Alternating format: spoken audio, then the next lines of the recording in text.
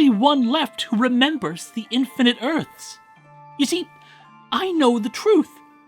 I remember all that happened, and I'm not going to forget. Worlds lived. Worlds died. Nothing will ever be the same. Hello and welcome to Atop the Fourth Wall, where bad comics burn. The idea of a shared universe of characters who otherwise exist in their own TV show, book, movie, or in this case, comic, opens up the possibility that these otherwise separate entities will meet each other. But sometimes, it's not enough just to be a crossover. It has to be bigger than that. Something that affects an entire line of characters. It has to be an event. Sometimes it's for an anniversary. Sometimes it's just a big blockbuster meant to get them some more money. Sometimes it's to reshape the entire direction of the company. Sometimes it's to wipe the slate clean and start over. But for whatever the reason, for the last 30 plus years, event comics have become a thing, sometimes annually, or multiple times in a single year, thanks Marvel. A limited series will be produced crossing over as many characters as they can cram into it, and the regular story of an ongoing series will be interrupted to tie into the event. After all, this is something affecting their entire world in one way or another, so why not show how big this is? And with that introduction, Atop the Fourth Wall proudly presents Event Comics Month. For the next 4 weeks, we will take a look at 4 event miniseries, 2 from DC and 2 from Marvel, as voted on by Patreon sponsors last December.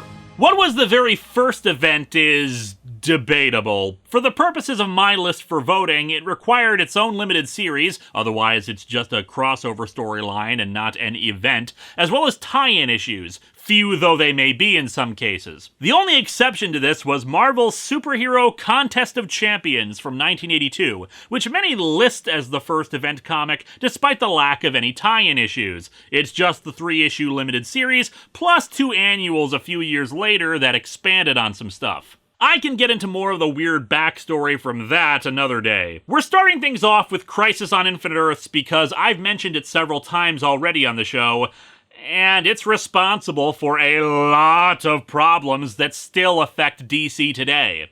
And in that regard, it is the quintessential event comic, and its tagline was accurate, because nothing was ever quite the same after it.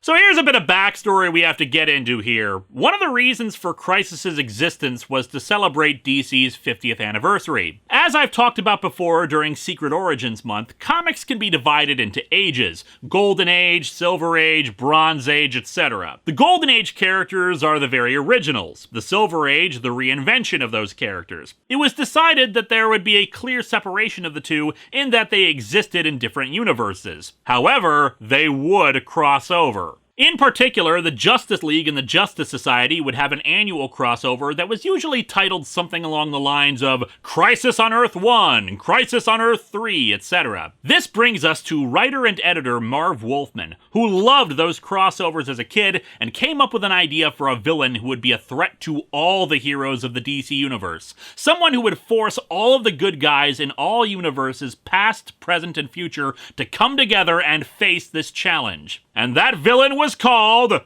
Librarian!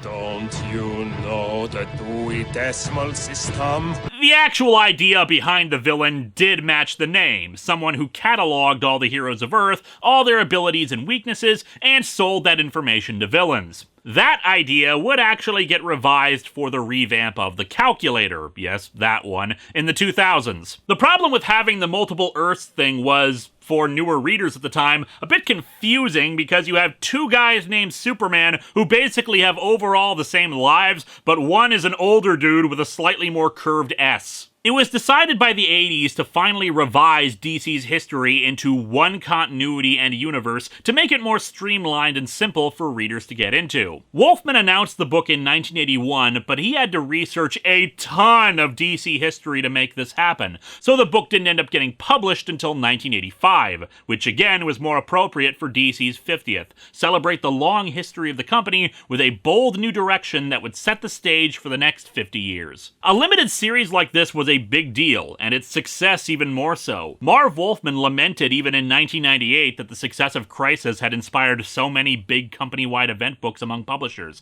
since his story was just meant to clean house and make things easier. And those events ended up causing more problems than they solved. But for now, let's just dig into Crisis on Infinite Earths and judge the book on its own merits and failings, not for all the problems it may have created later.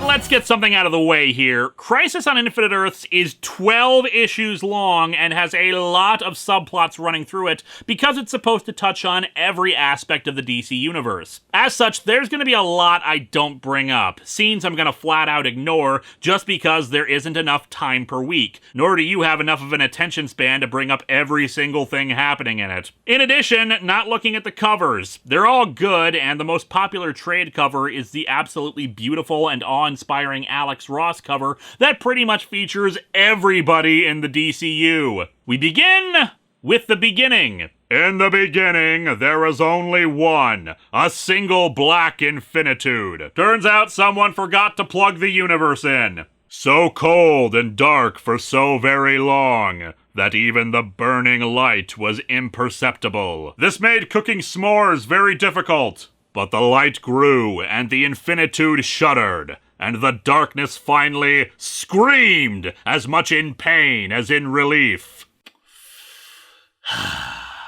Was it good for you two?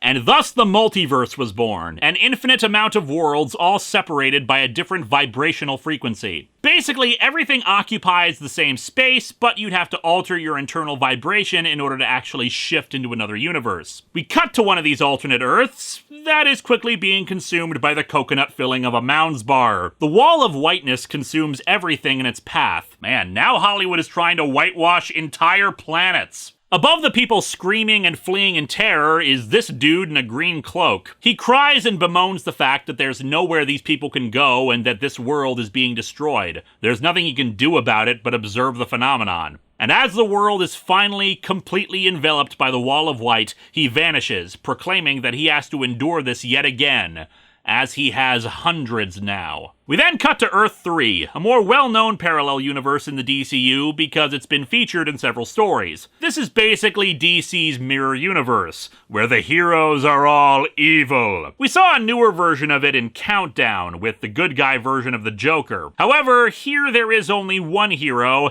and in our subversion of tropes, it's the good guy of the mirror universe who has the goatee. Luthor. And yet, despite this being a world where the bad guys are in charge, they're still trying to stop the devastation caused by the Wave of White. Why's that? Well, let Marvel explain it. There is no profit to be made in the destruction of the planet.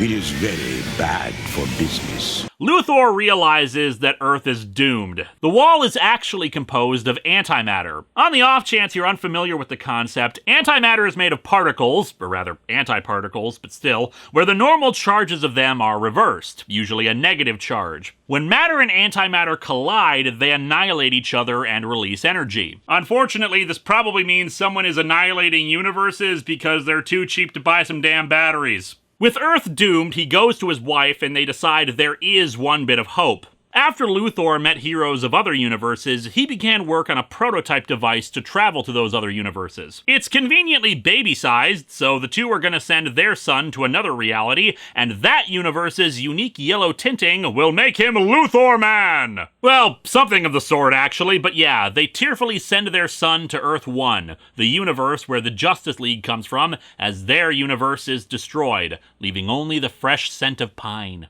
Unfortunately, during this time period, the Justice League satellite was abandoned, so the capsule holding the baby just settles into an empty chunk of metal in orbit. Don't you hate it when someone comes to deliver a package to your front door and then leaves it out where anyone can take it?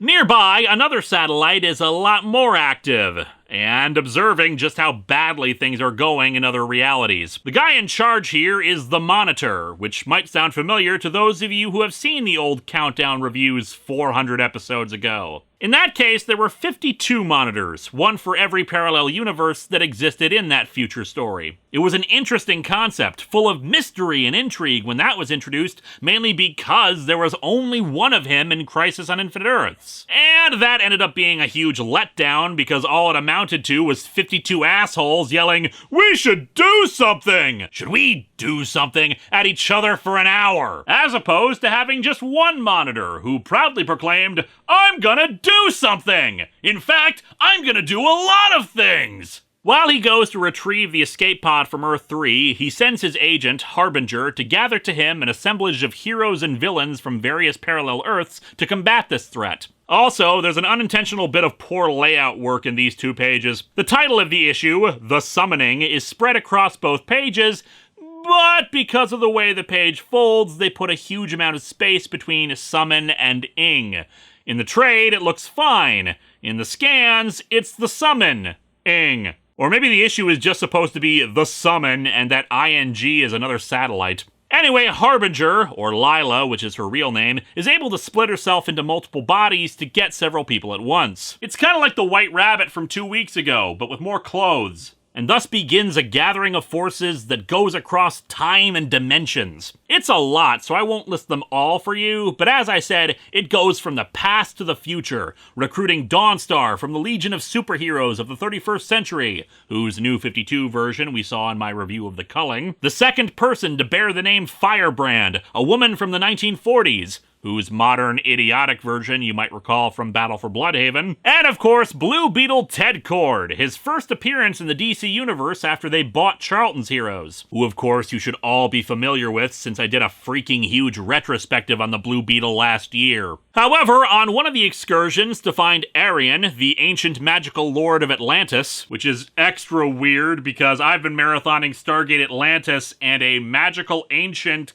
kind of takes on a whole new meaning for me. Some kind of shadow creature emerges and possesses her. She does indeed get Arian, but there's a more important figure to behold here in a mental institution on Earth 2. Roger Hayden, aka the supervillain known as the Psycho Pirate. Because in the Golden Age, sometimes you just go with the first name that comes to you and hope it works out. Psycho Pirate has the ability to manipulate emotions using his Medusa mask, though it's very addictive for him. As Harbinger continues to recruit people, the Monitor briefly gives her backstory, that she was found a half-dead child floating at sea, and he rescued her and raised her these last 20 years. But he also knows that Harbinger will be the one to murder him. Dude, spoilers! I'm guessing he knows that since he must have some limited ability to perceive time, since otherwise, how is he plucking out people from different time periods? The characters are all gathered in the Monitor's satellite, now also including the Earth 2 Superman, as well as several others. Oh, and this Galactus cosplayer came wandering in. Nah, that's Dr. Polaris, another villain. Anyway, after they speculate about what they're doing here, shadowy figures emerge from all the walls to attack the group. Despite all their powers, the Shadow Demons, as they are called, are barely fought back, their powers doing little but slowing them. However, a bright light cascades into the room, forcing the Shadow Demons to retreat. The Monitor formally presents himself, along with that haircut. "I am the Monitor, and I have summoned you here because your universes are about to die. I have come to sell you insurance." As we enter issue 2, we see that weird things are happening in history. Back in caveman times, the character Anthro witnesses a vision of a futuristic city when he redirects a stampede of mammoths away from his tribe. And in that distant future, that same stampede of mammoths charges through the city before disappearing again. In the present, the Joker murders an aging film producer who owned the copyright to a bunch of silent comedies, who refused to give those copyrights to him. Is that better or worse than YouTube's copyright system? You make the call! Why did he want them in particular? Worth, roughly 26 million once they underwent the new computer coloration process. The Joker works for Ted Turner? He is evil! Batman arrives and the two fight, but it's interrupted by the sudden appearance of the Flash, with pink energy billowing out of him. Too much pink energy is dangerous. The Flash also looks almost like he's decaying or withering away, and then does so as he yells that the world is dying all around him. Back on the Monitor satellite, we have to tie up that loose thread idea that was part of Wolfman's original idea for him. The fact that he had been appearing in other comics before this, selling weapons and information to supervillains. He explains that that was meant to test various superpowered beings to help him catalog their abilities to get them ready for this moment. The wall of antimatter is consuming world after world. At least 1,000 have fallen already, and that with every world lost, he diminishes while their enemy gets stronger. He's linked with all positive matter, and the longer this goes, the less power he'll have to stop the antimatter wave. Here's the plan. He's planted devices powerful enough to stop the antimatter wave throughout time on Earth 1 and Earth 2, basically interdimensional tuning forks. The Monitor later explains that the problem is that the multiverse was never meant to be. An event caused the single universe it was supposed to be to split up into the different worlds, and they're all weaker as a result. Like, on a physical level, it's why the antimatter wave is having such an easy time sweeping through it. After all, antimatter and positive matter should just cancel each other out, but the antimatter is actually consuming the other worlds. Although I admit I'm kind of making that part up, because otherwise it's unexplained why they're not just annihilating each other. The purpose of the tuning forks is ultimately to merge the Earths back together so that they're stronger. And the reason they're placed throughout time is so that we can celebrate DC's varied history of books even more, starting with the future in between the modern day and the Legion of Superheroes time, the time of Kamandi and the Great Disaster. And yet the Monitor didn't recruit Ray Palmer to stop it? It's almost like the Monitors were weaker and dumber when separated from one guy too. The heroes and villains gathered have been sent to safeguard the tuning forks from damage, both from the enemy responsible for all this, but also any people they might come across. Kamandi even tries to scale one, but falls, getting saved by the Superman from Earth 2. Superman? How do you... Ah, of course. You must have met my Earth 1 counterpart. Actually, in my world, you work with chicken robots and have a huge Santa Claus beard. Oh no, we're not in the right Kamandi timeline! Other places include New York in the present time, with the new Teen Titans and the Outsiders dealing with the chaos caused by the Wall of Antimatter, World War II and DC's war comic characters, the Haunted Tank, Sergeant Rock and Easy Company, and of course the best named team of war characters, the Losers. There's also a fork during the Wild West to unite DC's Western heroes, like Batlash and Jonah Hex. And yet still another fork is placed in Atlantis in Arian's time. Oh, jeez. Did the Monitor just set the tuning fork right in the middle of the city? I hope that was just a golf course or something. More shadow demons emerge and attack our heroes, though they have a little better time driving them off now. Speaking of, since Harbinger's split state has ended and they've all merged back together, the shadow demon begins influencing her, causing her to alter her emotions and make her more inclined to hate the Monitor. However, she still goes on a new mission for him, to retrieve the baby from Earth 3. Who has suddenly aged a few years and is a small child now. Oh god, Harbinger, if he claims to be your lover from another dimension, just start shooting and never stop! Lila, what is it? What is wrong? Can't you bring the Luthor baby to me? Lila doesn't quite know how to answer the man who had raised her since childhood. Indeed, how can you explain the sight she now sees? I guess the baby is no longer a baby is something completely unspeakable now. Back in Atlantis, the guy in the green cloak, going by the name Pariah, shows up as per his usual deal of witnessing destruction. Except he's shown up next to the Psycho Pirate. As I said, his desire to alter emotions is addictive to him, which means I should expect the Psycho Pirate to be crawling around a bathroom floor trying to snort emotions, I guess. So when he sees Pariah weeping and sorrowful, he uses his power to make him laughing and gleeful. Arian starts to fight him when he wants to start feeding on more emotions, but then suddenly an energy beam surrounds the Psycho Pirate and teleports him away. He's brought into a dark void by the enemy responsible for the antimatter wall, promising him an entire world's emotions to play with if he serves him. If he doesn't, well, this enemy can make his face disappear. Ooh, faced! I should note I'm actually jumping around a little bit for the first few issues. Again, the problem with this being such a big story is that it requires summarizing a lot if you want me to try to get this video out on Monday on time. And since there are so many scenes and so many characters, there's only so much I can get into in any finer detail. Hell, look at how long I've been going so far and talking about some of the major players of the story. Speaking of, the child, who we'll now refer to by his name, Alexander Luthor. As his intelligence begins to grow along with his rapid aging, the Monitor analyzes him and discovers that he's an anomaly. Both matter and antimatter exist within him without problem. One of the weird things about the antimatter wall is that it seems to affect all of time simultaneously. For instance, the Barry Allen Flash is in the future because of events in his own book, but the wall of antimatter is there while it's also in the then-present day in New York. He vibrates to try to send a message back in time to get help, once again appearing to Batman, but something goes wrong, probably a result of the antimatter wall, and he's pulled elsewhere. Also in deep space, Superman villain Brainiac is observing the antimatter sweeping through space and decides that he needs the help from Earth to combat it. As we reach issue 4, we have a new question to ponder.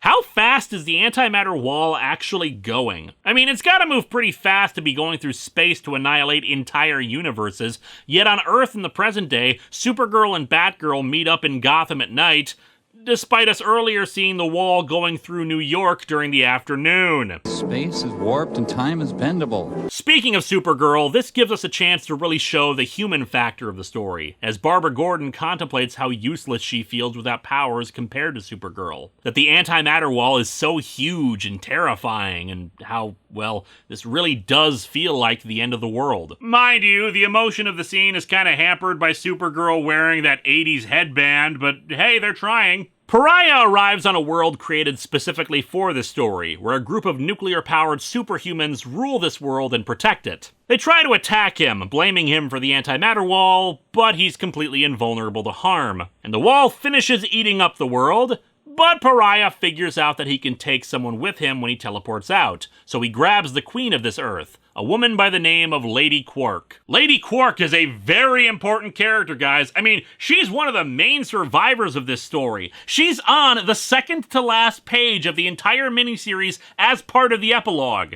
and she does the important job of existing. I tried to find out why she was created, why importance was placed on her to that degree, but I couldn't find anything. Pariah at least has backstory within this situation, and his existence drives the plot, but Lady Quark?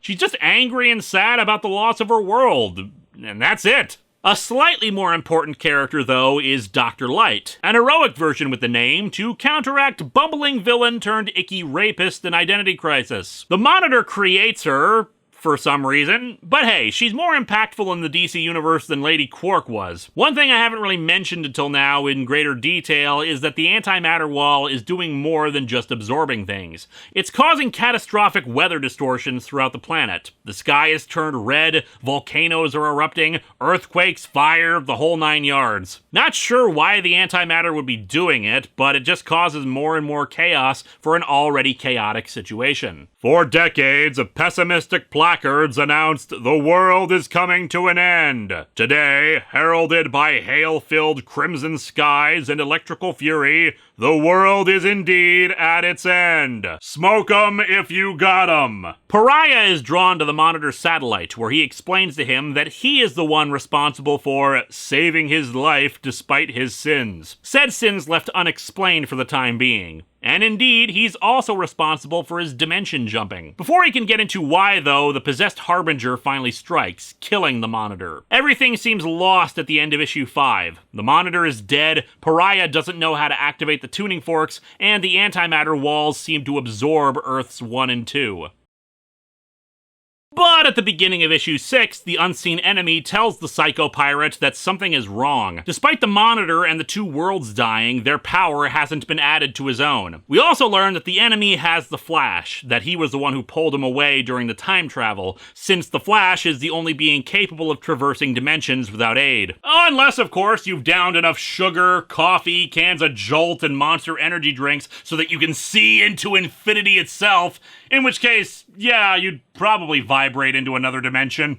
With the Monitor dead, Harbinger is freed from the enemy's control. She's of course distraught over what she's done, but then the Monitor appears on a monitor. Yo, dog. It's a recording he made that explains that he knew what she was being coerced to do and not to blame herself for it. It all works to their benefit, though. The tuning forks weren't ready yet, but by killing him, it's released all of his own energy into the devices to power them and activate them, saving Earth 1 and Earth 2. That being said, they're not out of the woods yet. They still were activated prematurely, so right now the two worlds are starting to merge. But not in a proper way. Instead, their dimensional vibrations will soon match, and they'll occupy the same space at the same time. And basically destroy each other. Alexander Luthor finishes his rapid aging, which apparently includes a spiffy new golden armor for himself. Honestly, it kind of makes him look like Mordred from the movie Excalibur. Anyway, he's been given instructions by the Monitor before he was killed on what to do next. Meanwhile, the enemy figures out what happened and gives the Flash over to the Psycho Pirate to play with while he keeps working, instilling great fear in him. And while everything else is already pretty bad in the grand scheme of things, it's even worse on the two Earths. Sections of them are overlapping as their vibrations come together in the overlap points. Time is screwy with people, and things from the past, present, and future are coexisting simultaneously. And yet this still makes more sense than the finale of Power Rangers Dino Charge. Realizing just how much help they're gonna need, Harbinger, Alex, and Pariah beam up all the heroes and villains of Earth 1 and 2 that they can, including people like the Caveman Anthro and Sergeant Rock for some reason. Surprisingly, this does not result in everybody openly fighting each other, but everyone calmly waiting for the three to explain what the hell's going on. At first, everyone is a bit reluctant to hear all this, especially since the first ones recruited felt the Monitor lied to them about the tuning forks, since they didn't seem to be doing anything. But after they all return to their worlds and see the sheer carnage and chaos caused by this merging, they decide to join up. So here's the plan. Including Earths 1 and 2, there are only a total of 5 universes not consumed by antimatter. Teams will be sent to those other 3 to save them, but the Monitor satellite soon ends up under attack by the enemy. Speaking of, the Flash is finally able to pull himself free of the Psycho Pirate's control and demands to know who the hell this enemy is. Greetings, Flash. I hope the anticipation has been worth it. Call me the Monitor! And very soon, I shall be ruler over all who live! Anti-pants to be darkened. Despite that little declaration, he is actually known as the Anti-Monitor. Here's the deal. When the universe first formed inside of what looked like a giant hand, and this is why hand sanitizer is so important, an event occurred that accidentally split it into the multiverse. One of those realities was a universe composed entirely of antimatter. Both the Monitor and the Anti-Monitor were the first life forms to arise in their respective universes. While the Monitor was peaceful and spent his time in contemplation, the Anti-Monitor arose as this almost cyborg-like monstrosity you see at the end of issue 5, obsessed with conquest and destruction. However, because of their unique abilities, they became aware of their counterpart and decided to battle. But of course, they were equally matched and just knocked each other out for billions of years. That's where Pariah comes in. He was a scientist in his universe, obsessed with knowledge and glory. There's this weird thing in DC, at least until this point, where legend has it that no one is allowed to know how the universe began, or else it would destroy it. I don't know how that works, but Pariah wanted to know the answer and proceeded to study it. And his experiments unwittingly allowed antimatter to seep into his universe, consume it entirely, and that energy made the Anti-Monitor stronger and woke him up from the battle. And that's how this whole mess started. Pariah survived thanks to his experiment, altering him to give him his own kind of danger sense. Pariah, the Puma Man of this world. The Monitor decided to take advantage of that, using him as a kind of advanced warning system. The Monitor would automatically teleport Pariah to any world that was about to be destroyed, allowing the Monitor to plan accordingly and hopefully stay ahead of his counterpart. Let's go back to the Anti-Monitor himself here. Later in the story, he takes on a new appearance that basically became his canonical one from then on. But I freaking love this look for him here. Just look at this guy. The glowing cosmic eyes that almost look like they're suspended in liquid. Metal-plated skin with some kind of weird brace that attaches to his jaw and nose. Hell, the nose-like features overall help give him a slightly more humanoid appearance, but only just enough to resemble it. Otherwise, there's nothing in all the cybernetic components that would imply this thing was human. The only thing that one could conceive is organic is the teeth, which are huge, but not made to appear animalistic in any ways, just oversized, almost rotting teeth. He even has a speaker attached to his lower jaw, implying that the teeth are vestigial at this point. Upon later reflection and modern art takes of him, maybe they're not teeth but withered skin. Honestly, I think it's better if they are teeth. And as a dark counterpart to the Monitor, he even has circuitry on his forehead that resemble the Monitor's goofy hairdo. I mean, just hot damn, that is a good villain design. Admittedly, they probably changed it to the more streamlined version we see later because this is a very detailed, busy design, but it's so worth it, especially on this splash page. Anyway, while the Anti-Monitor does succeed in destroying the Monitor's satellite, everyone on board survives, and they're still able to teleport the teams into the remaining 3 Earths. As such, the Anti-Monitor has a new plan. He uses his own power to enhance the Psycho-Pirates, giving him the ability to control the emotions of those on the 3 Earths, hopefully causing enough chaos in the meantime for him to finish letting the antimatter wave destroy them. So what are those 3 worlds? First, Earth 4, the world of the Charlton heroes like Captain Atom, Nightshade, and the Blue Beetle. They scared me out of my wits with this fright story that'd give goosebumps to Stephen King! Man, the first draft of Under the Dome was weird. Second up is Earth S, or Earth Shazam because we're not very subtle, where Captain Marvel and the other Marvel family members occupy. Hear me, Mary Marvel! My magic lasso can calm you, soothe you! Well, where the hell was that lasso during Countdown when Mary Marvel was using Kyle Rayner as a club to whap Donna Troy? And finally, Earth X, which may have originally intended to be Earth Swastika because it was a world where World War II was still going on decades later. Home of Uncle Sam and the Freedom Fighters. Again, you might recall me talking about them a bit during Battle for Bloodhaven. Fortunately, Psycho Pirate's control over the worlds is lost as the 5 universes are drawn away from the antimatter waves and now join Earths 1 and 2 in all slowly merging together. We enter into issue 7, where representatives of the 5 remaining Earths, and Lady Quark, are given the backstory I explained earlier about this whole mess. With that out of the way, a team is assembled of some of the most powerful members of each world, although mostly from Earth 1, so they can launch a retaliatory strike against the Anti-Monitor. How do they get to the antimatter universe? The answer, Captain Atom, lies with the young Alexander as well as with me. I can travel to wherever danger or evil lurk, but I cannot take you with me. Just like how I couldn't take Lady Quark from her Earth. Wait. Yeah, see what I mean? Lady Quark's presence here actually creates a plot hole. Anyway, due to his nature as being both made of matter and antimatter, Alex Luthor is able to open a portal through which they can travel. Pariah, using his abilities, will then lead them straight to the Anti-Monitor. They arrive at his stronghold, and it seems the Anti-Monitor was anticipating this, and thus he explains why he recruited the Psycho Pirate, so that when this moment came, he could use his emotion-controlling powers to take over the minds of the heroes. Except when he had the Psycho Pirate manipulating those 3 worlds, it kinda burnt out his abilities and he'll need time to recharge. Whoops. And after a battle against the Anti-Monitor's forces, it comes down to Superman, Supergirl, and the new Dr. Light versus him. This is one of those reasons why this story is so well remembered, as Supergirl gives her heroic last stand, fighting as hard as she can to take down the Anti-Monitor and proclaiming that even in the face of certain doom, she'll never stop fighting, basically continuing the thread from her conversation with Batgirl in the earlier issue. Unfortunately, due to a brief distraction from wailing on the Anti-Monitor, he's able to finally kill her. She did not die in vain, though, wounding the Anti-Monitor enough to force his retreat and damage the equipment that was causing the 5 Earths to merge together. The heroes retreat to Earth and a massive funeral is held for the Girl of Steel. It's heartbreaking and very well done, probably the gold standard by which character death should be handled. I'm not so keen on why it happened, though. Basically, the thought process was that for Superman being the last son of Krypton, like half the planet had survived its destruction, from the bottle city of Kandor to the Phantom Zone to various other villains, a Superdog, and of course Supergirl herself. As part of the initiative to simplify the universe, it was believed that Superman should indeed be the only survivor of Krypton's destruction. The Supergirl had to go, but they wanted to give her one last hurrah before then. And all in an effort to make Superman seem less redundant. And honestly, who needs to see multiple different versions of the same thing?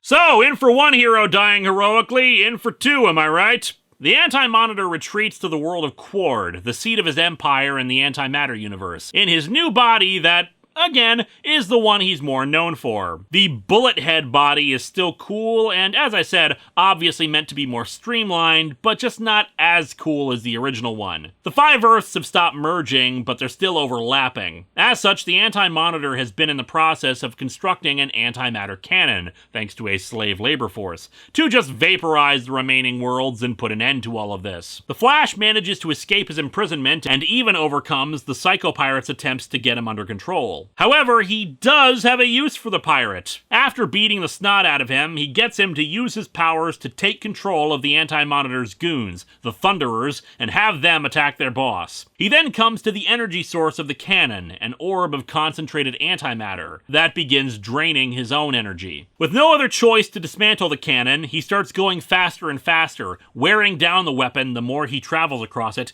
and releasing all of the energy. He starts moving so fast that he travels in time, first to a point in the future, then back in time to the earlier scene between Batman and the Joker, until finally he seems to disintegrate entirely, but in the process, utterly destroying the cannon and saving the 5 Earths. It was a Barry Allen story that introduced the multiverse, and with his death would end it. But hey, I'm sure the Anti-Monitor will take it well. I will absorb the antimatter energy of more than 1 million worlds. They will instantly perish. All the lives contained thereon shall die. Yep, mass genocide is usually a pretty measured response to setbacks.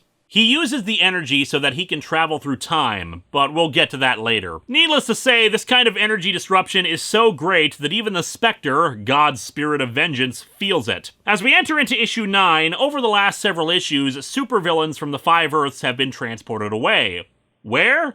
To Brainiac's ship. He and the Lex Luthor of Earth 1 have come up with a little scheme. The crisis seems to be over as far as they can tell. The 5 Earths have stopped merging, and they can't detect the Anti-Monitor in either universe, so as far as they're concerned, now is the time to take over all 5 Earths with their little Legion of Doom. They start invading Earths 4, S, and X while everyone else is distracted, especially with a monumental press conference at the Earth 1 United Nations to try to explain all this. The representatives of many different worlds have come here to report on what the press has been calling the Crisis on Infinite Earths. Ugh, fake news. This is clearly a crisis on only 5 Earths. Alexander Luthor, Lila, and Pariah are also explaining all this, but Pariah is teleported away, sensing some new danger. Brainiac addresses the UN and demands the unconditional surrender of Earths 1 and 2, or they'll destroy the 3 Earths under their control, and likely Earths 1 and 2 in the process. Over the course of issues 9 and 10, the heroes fight valiantly to reclaim the Earths from the villains, but the battle is ended quickly by the arrival of the Spectre, floating over the 5 Earths and telling them to knock it the hell off. The Anti-Monitor has traveled back to the dawn of time itself, planning to undo the creation of positive matter altogether so that only the antimatter universe will exist. The only way to save the day is for all heroes and villains to unite. And so they do, all gathering together in one spot, and joined by a new hero. Please, I'm Superboy from Earth Prime. You've got to bring me too. Oh, Superboy Prime, it's been a long time. Welcome back, you murderous sack of garbage meant to parody DC's own customers. I kid, of course. Back in 1985, Superboy Prime was just a representative of what was essentially our world, aka the real world. I recall reading once that Marv Wolfman included him because he felt it was important, given the nature of the story altering both Superman's history and a celebration of DC's long history, that a Superboy be involved in this story. Earth Prime has been destroyed, which basically means that all of us are dead right now. Sorry to be the bearer of bad news. And he somehow ended up here. Even I don't know how I disappeared, but I'm here, and I'm Earth Prime's last survivor. But hey, no worries. I'm sure this Earth is really awesome. I mean, it's not like my Earth was really all that special. Using the advanced tech they have at their disposal, the group creates a method for them to time travel, but it's not just to the dawn of time they're going. That's for the heroes. No, the villains have a different task before them. After all, they still got that pesky issue of 5 overlapping realities. As such, they've traveled back in time to prevent the event that caused the multiverse to form in the first place.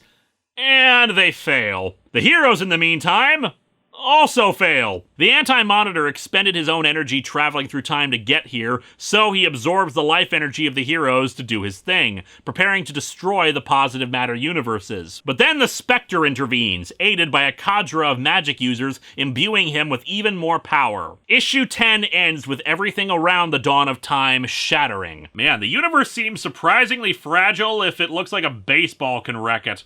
Entering issue 11, we get a repeat of the opening of the story. Except now, instead of a multiverse, it's just one Earth. The Earth 2 Superman wakes up in his apartment and goes to work, only it soon appears he's on Earth 1. Other inconsistencies soon start to follow. No one knows anything about the zones where time had gone haywire. Both Central City and Keystone City, the homes of the Flashes of Earths 1 and 2, now exist as twin cities. And when Jay Garrick and Wally West try to use the cosmic treadmill to travel to Earth 2, they find only a void. Oh, geez. Guys, I'd love to help you with your missing universe and all, but I gotta go check on a friend and make sure he's not doing drugs. Bye! Harbinger gathers all the heroes to Titan's Tower and explains what happened, though it's pretty obvious. They succeeded in changing history and making it so the multiverse never came to be. The remaining 5 realities have all merged into one. The Justice Society and the Freedom Fighters both fought in World War II. Only one Superman came to be, and there were no other survivors of Krypton. Those heroes, like the Earth 2 Superman, who already had a counterpart, Earth 1's became the default, and they're just a cosmic leftover. Everyone who was at the battle at the dawn of time remembers, but as far as the rest of the Earth is concerned, the crisis never happened. However, things quickly go from bad to worse again. The Earth is pulled into the antimatter universe by the Anti-Monitor, bringing us to the final issue. In the regular universe, a group of heroes find Brainiac and fill him in on what happened in the crisis, saying they need his help to save the Earth, which of course has gone missing. Back in the antimatter universe, the Anti-Monitor appears as a big giant head and starts yelling at Earth over how they've continued to beat him. I offer you my congratulations. I acknowledge your persistence. Your will to live is astonishing. Here is your participation trophy. The world is enveloped in darkness as Harbinger gathers a small force to once again attack the Anti-Monitor. As for the rest of the heroes,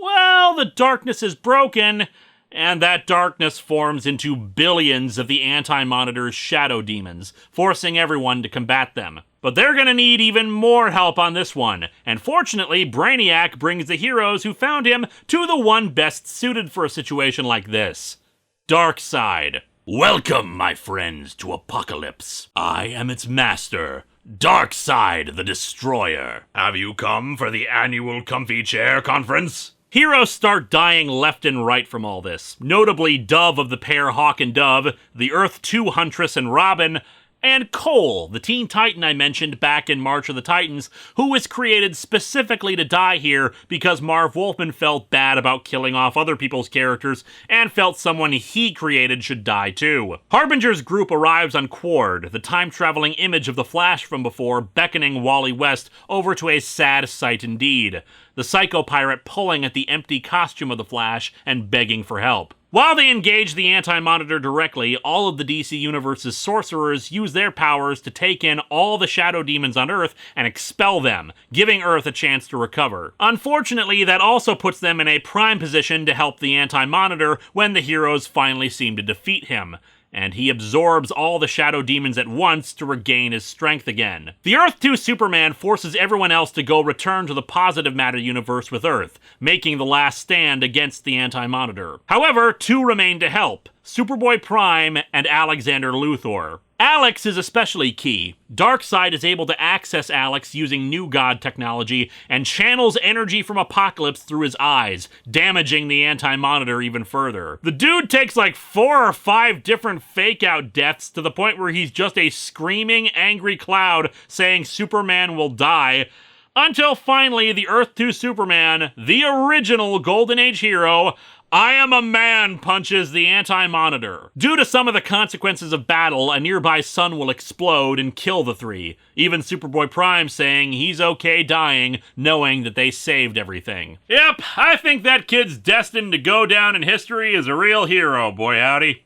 However, Alex reveals that all isn't lost. Not only does he know a place where they can go to live out in peace, but he also saved the Lois Lane of Earth 2. I knew how the universe would be reborn. I knew the consequences, and I could not let you, of all the heroes, suffer in that loss. I mean, there were several billion other people who probably deserved to live, but she kind of resembles my mom, so there you go. In the wake of all this, we see the consequences for many of those left behind. The dead, the missing, the displaced, and the reborn, as Wally West becomes the new Flash. Harbinger, Lady Quark, and Pariah decide to carry on the Monitor's cataloging work, especially since this is a whole new reality. And in the final epilogue, we cut to Arkham Asylum, which I guess in the 80s looked a hell of a lot cleaner and more well-kept than in later stories. And who is the latest resident of the asylum? The Psycho Pirate, who proclaims that he will never forget the other Earths or the Crisis. You see, I like to remember the past because those were better times than now. I mean, I'd rather live in the past than today, wouldn't you? I mean, nothing's ever certain anymore. Nothing's ever predictable like it used to be. These days, you just never know who's gonna die and who's going to live. And thus the Psycho Pirate became the Nostalgia Critic. This comic is an epic equal to no other. Crisis on Infinite Earths is a story that spans from the dawn of time to the far future. It stars everyone in the DC universe and celebrates its history while creating something new for the future. The artwork is gorgeous, from splash pages that show off the sheer scale and immensity of the situation to the small character moments scattered throughout. Its failings are few and far between, mostly stemming from the conventions of being an event comic. Minor bits of subplots and characters that are meant only to hint at something explored in a tie-in versus being part of the actual narrative. It did what it set out to do and is responsible for memorable moments and imagery that are still homaged today. For me personally, the Titans were my first real exposure to the DC universe, but it was reading Crisis on Infinite Earths that showed me just how huge it truly was, showing me characters I had never heard of but now are some of my favorites, like the Blue Beetle, so I owe it for that at least. So what was the aftermath of a book like this? Well, a bit all over the place. The goal was to streamline the DC universe, and for the most part it did, creating an established continuity of events, but also introducing some dreaded reboots. For example, Superman and Batman had been active for some time, but Wonder Woman was now just starting out, which in turn led to the issues with Donna Troy and her multiple backstories. Superman's Silver Age roots as being the first Superboy were erased, which created problems for the continuity of Legion of Superheroes. The Golden Age Hawkman and Hawkgirl were confusing as all hell when placed next to the modern era ones, and you get the idea. It felt like while they had most of the pieces in place afterwards, there were still a lot of bugs to be worked out. And oh, how they tried to work them out again and again. 2 sequels, possibly 3, to Crisis on Infinite Earths occurred. Around 10 years later with Zero Hour, which was a bit more of an indirect sequel, trying to once again revise things, and instead making it worse, while Infinite Crisis, 20 years later, was a direct sequel, dealing with the fallout of both then-recent events and the perception of the DC Universe and the state of superhero comics since Crisis on Infinite Earths. I do enjoy Infinite Crisis, but it is a severely flawed story despite very good attempts at making it as epic in scope. Still, despite retcons introduced in those 2 sequels, this new version of Earth lasted until the New 52 did create a full-on reboot once again. And hey, 25 years ain't bad. As for Crisis on Infinite Earths in-universe, for the longest time, only the Psycho Pirate seemed to recall the events of the Crisis in their entirety. As the heroes settled into this new Earth, referred to by most readers as the post-Crisis Earth, they forgot both the multiverse and much of what had happened, only recalling that they fought a being called the Anti-Monitor and that Barry Allen and many others had died during that. Pariah would appear again in the event War of the Gods, but otherwise didn't really make an appearance again until the build-up to Infinite Crisis, where he would be killed and resurrected a few times by event comics. Harbinger, of course, joined up with the New Guardians and their quest to have sex to pass on their super-duper genes, but was eventually killed in the storyline reintroducing the Superman's cousin Supergirl into the post-Crisis Earth for some dumb reason. Lady Quark would go on to join the DC Space Team Legion, and other than a cameo as part of Infinite Crisis, hasn't really had much of anything else going for her. Like the others, as part of the New 52, she's made an appearance here and there, but nothing of note. The Monitor,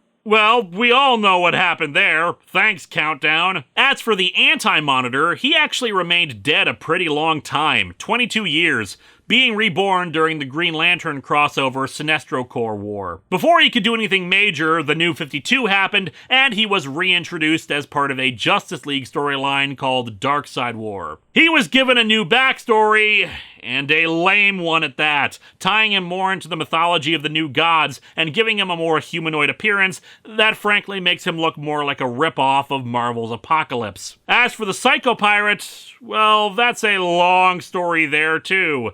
But needless to say, he didn't forget. And whew, that's it for this one. Come back next week as we flip over to Marvel and see what is considered the first real big crossover event. Just remember, nothing you dream of is impossible for him to accomplish. Even the spirit of their great country cannot endure the evil that has infected this earth. It is a simple fact. And we could have saved them! We should have, right? He may still... How can you believe that? Their three greatest hopes cannot work together. But we can, right? We can do this! Yes, we can save everyone if we wish to. We can even save her. I'm certain of it. Yes, you're right. We've given them a gift they've thrown away. We sacrificed everything for them. Hello and welcome to Atop the Fourth Wall, where bad comics burn. Last year, we brought you Event Comics Month, a celebration and critique of 4 big company-wide crossover event comics for DC and Marvel. And we're proud to do it again this year. Welcome to Event Comics Month 2, Crisis of the Wars.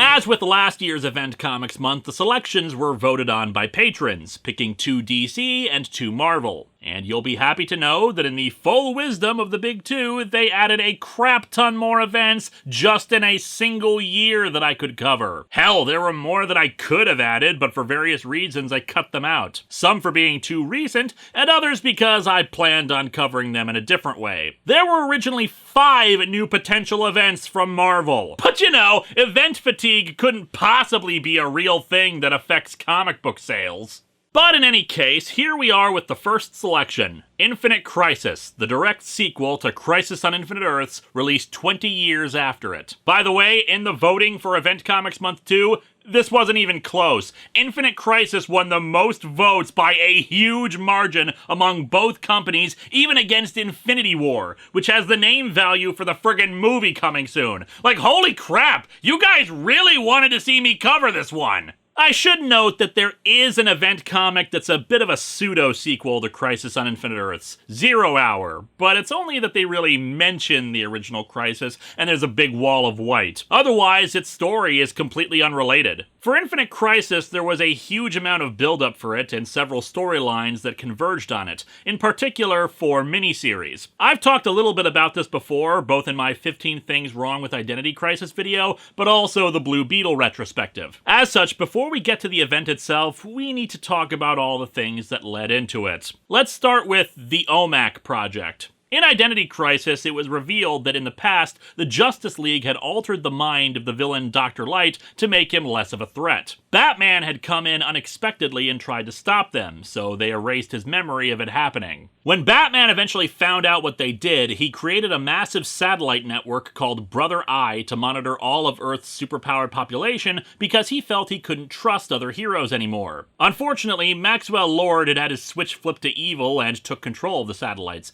using the artificial intelligence of Brother Eye to help implant nanites in over 1 million people. The nanites take control of the host body and transform them into a super powerful drone called an OMAC. When Wonder Woman is forced to murder Maxwell Lord, Brother Eye gains complete sapience and activates all the OMACs to try to take over the world. Fortunately, Batman utilizes one of Ted Kord's devices, a massive EMP generator, to disable all but 200,000 of them, freeing the people trapped inside, of course. With that loss, Brother Eye transmits the image, without context, of Wonder Woman murdering Maxwell Lord to the entire world. Oh, snap!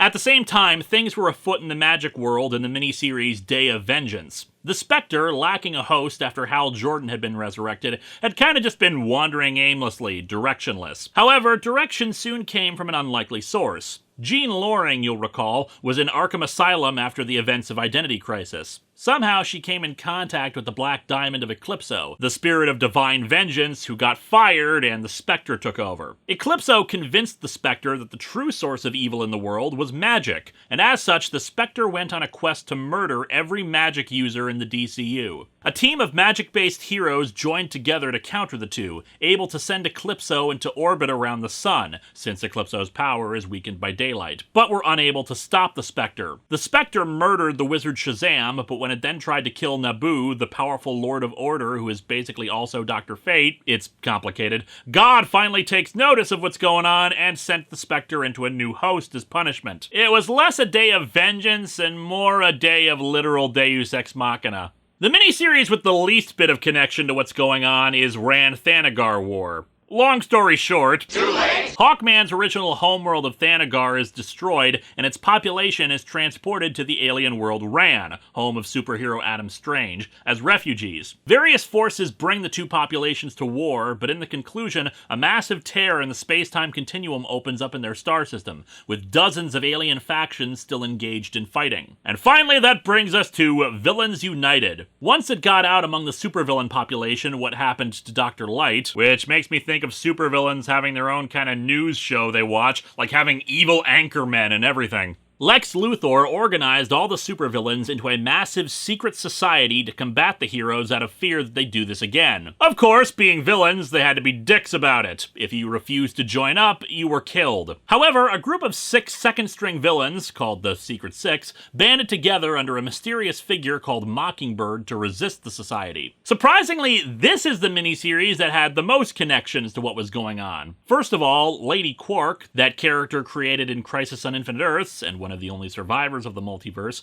was kidnapped by Sinestro. That was then followed up by Luthor kidnapping, of all people, Pariah, also from Crisis on Infinite Earths. He tortures Pariah to try to find Mockingbird, but Pariah just warns him, there's another Lex Luthor out there he needs to be concerned about. And Lex reveals that he is that alternate Luthor. Indeed, Mockingbird is the real Lex, and the Society's Luthor murders Pariah to prevent him from warning the other Society members about his own plans. We also learn of a plot to release hundreds of criminals from prison, but that's just a bit of a minor plot point for later in the event. And only in a massive event like this would the plan to release hundreds of psychotic murderers from prison be a minor plot point. While not a miniseries, there's one last thing to discuss before going in. In the wake of events like the murder of Maxwell Lord and the revelations about what the League did to Dr. Light, most of the members of the Justice League disband. The Martian Manhunter, lamenting that he didn't take Ted Kord's warning seriously about a conspiracy in the works, begins wondering what could be powerful enough to have orchestrated everything that had happened. At that moment, Superman seems to arrive at the tower, at least according to the security system, but Jean reacts with confusion at this intruder, and the JLA watchtower on the moon explodes. And that's where we pick up in the story. So let's dig into the event proper with Infinite Crisis.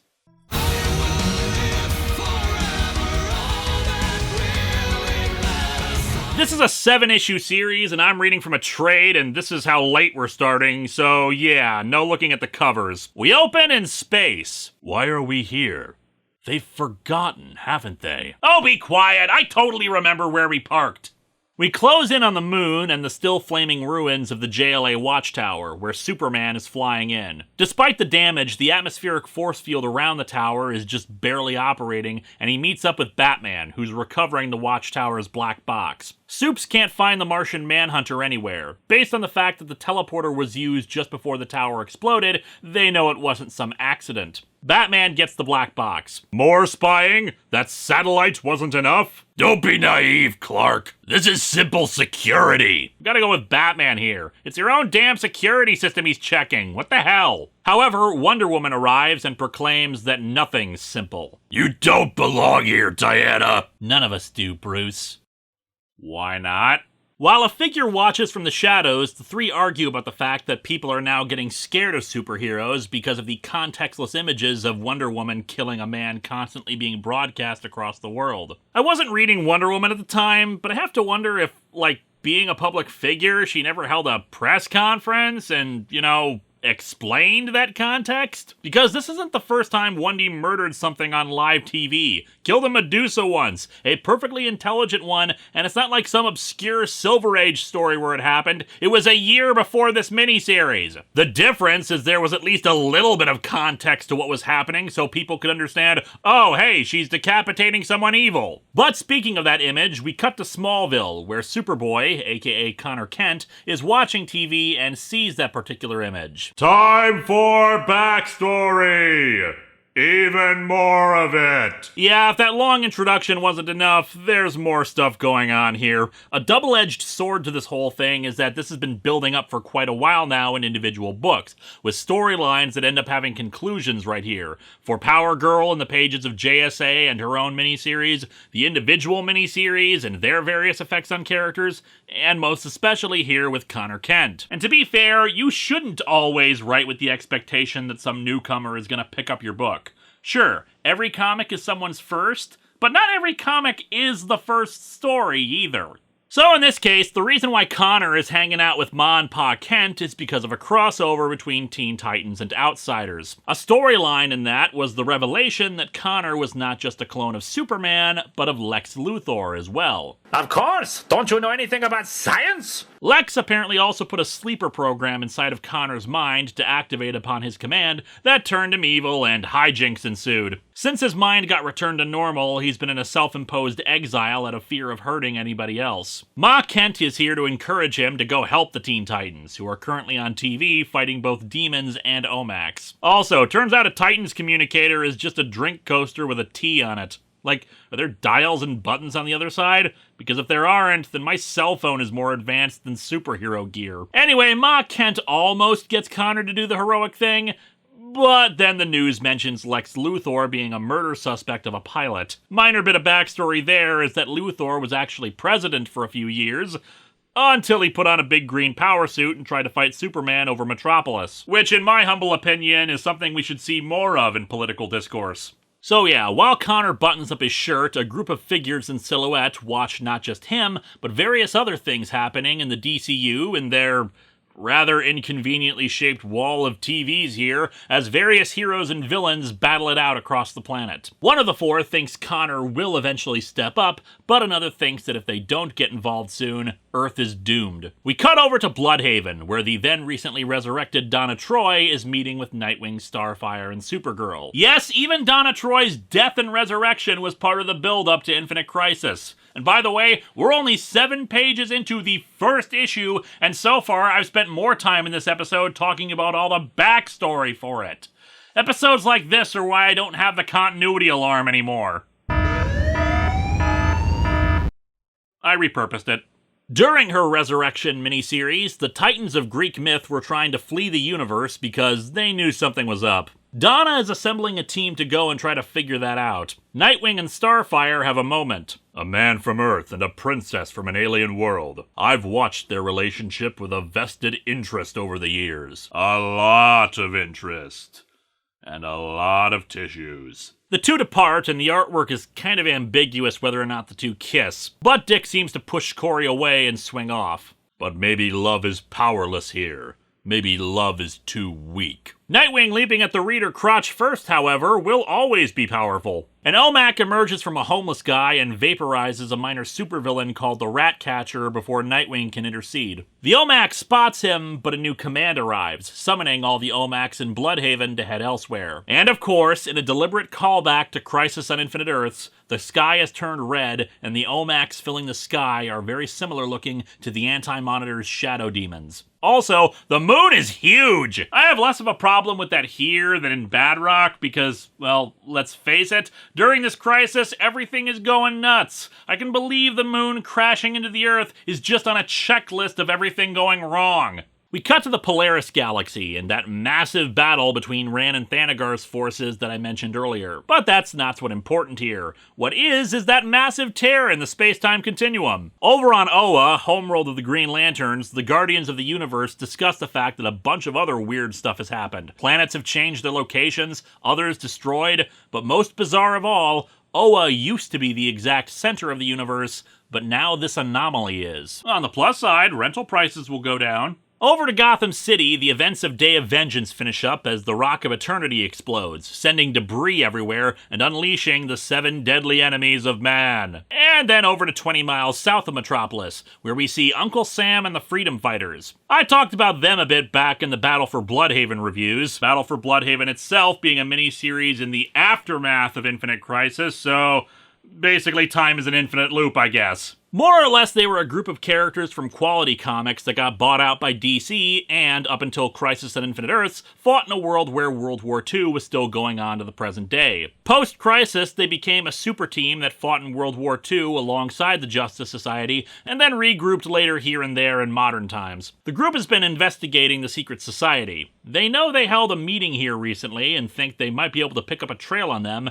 but then discover a false door and go inside. They enter into a high-tech base, but are quickly attacked by members of the Society, specifically Dr. Polaris, Dr. Light, Deathstroke, Black Adam, the Psycho Pirate, Sinestro, Bizarro, the Reverse Flash, and Cheetah. Yeah, bear in mind that these are all heavy hitters. Any one of them would give the Justice League a run for their money, even Cheetah, frankly. So it shouldn't surprise anyone that the Freedom Fighters are screwed. Back to the moon, Batman, Superman, and Wonder Woman are attacked by the despot Mongol, who had heard about what happened to the League and wanted to see it for himself. Mongol is also a heavy hitter, able to go toe-to-toe with Superman. From a meta perspective, it's a deliberate callback to a famous Alan Moore story, For the Man Who Has Everything, where the three took on Mongol. The idea is to parallel them being the best of friends there, and being bitter at each other here, just to show how far the Trinity has fallen.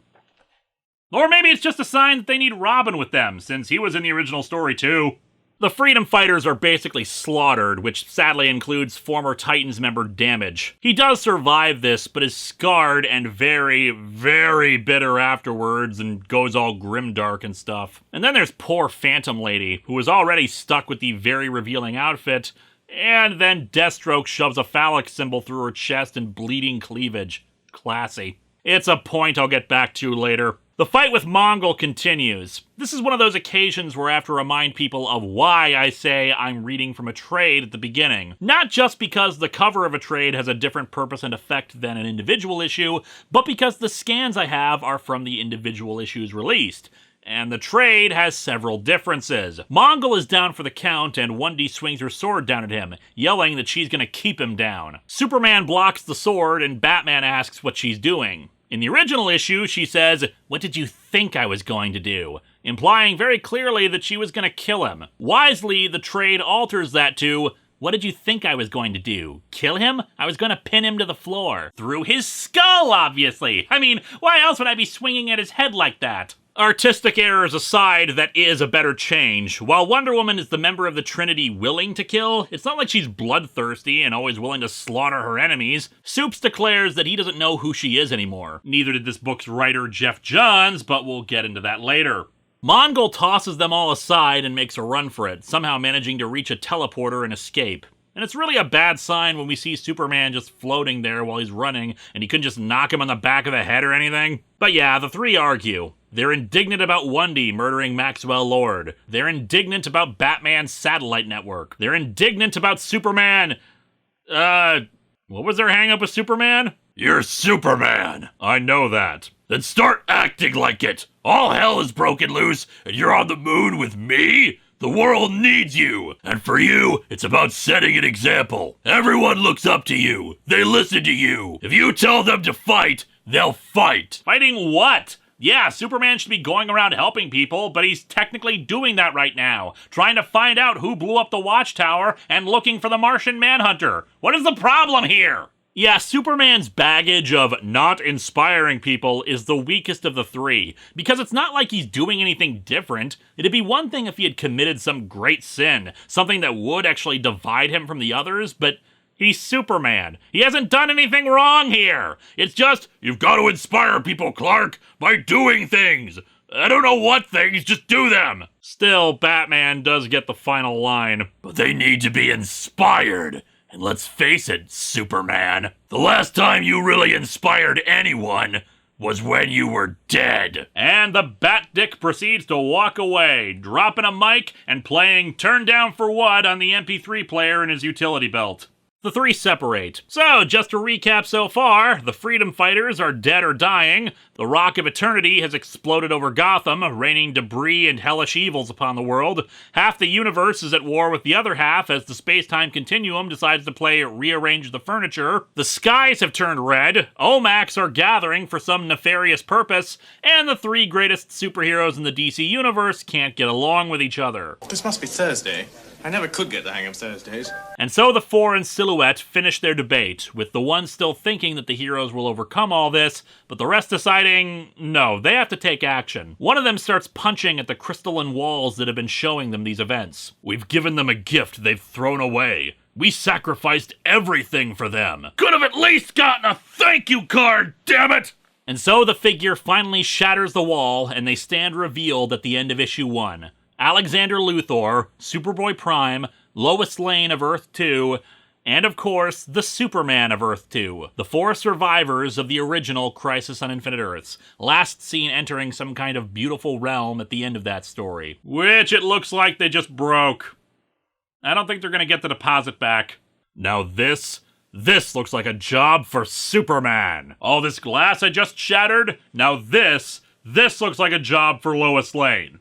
For me personally, reading this back when it first came out, I was ecstatic. Aside from the fact that this really did confirm that it was a sequel to Crisis on Infinite Earths, I kind of saw where they were coming from. Dark storytelling, grim and gritty heroics, retcons that revealed our heroes weren't really heroes, killing off characters left and right, seeing the original Superman coming forth and promising, we're gonna save the day and fix all this. Yeah. It was inspiring, and it felt like a promise of a return to something better. But of course, it's a very deceptive sentiment. More on that later. Let's move on to issue 2. Animal Man joins Donna Troy's crew on her floating moon spaceship thing called New Cronus, which I just realized I don't think we ever saw what happened to that thing after this storyline. Did she still have that up until the New 52?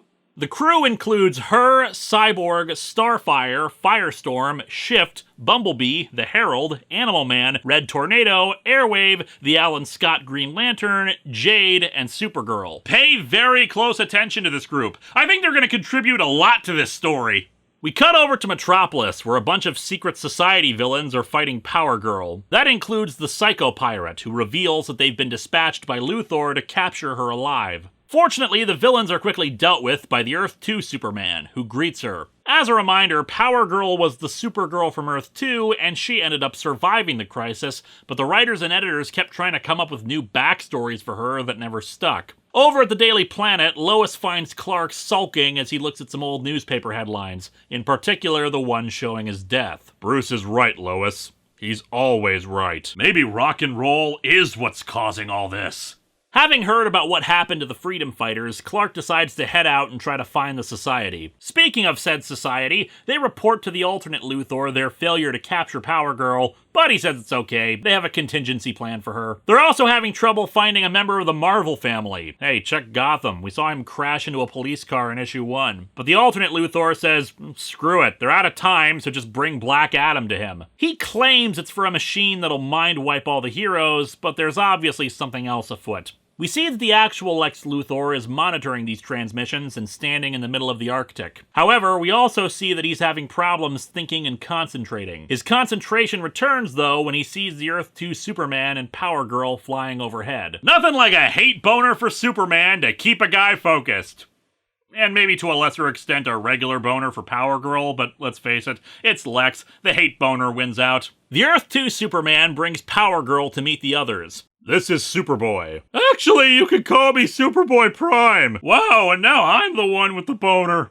Alex Luthor, who we now see ended up spending his time in the beautiful realm getting a haircut, theorizes that Power Girl is an aberration to this universe. The conflicting backstories and powers that she's exhibited are a result of reality trying to fit her into a universe she doesn't belong in. The Earth 2 Superman recounts to her the backstory of the multiverse and the events of Crisis on Infinite Earths in a sequence drawn by George Perez. Yeah, I should note, Phil Jimenez is the one doing the art for Infinite Crisis, and it's friggin' great. The dude is basically like George Perez with his ability to draw a gajillion people and have really great layouts for his stuff. As a reminder, he also did JLA/Titans The Technus Imperative, aka my favorite comic of all time. Go watch the old episode. So this is awesome. Anyway, from their little beautiful heaven place, the four observed the reborn DC universe and thought everything worked out pretty well at first. But then things started going wrong. Jason Todd's death, Superman dying, Batman getting his back broken, Hal Jordan becoming Parallax, Wonder Woman losing her Wonder Woman title for a while, and the artwork getting really bad, escalating even further to then recent events like Identity Crisis, Ted Kord's murder, Connor's brainwashing, and finally Wendy killing Maxwell Lord. They felt that there was something inherently wrong with this universe, a darkness that had infected it. Their little refuge also began to warp and shatter, supporting their theory about its corruption. Although maybe it's just you guys never bothered to clean the place properly and there's mold. Just saying, I don't really see Superboy Prime doing much spot cleaning. Power Girl and the Earth 2 Superman go to see Lois, who's dying, while Alex Luthor decides to study a few inconsistencies on this Earth, aka all the continuity errors the DCU had to deal with after the crisis. Meanwhile, back up on the moon, one of our true heroes arrives. Booster Gold! He had left during the OMAC Project miniseries, feeling like he had failed Ted Kord and everybody else for not having enough knowledge about their future, but has now returned with a new skeet to try to fix this mess. Problem is that time travel is an imprecise science, and they've arrived later than they had intended. Still, they've got a plan, with the first step being to find the Blue Beetle Scarab. And just to follow in the spirit of weighing you all down with continuity, for the full history of that, check out my Blue Beetle retrospective for details there. Shamelessly plugging one of my other massive reviews. Basically, I just want you all to be watching my show 24/7. Next, it's over to the Joker of all people, who's torturing King of the Royal Flush Gang. It seems that the Joker hasn't gotten his invitation to join the secret society. Don't you get it, clown? You're the only one!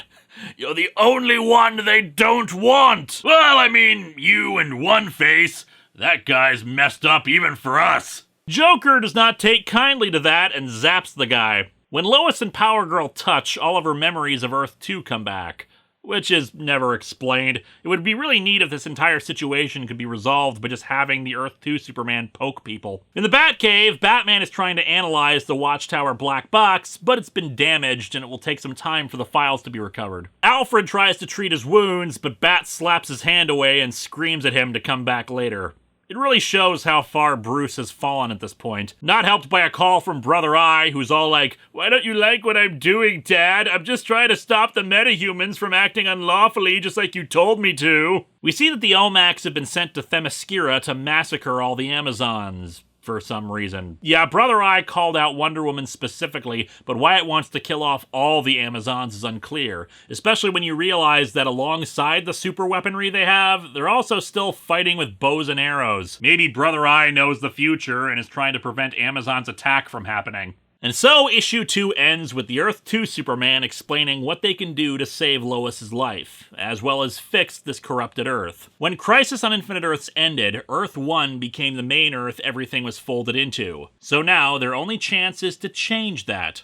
Earth 2 has to come back. Issue 3 begins with Atlantis being destroyed by the Spectre. We even see our old pal Tempest of the Titans trying to use his magics to defend it, as well as a little continuity fixing from the original printing, as there he asks his wife Dolphin to get their daughter out of there, but if you recall the Titans retrospective, he had a son. Things are not getting any better on Themyscira, along with another change made for the trade as the Amazons unveil their latest weapon. The Purple Death Ray has been completed! My god! They've built an infinity modulator! I mean, I guess the Omacs are kind of like the Borg. For some reason, in the trade, they cut out the Purple Death Ray line. Maybe they just thought it sounded too silly. In case you don't know, the Purple Ray is usually a healing device, hence why the name to begin with. Also, with a weapon like that made by the Amazons, would it be more appropriate to say pants to be purpled? Batman tries to get Brother Eye to stop the attack, but it refuses. He even tosses a chair at the screen, which, yeah, I know you're rich, Bruce, but that cannot have been cheap. He has a breakdown, probably some PTSD flashbacks of how this has all gone to hell, and he wishes he could start over and try this again. And that's when the Earth 2 Superman arrives to tell him he can. Back with Power Girl, she lets Lois rest a bit while Alexander tends to her, saying she's acted like a mother to them all. Superboy Prime questions Power Girl about whether she's going to help them, but she needs to think about it. The multiverse was unstable, so if they do this, there can only be one Earth. I need to know what happens to everyone on our Earth if— Our Earth? Our Earth? This isn't our Earth, Kara! It's not yours or mine! I mean, it's not like everything was better on my Earth or anything, but still. Prime is especially pissed off about Connor. The fact that Connor has everything he ever wanted, but he's not doing anything to help his friends. Meanwhile, over in El Paso, Texas— yes, I am still sorry I made that mistake in the Blue Beetle retrospective. The explosion of the Rock of Eternity, being magical and all, sent pieces of debris as far out as there, so the magical heroes from Day of Vengeance, the Shadow Pact, are in the midst of gathering debris and saving innocents, while a certain Mr. Jaime Reyes is picking up a weird blue scarab on the ground. And then over at the Spatial Anomaly, New Cronus has arrived to assist, Donna explaining to the others that there's a phrase being repeated in her head. A few seconds will make all the difference. Boy, I'm sure that's gonna pay off big time, boy howdy! Wally West gives a goodbye to his wife and twin children as he heads out, while the Earth 2 Superman decides to show Bruce how cool Earth 2 was thanks to his glowing red avocado he apparently has. The crystal or whatever it is shows images of Earth 2, how Bruce on that Earth got married, had a daughter, how that world was full of hope and love and no traffic accidents. You get the idea. He wants Bruce along with him since he wants to do this with Batman standing alongside him. Back to the Amazons, Wendy tells her people to shut off the Purple Death Ray. Brother Eye is showing the world everything that is happening here. They see us in pursuit of war. They see us as bloodthirsty warriors. That's some pretty creative editing to show a bunch of women fighting off weird-ass robot attackers with one eye as bloodthirsty and in pursuit of war. She makes a little speech about how even if they drive off the Omax, someone else will come looking for them. As such, since Diana feels that she's failed in her mission of peace to man's world, the only hope for the Themyscirans is to leave this plane of existence. The patron gods agree, and they take them up on that, with Diana electing to remain behind because of reasons. As the alternate Luthor has the other society members take Black Adam down, the actual Lex Luthor arrives to confront him. However, even while admitting how he was able to track him, he keeps getting headaches and can't concentrate. The alternate Luthor says it's because his brainwaves are much more advanced and are operating on an anti-frequency, screwing with his cognitive functions. Tell me, Lex Luthor, how does it feel to be stupid? Yeah, well, your face is— shut up! Lex blasts the alternate Luthor, but it does nothing to him. He instead just shoots back with purple energy. Meanwhile, Earth 2 Superman says that none of this was Bruce's fault, that he can't trust the people around him. However, Bats has a perfect counter-argument. And what about Dick Grayson? Yes? Is he a better man on your Earth than he is on mine? No. Aha! I bet your Batman never even fed him a single rat! Batman pulls out the kryptonite ring to try to repel him, but the Earth 2 Superman isn't from this universe, so the radiation from it doesn't affect him. Yet I guess yellow sunlight is the same no matter what universe, since that still seems to work fine on you. I'm guessing it does affect him, just not as severely or as quickly as it normally would. Earth 2 Superman sees the ring as a symbol of mistrust and paranoia, so he destroys it and leaves. The black box repairs are almost complete, and Bruce prepares to watch them. Over to the Lexes, the real Luthor destroys some of the computer equipment, and the alternate Luthor is revealed to be a hologram over Alexander Luthor. A figure, the reader is led to believe it's the Earth 2 Superman, destroys Lex's power armor. Alexander tells the figure to erase him, but before he can carry on with that, Lex uses a teleporter to escape. While Batman watches the security footage, Power Girl returns to the cave to try to talk to Superboy Prime and Alex, suggesting that they talk to the heroes of this Earth, figure out a way to save everyone. However, when she can't find them, she goes deeper into the cave and discovers something. Now, before I make this reveal, I want to share for a second what I and a few others on a message board back in the day thought was going to be the big reveal. Since the clues end up lining up better in my humble opinion, And because it's my show, and I can spend my time doing whatever the hell I want. The build-up to Infinite Crisis didn't make a lot of sense as a sequel to Crisis on Infinite Earths when you look at the individual pieces. I mean, a war out in space? Some rogue artificial intelligence? The Spectre trying to destroy magic? Sure, these are all bad things, but what the hell does that have to do with the original Crisis? Well, it's only when you put them all together, and especially combine that with the first issue, that you see a bigger picture forming. The Omax flying around the red sky? What if it's not just homaging the imagery, but the Omax are the new shadow demons? The Anti-Monitor was almost foiled by the heroes and villains of Earth joining forces against him, and the heroes even had to deal with villains taking over some of the alternate Earths. What if the villains were no longer a threat, or in fact, were working for you? Adam Strange and a few other cosmic heroes had been the ones to go to Darkseid and ask for his help against the Anti-Monitor. Suddenly, there's a big cosmic war going on that's distracting them. And the Spectre himself, boosted by the mystical energy of all the magical beings in the DC universe, stopped the Anti-Monitor at the beginning of time. Add on Pariah warning the alternate Luthor about an apex predator, and suddenly the picture is becoming very clear. The return of the Anti-Monitor. After all, the character had officially been dead since Crisis on Infinite Earths. People like the Psycho Pirate survived, but not the Anti-Monitor. And he had already proven how hard he was to kill. The biggest, baddest bad of the DC universe making his terrifying return. Now that is a crisis to worry about. Well, we were sorta right. On a 2-page spread, Power Girl finds one of the Monitor's vibrational tuning fork towers, with the corpse of the Anti-Monitor shoved into the middle of it. Well, I've got to admit, as far as trophies of your victories go, that's probably better than a giant penny. And today, we're gonna see what happens when we put the Anti-Monitor in a hydraulic press. More importantly, though, there are a number of figures attached to the tower, including Lady Quark, Black Adam, a lesser-known hero named Breach, the Ray, and the Martian Manhunter. Power Girl is knocked out, and interspersed with that is Batman viewing the black box footage, revealing that the Martian Manhunter's kidnapper and the accomplice to Alex Luthor is, of course, Superboy Prime, ending issue 3. Issue 4 begins with the Society deciding to drop chemo on Bloodhaven, for no good reason other than Deathstroke being pissy at Nightwing over stuff that happened in his solo book. I'm guessing anyway, since the villains otherwise just decided to blow up an American city because, why not?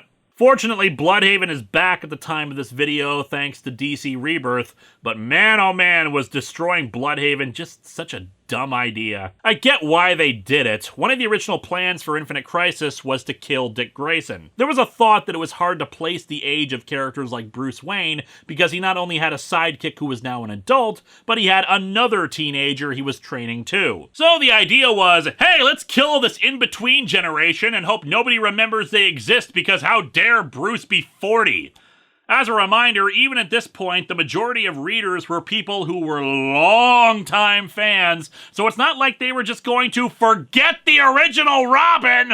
But yeah, if Nightwing was gonna die, why keep around the city they had established for him? Then they realized what a mistake killing him would be, but still had Bloodhaven destroyed. It was such a short-sighted move that I am shocked that they never tried to fix it later after the atrociousness of Battle for Bloodhaven and the plot points of Countdown that everybody pretty much agreed to never speak of again. Power Girl, now hooked up to the tower, demands to know what the hell Alex and Prime are doing. The two reveal that they've actually been coming to this universe for a while to initiate their plan. Prime was able to bust out of their little heaven dimension, same as the Earth 2 Superman did, by punching walls. And no, it is not in Infinite Crisis where it's revealed that him punching those walls is what created all the continuity errors in the DC universe. That was in the Secret Files and Origins comic for Infinite Crisis.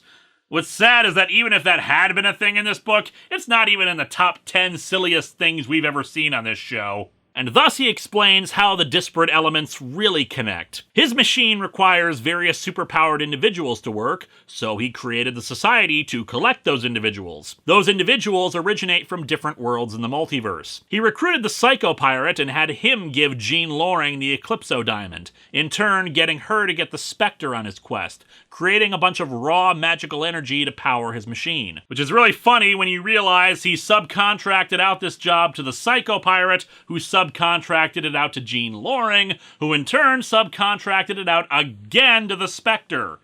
Lex Luthor wishes he was this convoluted in business. The programming for the tower would come from Brother Eye. Alex was the one who assumed control over it and advanced its artificial intelligence to its current point. Superboy Prime, being as powerful as a pre-Crisis Superman, was able to literally move planets around through sheer brute strength, shifting worlds and gravitational forces so that the center of the universe was now where it was in Earth 2's universe. Of course, unintentionally creating the Rann-Thanagar War. So even in the story, the Rann-Thanagar War was an afterthought to everything else. From that rip in the space-time continuum, he'll use the tower to divide this universe back into segments of the multiverse so that he can try to create a perfect Earth. That's not going to be Earth 2, but the Earth 2 Superman doesn't know that. Power Girl thinks the Psycho Pirates' interference explains Wonder Woman killing Maxwell Lord or Batman's increased paranoia, but no. Alex says they did that on their own. And good on them for sticking to that. While there's plenty of arguments to be made about out-of-character behavior, sometimes it's important to have characters make mistakes and not try to sweep it under the rug as a villainous plan. And in this case, it's important to show that, yeah, this world is flawed, but it's not worth killing it all because of some douchebag's quest. I admit I'm of two minds about Alex being the real villain here. On one hand, I do get the motivation about believing this Earth to be corrupted, or that given his unique birth and development, he may have just had some weird hang-ups and ethos. But on the other hand, this feels really at odds with his characterization in Crisis on Infinite Earths, where he seemed a lot more noble and understanding of right and wrong. Power Girl tries to argue with him, but Alex won't hear any of it. "Hush, Kara. It's time for you to sleep like the others." And he kisses her to knock her out. Is that how he put all the other ones to sleep? Man, you know you had an accelerated growth into adulthood if he's so bad at making out that he puts them to sleep. Superboy Prime flies off, having now completed his task. He wants to finally confront Connor. Meanwhile, Batman meets up with Nightwing, who's getting ready to head into Bloodhaven to try to help survivors. However, Bats pulls out the black box, saying he needs his help with the stuff with the Earth 2 Superman. Speaking of, the Earth 2 Superman returns to the cave and is starting to doubt the plan a bit because of what Batman said about Dick Grayson, but Alex convinces him to just worry about Lois for the time being. Prime arrives in Smallville to confront Connor, and yeah, this is a bit that's infamous. Prime starts rambling to Connor about him being a failure and there needs to be a Superboy who knows right from wrong, while Connor just keeps telling him to back the hell off because, of course, he has no idea who the hell this guy is or what he's talking about. While Booster Gold discovers that Jaime has the Blue Beetle Scarab, Prime attacks Connor all the way into the city. Minor change from the single issue to the trade is that originally Connor starts calling him a mofo, but that got cut out. Yes, like with Youngblood, excessive violence, and believe you me, it's about to get really excessive, is perfectly okay. But how dare we even imply a naughty word? Batman explains to Nightwing what's going on with the Earth 2 Superman and Prime and all that. He wants Nightwing to rally the heroes against them because, well, nobody trusts Batman anymore. Instead, he's gonna go deal with Brother Eye, so they split off to do their respective things. Speaking of the Titans, since Prime is absolutely wailing on him, Connor decides to call in the troops and summons the Titans via his communicator. And they bring everybody, even the Doom Patrol and the JSA. The stuff with the Spectre is resolved quickly as we see him get bonded to a new host, one of the main characters of the title Gotham Central, but back to Prime. And the infamous moments. Prime accidentally punches off the head of former Titan member Pantha. He even screams, crying that he didn't mean to do that. Further still, murdering Baby Wildebeest, Bushido, and ripping off the arm of Risk from the Dan Jurgens Teen Titans group. So, yeah. Let's talk about this event for a moment, and what it's really about beyond just a sequel to Crisis on Infinite Earths. Nostalgia can be toxic. Now bear in mind, I did not say that it is toxic, but that it can be toxic. This assumption that because we have pleasant memories of something, that it was always good all the time. A desire to get that back ignores all the good that's come since then, as well as all the bad stuff that was there too. And it poisons you, making you more susceptible to deception, to your own greed. Who's to say that your own past is more important than someone else's future? And because you want something that may not have been real at all, the farther the goalpost gets, because you can't really reclaim it. So it just gets worse and worse, and you get greedier and more desperate for it because what you really want is never going to come. Until in the very end, you become the thing you hated in the first place. You become more concerned with chasing some imaginary feeling that you forget where you are and that you can create real, attainable goals right now. To this mindset, the past is more important than the future. The Earth 2 Superman thinks that he can reclaim everything by bringing back something from his past. Superboy Prime exemplifies this most of all, and in issue 4, his character works.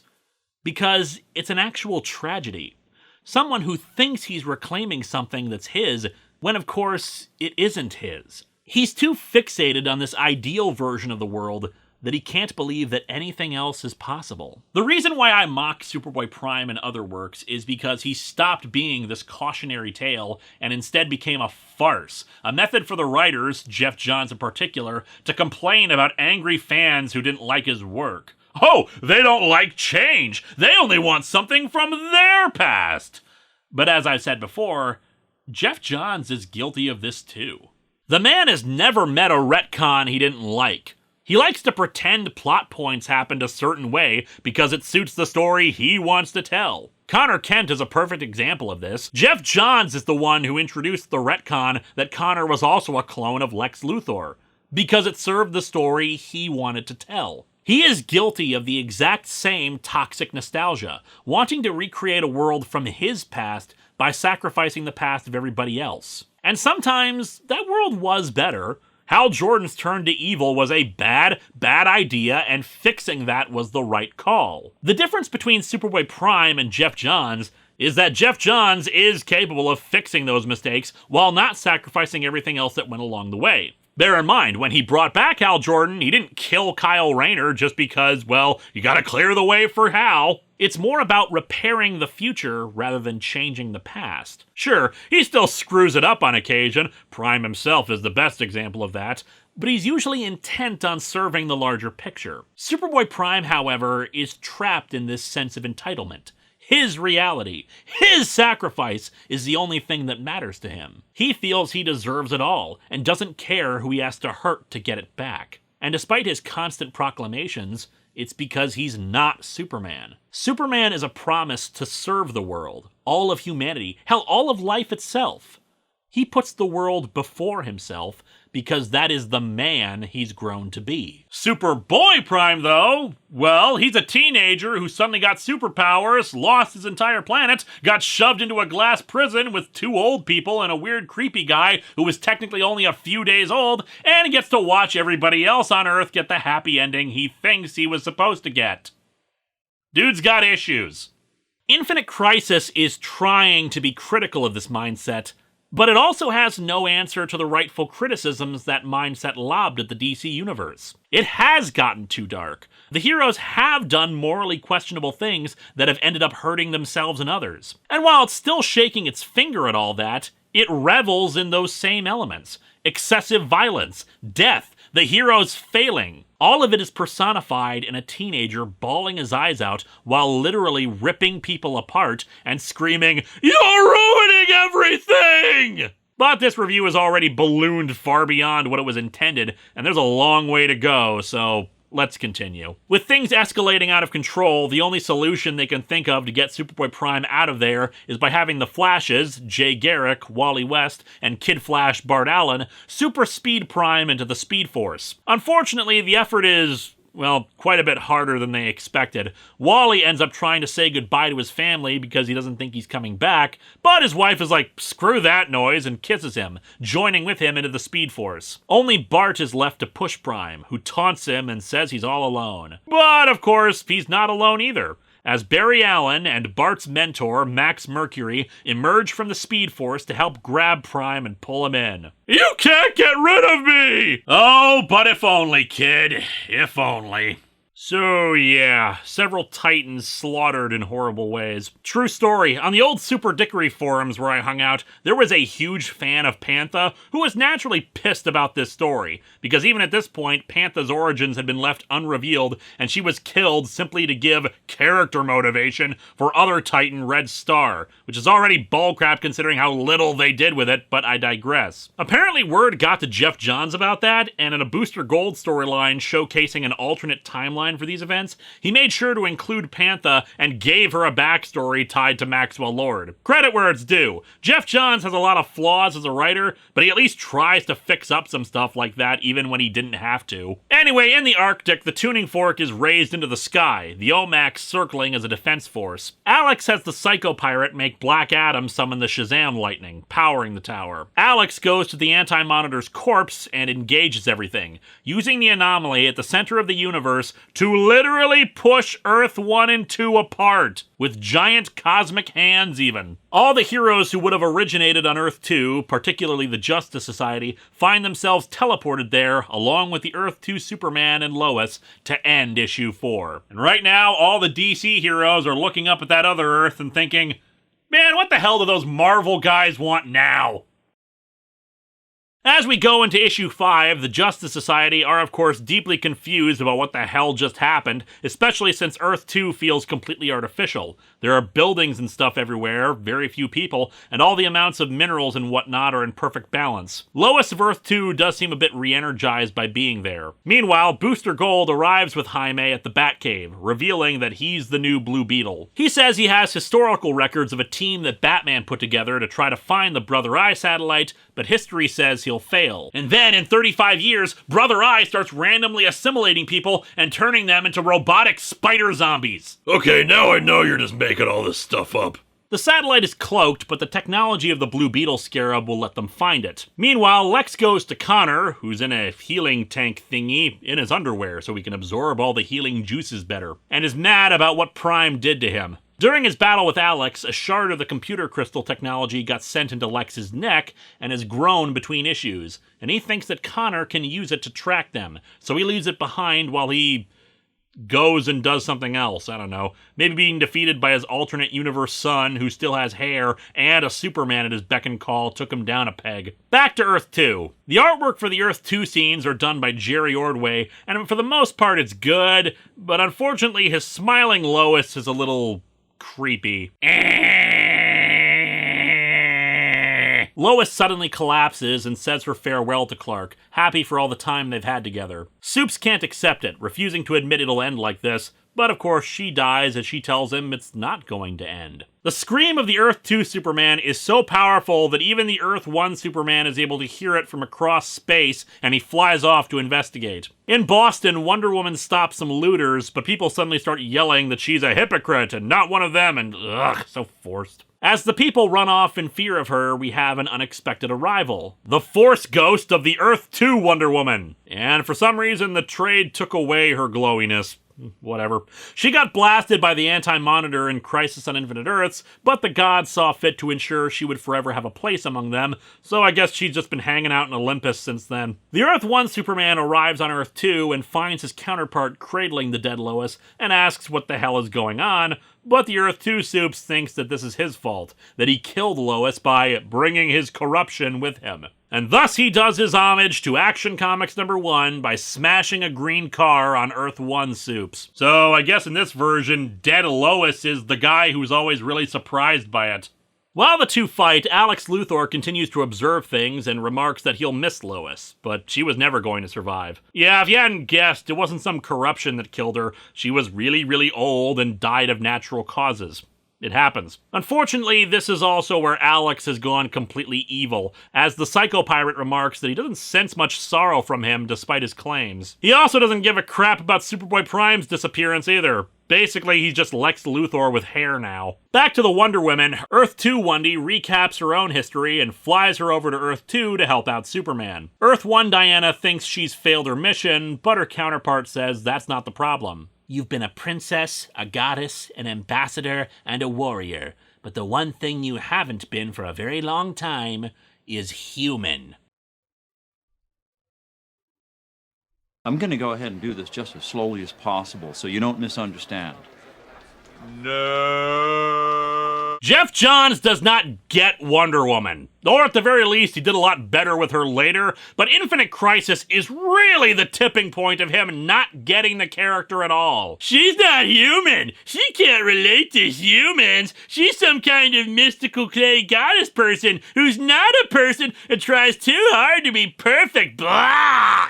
As a reminder, canonically, Wonder Woman has lost her powers multiple times, worked at a fast food joint and did not think the work was beneath her, served as a political ambassador, wrote a popular book, frickin' blinded herself to defeat the previously mentioned Medusa, then went through Hades, not to recover her eyesight, but to restore a child who had been turned to stone by that Medusa. The idea that she can't relate to people assumes that Wonder Woman has not undergone any character development since she first left Themyscira. And what the hell does relating to people have to do with her murdering Maxwell Lord? Given what happened in that situation, I'm willing to bet that quite a few normal people would have snapped Lord's neck just as quickly as she did. Probably kicked him in the balls a few times for fun first. If it was just the murder, that'd be fine, a controversial action, but the story keeps harping on her not being human thing, as if this is a fundamental flaw of the character or something, and it's utter bullcrap! To be human is to care for people, to help people, to love people. And the only person who could do that better than Wonder Woman is Superman.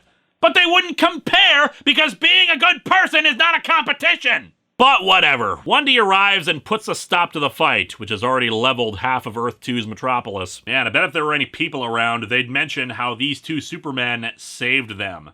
The Earth 2 Superman berates the two over their dark actions. The mind wipe, the satellite, the murders. And worst of all, you, Superman, could have stopped this before it started! You should have! How? Like, we're still on this point? How would he have stopped them from doing something he didn't know about?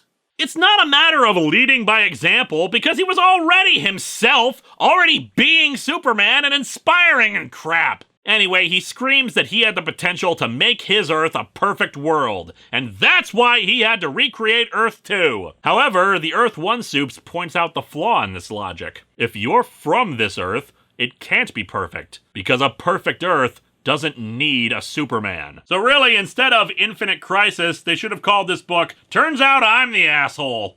Alex explains that his plan is to recreate the multiverse so that he can sift through thousands upon thousands of worlds, mixing and matching components until he finds a perfect Earth. When you get right down to it, Alex is basically a cosmic bartender trying to mix drinks for the perfect cocktail. And at the universe's core, Firestorm reappears from his tie-in books, and Red Tornado says to follow them. Kyle Rayner has an idea. Oh man, I can't wait to see what Kyle Rayner's plan is. Man, this stuff in space is like the best part of the whole comic. The Psycho Pirate asks why Alex played along with Superman's Earth 2 idea for so long, and he says that he needed him alive. For some reason he doesn't understand, everything comes from Superman. Unless you ask certain DC executives, then they'll say everything comes from Batman.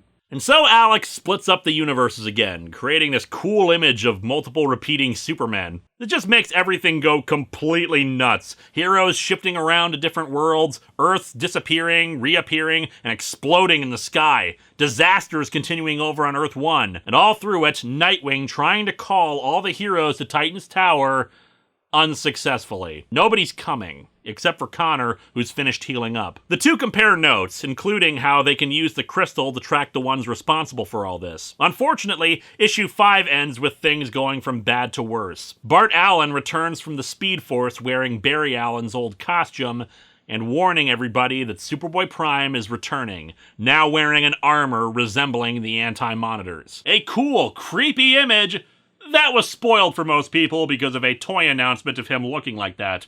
Good job. Issue 6 begins with Batman's team exposing the Brother Eye satellite, who unleashes Omax on them. On Earth 2, the three heroes realize they need to stop Alex. The multiverse was unstable, and frankly, it's not going to be improved by having thousands of Earths occupying the same general vicinity. As such, they need to get back to Earth 1, assuming they can find it. Okay, so I don't remember where I parked. Are you happy now? We see a montage of various Earths. There's one where Batman, Superman, and their respective kids take on the Joker's and Riddler's kids, and one with a kind of weird World War II aesthetic.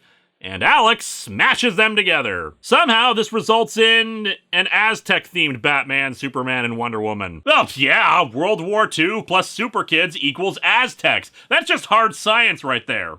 Nightwing and Connor arrive in the Arctic, naturally outmanned and outgunned by all the Omacs floating overhead. But fortunately, Wonder Girl arrives to help too. Nightwing's plan is to try to free the heroes connected to the tower. That way, they'll have some added help. Batman's team, in the meantime, breaches Brother Eye's defenses and starts making their way deeper into the satellite to try to disable it. Back in the center of the universe, Donna realizes what her vision meant. Superman and Wonder Woman are going to die, and thus the few seconds will make the difference is now. So thank God we have Kyle Rayner's plan. Everybody follow Kyle, and maybe they can focus their power together to hurt the giant hands doing whatever it is they're doing. You magnificent bastard, I read your book! Alex starts to fuse Earth 3 and Earth 2 together, resulting in this Junji Ito-esque horror panel, but then Kyle's plan comes to fruition. Shoot Alex Luthor's finger off! Kyle Rayner's plan is still being taught at military academies today. We salute you, dude. The merging is stopped and Nightwing manages to kick Alex away from his pedestal, giving Connor and Wonder Girl time to free the others. Black Adam kills the Psycho Pirate in a needlessly gratuitous fashion, which I will not show. Well, thank God the Psycho Pirate retained his memory of the original Crisis, so it could all lead up to this moment. And hey, while she doesn't do anything of note, at least Lady Quark had more of a reason to be in this story than the original Crisis. Unfortunately, Superboy Prime reappears and backhands Black Adam away. Alex wonders what the deal is with the armor. I designed this after the anti-monitor's harness on the tower. It's an energy collector that feeds me yellow sunlight. Being a teenager who spent most of the last few years of his life in a big glass prison thing, naturally I know how to make something like that. Apparently in the Speed Force, they were in some kind of other dimension or something, and they kept Superboy Prime under a red sun for a while, hence the need for the solar collector. And that's one of the biggest disappointments. The Anti-Monitor's armor is just a big solar panel. What's the point of calling back to it if it doesn't mean anything? Anyway, Prime tells Alex his search for the perfect Earth is over. They're gonna make Earth Prime the perfect Earth, and, well, Alex is not exactly in a position to disagree. Prime deals with fighting the other heroes. Nightwing, come on now! You actually think you can fight me? All those Titans did too! Those stupid Titans! I'm gonna tell you a secret. I wasn't even trying last time. Well, so much for Superboy Prime, tragic figure. Time for Super Bastard Podunk. Batman's team is finally able to disable Brother Eye, with Batman himself getting rescued by Hal Jordan. He asks to go to the Arctic, since Brother Eye informed him of the battle going on there. While in that battle, Connor tackles Prime right into the tower, destroying it in the process. The destruction of the tower recombines everything back into one Earth. As I've said before, Infinite Crisis does not resolve in a reboot, but an altered timeline. As we see in this montage of panels where we see minor bits of DC history being altered, like the killer of Batman's parents being caught, Superman acting as Superboy and Smallville as a teenager, that sort of thing. More importantly though, Connor sadly has been mortally wounded in the battle, and he says his farewell to Wonder Girl, ending issue 6. You did it, Connor. You saved the Earth. You saved everyone. I know, Cass. Isn't it cool? Supergirl's epitaph in the original Crisis was an excerpt from Robert G. Ingersoll's Declaration of the Free. Connor Kent's was, isn't it cool? Can't help but feel that it doesn't have quite the same punch. And thus we come to the final issue. The Trinity blame themselves for all this, Batman promising that they will never let this happen again. They need to learn from all this to be better. Even the Earth 2 Superman is contemplating how much he screwed up Royal, but unfortunately there's no time to grieve. Remember that prison break the Society planned? Yeah, it just happened, unleashing hundreds of regular prisoners and meta-human villains into Metropolis. The idea being that if Superman's city falls, the rest will follow. And here's a big one for the, oh god, we have to fix this in the trade bit. The final issue of Infinite Crisis was late. So much so that they decided to print the unfinished 2-page spread here and just add a big red filter to the pencil sketches in the background. Really what it says to me is that the Take On Me video existed in a much darker and larger universe. universe. The battle lasts for quite a bit, heroes and villains alike getting killed, particularly thanks to Superboy Prime, who of course survived. Alex Luthor in the last 5 minutes apparently came up with a whole new plan. If they can't use the tower to make a new Earth, they'll just take it over and make it perfect. Oh yeah, take over the world with an army of other would-be world conquerors, murderers, and mad scientists. Plan B to make the world perfect sounds like a real winner. Along with everybody else who's unleashed, Doomsday also makes an appearance. Fortunately, in a truly badass moment, both Supermen show up and kick the crap out of Doomsday. The heroes soon turn the tide, and the Earth 2 Superman confronts Alex, demanding to know why he would use them, let Lois die like she did, despite being like a mother to him and Superboy Prime. Because I am like my father was. The only hero in a world full of villains. You have killed countless innocent people, manipulated your friends and loved ones, shown no regard for the well-being of others, are happy to destroy entire worlds to fulfill your goals, and have now decided that you're gonna use an army of supervillains to conquer Earth! Does that sound like a hero? Well, when you put it like that, not really, but, Then what the hell, man? What the actual hell? Prime is attacked by Bart Allen, but he's so far gone now that he's decided that if he can't have his world back, he'll just clear the board. I'll fly right through Oa, right through the planet at light speed. There'll be a new Big Bang. Everything will restart, and I'll be the only one left again. There is logic in what he says. Yeah, not sure how the hell that works, but whatever. The heroes try to pursue, but he's going too fast to catch up. There's a page added for the trade to expand on a fight with the Bat Family versus Deathstroke. It's good for pacing, but what concerns us now is that Nightwing gets blasted by Alex Luthor, and some supervillains crashing nearby send everybody flying. While Prime manages to outrun the others, he runs right into the Green Lantern Corps, warned by Hal Jordan of his approach. They manage to slow Prime down with a 300-mile thick wall of construct energy that allows everyone to catch up, and they have a plan. The two Supermen tackle Prime and fly off with him while Alex confronts Batman in the rubble. Another page added to show more fighting in Metropolis, as well as confirmation that Nightwing is going to be okay. Yeah, in the original printed version, there was a lot of confusion and belief that Nightwing was dead, not helped by a panel of him in a puddle of his own blood. Unfortunately, it makes what happens next have a bit less of an impact. Anyway, Alex. We're not so different, Bruce. Being the only hero in this world means that it makes perfect sense for me to have the cliched villain speech about being the same as the hero. Batman knocks Alex down after his speech and grabs one of Deathstroke's guns, putting it right up to Alex's head, and the trade removes the sound effect of the gun's movement because people thought Batman had pulled the trigger on an empty gun. So yeah, with Nightwing now confirmed to be fine, Batman's sudden desire to kill Alex for believing that Nightwing is dead doesn't have the same power it had originally. But hey, Wendy shows up and throws down her sword, telling him that it's not worth it to kill like this. Alex, being a sore loser, says this doesn't change anything, but then more rubble falls down on top of him. Back in space, we see where the two are taking Prime, to where Krypton exploded. While the kryptonite in the area won't affect him, just as it didn't to the Earth 2 Superman, what does have an effect is Krypton's red sun, which strips all three of them of their powers when they fly right through it. They crash on Mogo, the living planet Green Lantern, but I guess Prime managed to retain enough solar energy thanks to his armor to still have some heat vision left in him to attack Superman. However, it quickly fades and we lead into another questionable moment. The Earth 2 Superman and Prime fight, but Prime gets the better of him and just starts beating him to death, his hands coated in blood. He even tries to strangle the Earth 1 Superman and proclaims that he's going to be Superman.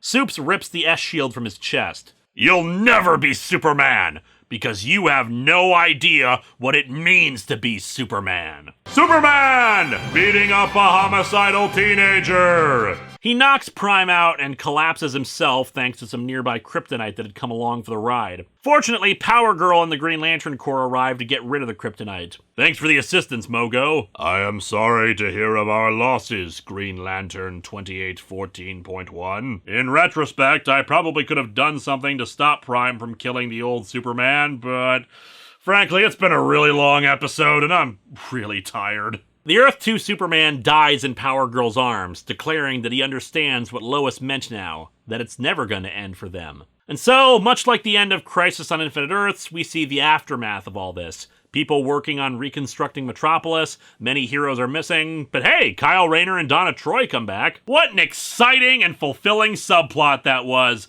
Kyle Rayner, you are a tactical genius! The dead are buried, and the other dead become the Spectre, and then relics from the Tangent universe wash up on a shore. That's a story for another day. In a callback to the original Crisis ending, Bart Allen refuses to become the new Flash, saying that Jay Garrick is now the fastest man alive. Alex is revealed to have survived and plans to start his work again. Unfortunately for him, he walks into an alley and hears laughter. The Joker shows up and sprays his face with acid and electrocutes him. He crawls away and begs whoever is near him for help, right at the feet of Lex Luthor. You made a lot of mistakes. You underestimated Superman, Superboy, me, but the biggest one? You didn't let the Joker play. And Alex is shot dead by the Joker. Now who's stupid? Ah, damn it, Joker, you killed him before I could pour Granny's peach tea on him. In the aftermath of what happened, Clark's Superman powers still haven't returned. Bruce decides to retrace the steps he took as Batman, but with Tim and Dick coming along with him. What's in your future, Diana? I think it's time to find out who Diana is. She's the same person as Wonder Woman! Screw you! Clark meets up with Lois, and they discuss how, until the three of them are back to action, things will be in good hands, showing off a 2-page spread of superheroes. They change it for the trade into a different spread, but only so they can add a crap ton more heroes. And so, Infinite Crisis ends with the fate of Superboy Prime, locked away in a cell near a red sun, watched at all times by 50 Green Lanterns. He carves an S shield into his own chest, and promises that he'll get out again. Infinite Crisis is a flawed story, one I will get into in a minute, but I can't say that it's bad, and I still love it despite those flaws. Like with Blackest Night, Jeff Johns knows how to deliver an epic popcorn flick of a comic. As a sequel to Crisis on Infinite Earths, it definitely has the kind of broad scope necessary for an event, but focuses more on character development than the original story did, trying to tell a tale about the nature of heroism and letting go of the past. The artwork is spectacular, though get the trade instead of the individual issues because of the expanded material and completed artwork. And there are several instantly iconic moments scattered throughout, with great dialogue and huge epic fight scenes. But yes, there are those flaws. I've discussed most of them at length throughout this review. The plot holes, the superfluous nature of Donna Troy's group and Kyle Rayner's plan, and the over-the-top violence at times really detracts from what should be a hopeful note to begin the next era of the DC Universe. That part is made even worse by the ending page of Prime's promise to escape. If this story was meant to show the heroic spirit of the DC Universe was still strong, especially with that 2-page spread of the heroes, then Superboy Prime should have either 1. Realized he was wrong, or 2. Been killed, either in an heroic sacrifice or still rejecting the newer world. Him surviving and getting the final word in the story is wrong, especially after having killed the Earth 2 Superman. Hell, the way the Earth 2 Superman died is very questionable. Him dying is not necessarily a problem, but the way he dies, this is the original Superman, remember, is iffy. In the original Crisis, he sacrificed everything, but in the end was rewarded with a seeming heaven for it, getting to spend the rest of his life with the woman he loved. One could argue the final panels with him in the sky with Lois are the same deal, but it doesn't feel like it because we just saw him brutally beaten to death, his killer promising that he'd get out again to do more harm. It doesn't feel like justice has been done. And sure, from the heroic standpoint, Prime should not be killed by the heroes. The entire point is to reject his view of them as no better than killers. But from a narrative standpoint, the story seems to almost vindicate him by leaving him alive and giving him the final word. While it's not as well formed as I would have liked, I do appreciate on this latest read of the story that the Trinity do seem to understand that they did wrong things, although Superman still didn't really do anything wrong. In the end, their actions against Prime and Alex showed that they are still heroes and will commit to living up to that ideal, regardless of what people like Alexander Luthor or Superboy Prime think. We're going to be damned. Let's be damned for what we really are. So yeah, this ended up being bigger than I expected it to be, but let's talk a bit about what happened next in the aftermath of this event. And there was a lot, more than I can really get into. Superboy Prime, of course, would eventually escape with the help of the Sinestro Corps, leading into that crossover storyline and his eventual arrival in Countdown, where he became even more of a joke. The Teen Titans would go through a lot of hardship after these losses, taking quite a while for the team to really recover. On that note of recovery, it was decided as a marketing ploy to jump all DC books ahead 1 year, with a big 1 year later sign and everything, to try to get people to recover from the massive event as quickly as possible. The tale of what happened in that intervening year was told in 52, a weekly series told in real time that showed the stories of various characters for good and for ill. Connor Kent would eventually be brought back to life a few years later thanks to a tie-in to Final Crisis, and we'll be getting into that later this month. Alex Luthor would remain dead, briefly appearing in a Blackest Night tie-in, but otherwise an attempt at resurrecting him was made in a later Justice League storyline. He would be briefly resurrected, but only to try to atone for his sins. There's a lot that I could cover about 52,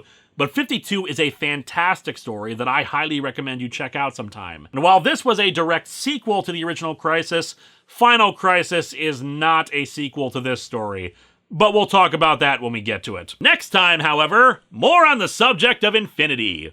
For it's time for the direct sequel to Marvel's Infinity Gauntlet. And the title of the upcoming Marvel film, Infinity War. Hello and welcome to Atop the Fourth Wall, where bad comics burn. And welcome to the final episode of Event Comics Month 2, Crisis of the Wars.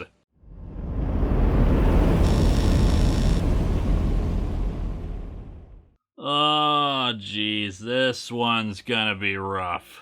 So, Final Crisis. Yeah, people have been anticipating this one for a while. Mostly me, since I thought I was gonna be reviewing this in like 20 years or so. Yeah, back in 2009, a residual effect of Dr. Insano playing around with hypertime sent me about 30 years into the future. My future self was reviewing it at that time, and, well, I kind of expected that that would be when I eventually covered it. Your future is whatever you make it, so make it a good one. Well, I failed that already, because if I was trying to make it a good future, I wouldn't be talking about this thing. On the plus side, pretty sure I'm not going to be living with my parents in the future. Unless YouTube collapses and I lose yet another platform. Anyway, Final Crisis. Back in 2009, I did a 4-part look at Countdown, a weekly series made in the wake of the much more successful book 52. It was a mess, and very bad. Recall that I'm pretty sure I can find a way to link every bad comic ever made, at least from the big two, back to Countdown in some way. Yes, even books that had been made before it, it's a crap factor that transcends space and time. Like I said, I read Countdown as it was coming out, hoping beyond hope that it would either improve, or that the journey would be worth it in getting to Final Crisis. Well, here we are at Final Crisis, and frankly, yeah, the journey was really not worth it. Final Crisis is considered incomprehensible at best by many, but others herald it basically as a work of art, with a very popular theory about the book that it's a metatextual deconstruction on the nature of storytelling, superhero comics, and in particular that it's a parallel to an Alan Moore Superman story, namely, Whatever Happened to the Man of Tomorrow. That one's about the last adventure of the Silver Age Superman before his existence was retconned by Crisis on Infinite Earths. I'll get to my feelings about that theory in the review, but I am including a link in the video description to that analysis just because it's really good and well thought out. But let's go back to Countdown for a second in relation to this event. Grant Morrison handed DC Editorial a bunch of plot points for Final Crisis, which had its first issue actually written a year before Countdown, and the higher-ups were like, cool, let's have a story where we get to that point. The problem is that Grant Morrison apparently has a completely different DC universe going on inside his head than what's actually happening in it. So while his story is technically better, it's at odds with what happened in Countdown. Grant had actually asked DC Editorial explicitly to not use the new gods in anything for the year leading up to Final Crisis. He wanted their return in the story to be more impactful because no one had seen them for a while. So naturally, DC Editorial took that request and said, hey, let's have them show up everywhere to the point where people are sick of seeing them, and then kill them twice before they show up in the book where they're supposed to die. Editorial mandates, guaranteed to crush any story that could potentially be good or your money back. Just kidding, you're not getting your money back. It's made worse by the fact that since we can't see what's going on in Grant Morrison's version of events, a lot of the story feels confusing and nonsensical. Grant said at the time that fans cared more about the continuity disconnect than about what was actually in the story. Yeah, well, that kinda happens when you're cheated out of over $150 for something that's supposed to be leading into your event, but turns out it was just some garbage. And considering how Morrison mines a bunch of obscure continuity for Final Crisis, him rolling his eyes at fans being concerned with continuity is a bit hypocritical. Others have said that the problem with Final Crisis is that it's actually the culmination of several of Grant Morrison's other stories, most especially the maxi-series Seven Soldiers. Long story short there, it featured 7 different mini-series of heroes all fighting a war that was interconnected, even though the 7 characters didn't realize that. One of those stories was Mr. Miracle, where Scott Free's apprentice Shiloh Norman took on the role and fought a reborn Darkseid in a strange environment where the new gods were all humans. That's probably the strongest connection, but even that seems tenuous here connected with everything else, since it's not really necessary to read that to get Final Crisis. Others say that Final Crisis is so convoluted and confusing because of stuff that was left out of the main book but should have been put in. The end result, though, as I said, is that Final Crisis is considered by most people to be weird, confusing, and impossible to untangle what the hell is going on. But here's the funny thing. Upon rereading it for this review, it's actually mostly straightforward what's going on. Mostly. The dialogue is awkward, I'll definitely say, but there is dialogue within the comic that says what is happening. Unfortunately, it's very much a case of tell, don't show, not helped by a bunch of things happening at once, and expects you to remember a lot of things said that don't seem like they're important because they're not framed as important. I also say mostly because, well, I'll explain when we get to it, but needless to say, there's a reason why people say there's stuff missing from the comic. I do think there is one other problem with the story. It was hyped completely wrong. I think what happened here is that since Infinite Crisis had years of successful build-up, multiple miniseries that led into it, and established important plot points for the crossover, that DC hoped to replicate that success for Final Crisis. Problem is that those prologues and lead-in stories are completely contradicted by the actual events of Final Crisis, or had nothing at all to do with it. Countdown was the main factor there, and we all saw what a great disaster that was. A few of the tie-in miniseries were mostly unrelated, like Legion of Three Worlds, or there was Rage of the Red Lanterns, which introduced the Red Lanterns properly into the Green Lantern mythos, and had even less to do with Final Crisis than Legion of Three Worlds. I mean, at least Superman meeting with the Legion in the future is something that happens in Final Crisis, but we can get into all that later. In the meantime, let's dig into Final Crisis and try to unpack this sucker.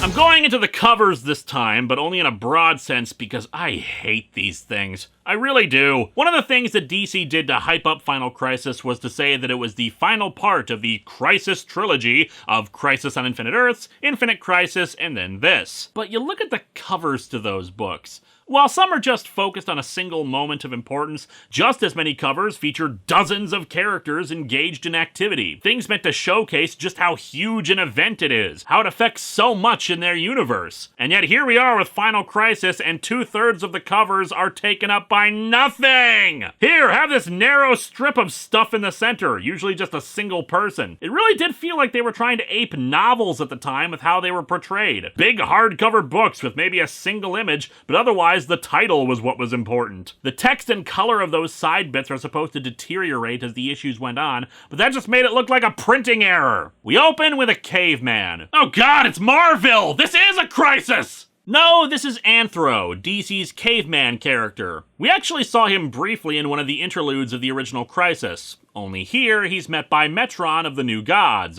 who needs a posture pal because, man, is he slouching. It's also a bit of a revised look for him, all white with the blue lines on his face and body instead of the black and blue bodysuit. I dig it. Have no fear.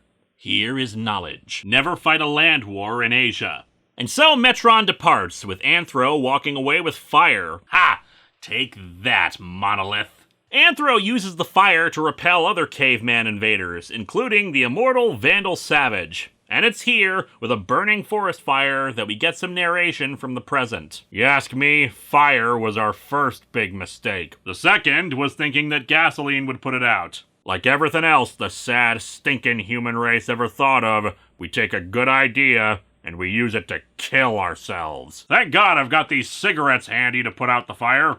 This is Detective Dan Turpin, a longtime supporting character for Superman, but he got his first appearance in the New Gods books. He played a larger part in the Superman animated series, where his look was based more on his creator, Jack Kirby. Here, he narrates about how he's on the trail of a bunch of missing kids, but has instead found the body of Orion crashed into a crate. He's still alive, but not for very long. He spots Turpin and grabs him, rambling about how they did not die, and he is in you all, before finally collapsing and dying. And as the skies begin turning red, the Black Racer appears overhead. Basically think of him as the Grim Reaper of the New Gods. Except instead of carrying around a scythe, he rides around on skis. But yeah, red skies, one of the few indicators of the crisis happening. Though this time it's accompanied by rain and lightning.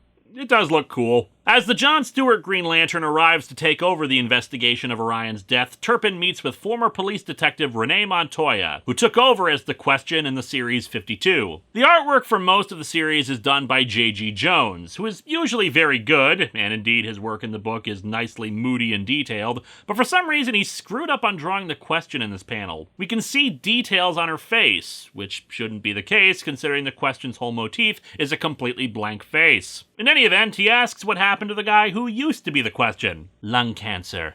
From smoking. I look forward to meeting the woman who turns into the new Dan Turpin. Turpin remarks that he was a lightweight, which he immediately apologizes for, though the artwork doesn't make it clear why he said so, other than maybe he just realized it's not good to speak ill of the dead to the person who succeeded them. Still, she gives him some more info about the missing children, that they were all metahumans. Seems like that would be something brought up right away, you know, them all having superpowers, but whatever. All her evidence keeps pointing back to a location. The Dark Side Club. Many were disappointed that it was not a Star Wars-themed bar. Hal Jordan arrives at the crime scene late, saying he was having a bunch of sleepless dreams. Since the Green Lanterns are basically intergalactic cops, they have a code system for crimes. In this case, a 1011. Deicide. I'd say that's an unlikely thing to happen, but the DC Universe long ago established that basically every single religion's deities exist and are real, so probably not that unlikely. They get into huge fistfights over who started the universe.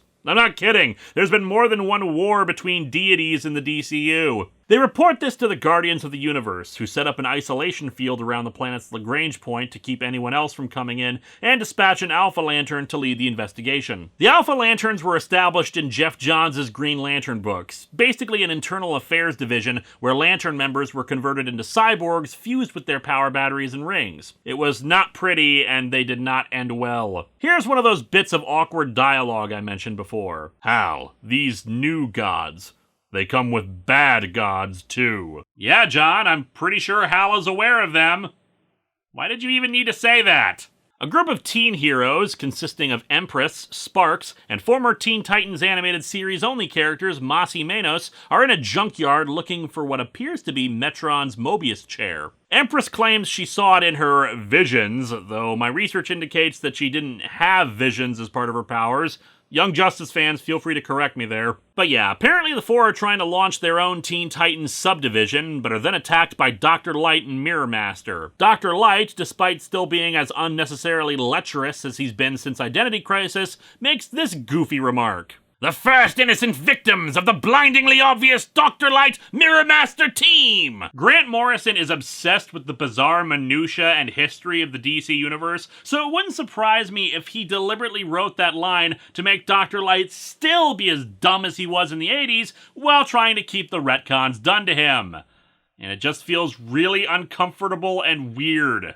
Despite the attack and the captured metahuman kids, the four are not what they're after, but Metron's chair. They say they're working for a villain named Libra. And over to the Secret Society of Supervillains, still in operation after the events of Infinite Crisis, just without Alexander Luthor leading them. Going with what I just said about DC minutia, Libra was a Justice League villain from the 70s who only appeared in one story, stealing the powers of the League and ascending into godhood or something like that. He's arguing with several members of the Society, like Lex Luthor and Vandal Savage, that he should be given control of the Society. His reasoning is religious. Strikes me our enemies fight and win again and again because they truly believe their actions are in accordance with a higher moral order. But what happens in a world where good has lost its perpetual struggle against evil? It probably means that drinks are on good then.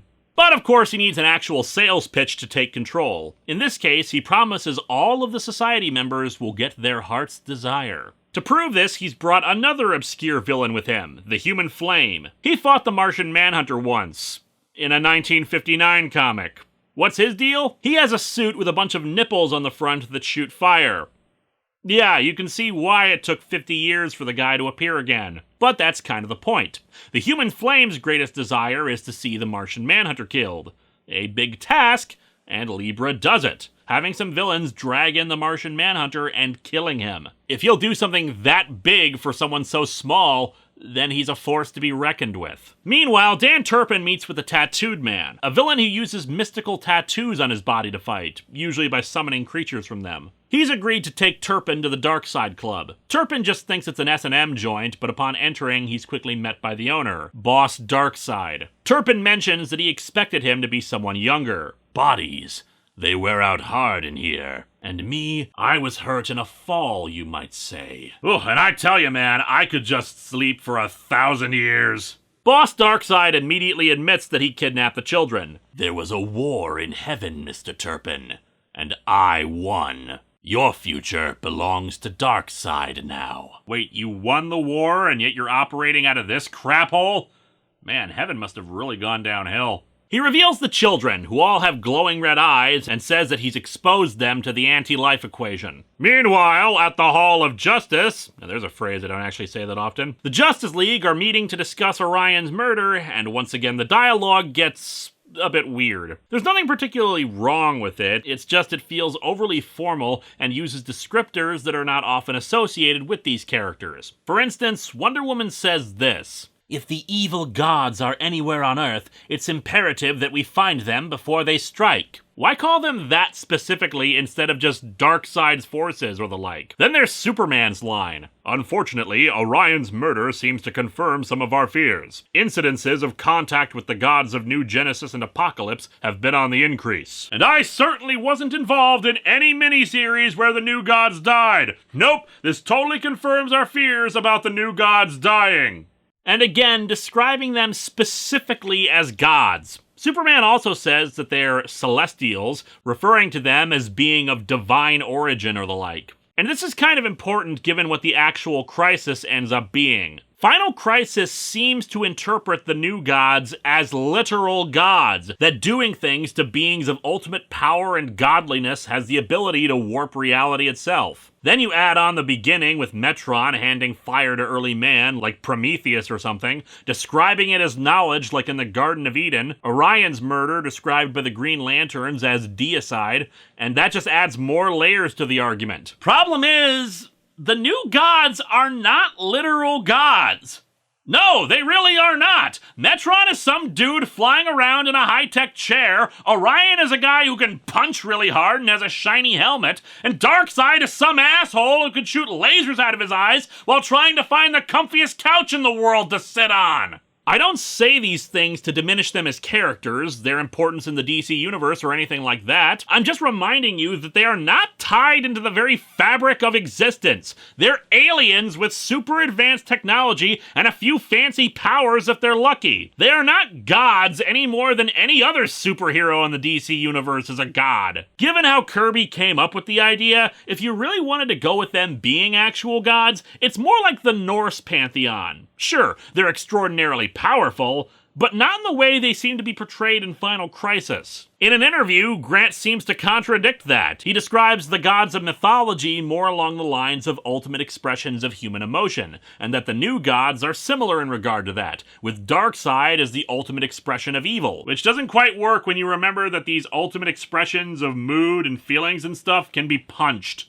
Also, one other thing bugs me about this sequence. Orion was a member of the Justice League and friends with these people. Is anyone even slightly upset about him being dead? They do care about the Martian Manhunter, we see his funeral in the second issue, but Orion's death is just, Yeah, this is probably bad, let's keep an eye on things. But now it's time for the return of everybody's favorite indecisive part of Countdown, the monitors. Yep, they're here, and we see from their perspective, the multiverse is an orrery with a bunch of Earths just kind of stacked on top of the main DC Earth, referred to as New Earth. Because what's the silliest way we can show parallel universes? Oh, I know! Let's put them in a big glass display case and stacked on top of each other like marbles glued together.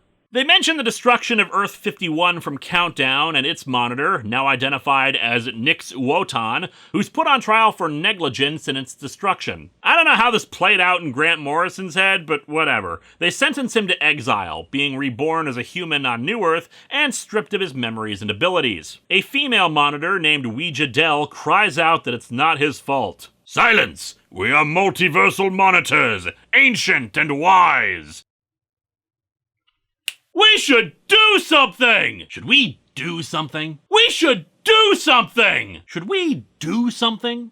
That line is so stupid anyway. Shut up, we're old and smart, dagnabbit! So yeah, looks like that whole who monitors the monitors bullcrap at the end of Countdown didn't really work out. Good job, guys. Ouija Dell runs off, but is met by another female monitor, Zillow Vala, who tries to comfort her.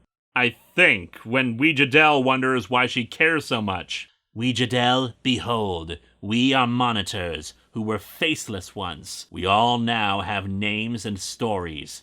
There are heroes and villains, secrets and lovers. And I'm just saying, we could do that whole lovers thing if you're into trying new stuff. She says that another monitor, Ogama, fears that contact with beings in the multiverse has resulted in their changes. Consider our divine engine, our celestial fountain of interlocking universes.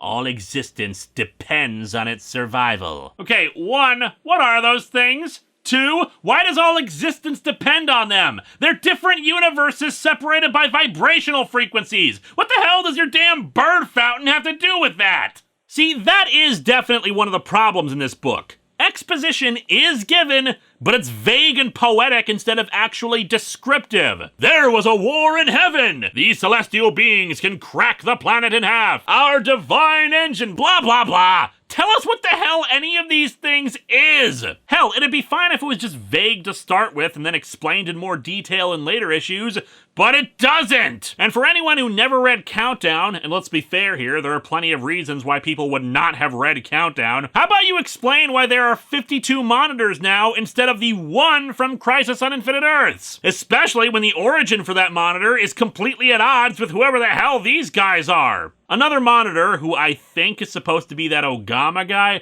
friggin' turns to the camera and holds his hand up to whisper to the audience like he was making a friggin' Shakespearean soliloquy. Attentions wander. Wotan, my only obstacle, is gone. We're on. What do you, the people at home, think? I think what's supposed to be happening there is he's just speaking into a wrist communicator, but why is he doing that so close to the two? Back at the time of Anthro, he's drawing some sort of symbol in the ground when he suddenly finds himself transported to the far future, where the last boy on Earth, Kamandi, runs up to him and tells Anthro that Metron gave him a weapon against the gods, and they need it now. Anthro then is teleported back to the past, and issue 1 ends with Nix Wotan waking up on New Earth. Naturally, Kamandi's presence in the story is vital. You see, the story starts with Anthro, the first boy on Earth, and ends with Kamandi, the last boy on Earth.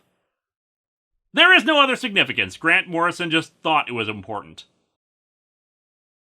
Issue 2 begins at a Japanese nightclub. Stop! You must be super cool to proceed. Your life depends on it. Damn it, I'm only ultra cool. When will I level up? Here, we're introduced to the Super Young Team, a Japanese team of superheroes that are basically Grant Morrison's modern take on the Forever People, a group of young new gods who basically acted like hippies. In this case, it seems to also be a kind of weird take on Japanese pop culture, taking elements of other works and making it uniquely their own. The Super Young Team appropriated symbology of American heroes and contrasting it against their own unique pop culture heroics like Sentai and Kaijus and etc. They only have slightly more impact on this book than Anthro, because Final Crisis really should have just been called Grant Morrison's Big Book of Ideas. See, unlike Rob Liefeld, Grant Morrison has the imagination to pull off creating dozens, if not hundreds, of unique characters and designs, and can write a story for them. It's just here he clearly has too many ideas and not enough time to do anything with them. Slightly more important is a celebrity fighter named Sonny Sumo, who was also associated with the New God stuff, being met by Mr. Miracle Shiloh Norman and his Mother Box. And for some reason here it's called Mother Box with 3 X's. Because poor literacy implies incest porn. What the hell? He basically says that the Mother Box is the only surviving thing after that war Darkseid mentioned. The war that evil won. For some reason, the powers of evil are now walking on Earth, and he wants to put a team together to fight them. Our team will be as legendary as Donna Troy's during the Infinite Crisis. While Nix Wotan describes his weird dreams to the workers at the fast food joint he works at, Dan Turpin apparently survived his encounter with Boss Darkseid and is now beating the snot out of the Mad Hatter, who tearfully admits that he designed prototype mind control helmets for the Darkseid Club. Who knew the sound of breath whistling through smashed cartilage could be such a turn-on? Okay, between this and the Mother Box name, maybe we should have actually called it Grant Morrison's Big Book of Fetishes. After the Mad Hatter admits that the kids were taken to the Bloodhaven ruins, I will admit there's one really good bit of art and foreshadowing as Turpin looks into a mirror, the cracks on it laid over his forehead. The Martian Manhunter's funeral is held on Mars, with Superman giving his eulogy. We'll all miss him, and pray for a resurrection. Well, prayers answered a few years later after Blackest Night. Admittedly, I don't think the prayers included first resurrected as a Black Lantern zombie, but beggars can't be choosers. Back with the Secret Society, Lex says that he's still not convinced about Libra. He'll only be impressed if Superman is taken out of the picture. Then, over to the Justice League, Wonder Woman has some more awkward dialogue. J'onn J'onzz is dead. Orion is dead. The Justice League no longer has access to the instantaneous mind-to-mind contact J'onn's telepathic skills provided. I mean, yeah, 2 friends and colleagues I've known for years have been murdered, but what really matters is we don't have his cool superpower anymore. Like, geez, it not only is an awkward thing to say, but coming from Wonder Woman especially feels wrong. But in any case, the Alpha Lantern arrives, named Kraken, who immediately goes about insulting Hal Jordan, the Justice League, and everything else around her, particularly the primitive technology that they need to use to ascertain Orion's cause of death. However, Batman being Batman, he's already figured it out. A bullet wound. Well, sort of. There's internal trauma indicating a bullet went through his skull, but there's no entry or exit wound. However, we soon see John Stewart discover the bullet, made of a material called radion that's toxic to the New Gods. The weirdness, though, is that the bullet has been buried in the concrete foundation of the pier for over 50 years. Unfortunately, the cool, bizarre murder mystery takes a swerve when John is then attacked by another Green Lantern, identified by Kraken as Hal Jordan, who's taken into custody. Batman is the one who doesn't buy it. Look, I was never Jordan's biggest supporter, but this just doesn't scan. I mean, look at who's accusing him. Are we sure she didn't just unleash herself or something? He goes to confront Kraken, who reminds him about Hal being taken over by Parallax, but then she has a momentary headache and yells at Batman, "Help me! She's eating my mind alive! Tell them our weapons don't work!" Realizing that she's under a form of mind control, Batman calls for help and tries to stop her, but she's able to subdue him. Did you think the gods would tread lightly when they came among you? Well, hiding in someone else's body is not really a walking around drawing attention sort of move, so... In Bloodhaven, Turpin evades the Atomic Knights riding on the backs of warrior Dalmatians. Yeah, check out my Battle for Bloodhaven review for that story. And is led by a reverend who happens to be there into the Command D bunker. However, it's not the Atomic Knights occupying it like it was at the end of Battle for Bloodhaven, but rather Darkseid's forces. Turpin can't focus on anything, failing to remember even that he encountered the kids he was looking for already at the Darkseid Club. We, sir, are the gods of apocalypse, manifesting in all our bleak majesty to bring about the final crisis of man. We have a title! And frankly, it feels very lackluster when you recall that the previous 2 crises were about more than just humanity. Turpin is brought to a lab where artificial bodies are being constructed, a huge tiger-like creature on a slab, while Batman is locked into some kind of device that starts injecting him with drugs. And over to the Daily Planet, Clayface imitates Jimmy Olsen and plants a bomb that devastates the offices. Superman survives, of course, but Lois is buried under some rubble. Then over to Wally West and Jay Garrick, who arrive at the Central City Community Center, which has since been turned into a disused strip club. This is the place where the Martian Manhunter was killed, and they discover a replica of Metron's Mobius chair, no doubt the one found at the dump. According to Wally, the Mobius chair, replica or not, lends credence to a theory Batman had about the bullet that killed Orion. What if the bullet was fired backwards through time? Now there's a conspiracy theory about the Kennedy assassination I haven't heard before. When they touch the chair, it seems to emit lightning and electricity, confirming that it's really the genuine article. Wally theorizes that the chair is actually the scope of a higher dimensional gun. Well, that's a nice feature and all, but does it have a built-in cup holder? The chair begins to vibrate and send out noise, and Jay Garrick recognizes the vibration. Issue 2 ends with Barry Allen chasing the bullet that killed Orion and screaming for the two to run, while he himself is being chased by the Black Racer. Yeah, this is one of those points where the book lost me. Barry had a good death. There is no reason to bring him back to life when Wally filled his shoes for an entire generation of people, and arguably better than him. But yeah, let's move on to issue 3. Agents of the organization SHADE, including the character Frankenstein, we'll be getting back to him again soon, don't you worry, arrive at the former location of the Darkseid Club, finding the desiccated body of Boss Darkseid, as well as the Question, who's trying to locate Dan Turpin. She evades them while, some kind of digital projection of a computer mouse cursor, in finger form, writes out the words, "No evil" in the air. Oh great, now even Microsoft Office has been possessed by Darkseid's forces.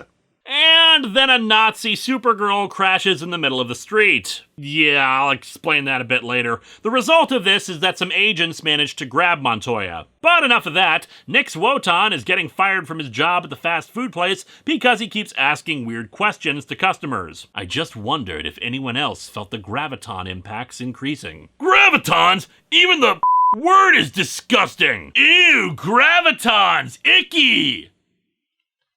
Nearby on a TV, Nix notices that a cave painting has been unearthed, the one Anthro was making in the distant past. Anyway, Jay Garrick recounts to his family, Wally's, and Barry's former wife Iris what had happened after Barry reappeared. The three Flashes did their best to try to stop the bullet, but failed. Wally was able to keep up with Barry, but Jay fell behind and had to retreat back out of the time stream. It's a little-known fact that death can't travel faster than the speed of light. Of course! Don't you know anything about science? Meanwhile, at the Legion of Doom... Yeah, no kidding. A little cameo by the Legion of Doom Darth Vader helmet-based thing. But anyway, Libra has brought the human flame there and is providing him with a new uniform. He's a little reluctant though, especially when he hears a voice coming from inside the helmet. Libra shoves it on his head. A voice? What is it saying, Mike? Listen close. Eh? You hear it now, Mike? You will listen to my self-help tapes, Mike! You will listen! No, the voice is speaking the anti-life equation, and he immediately becomes pacified. Lex Luthor arrives. Superman hasn't responded to an emergency call in 18 hours, meaning somehow Libra has managed to do something to keep him occupied. Naturally, Luthor is not happy about this.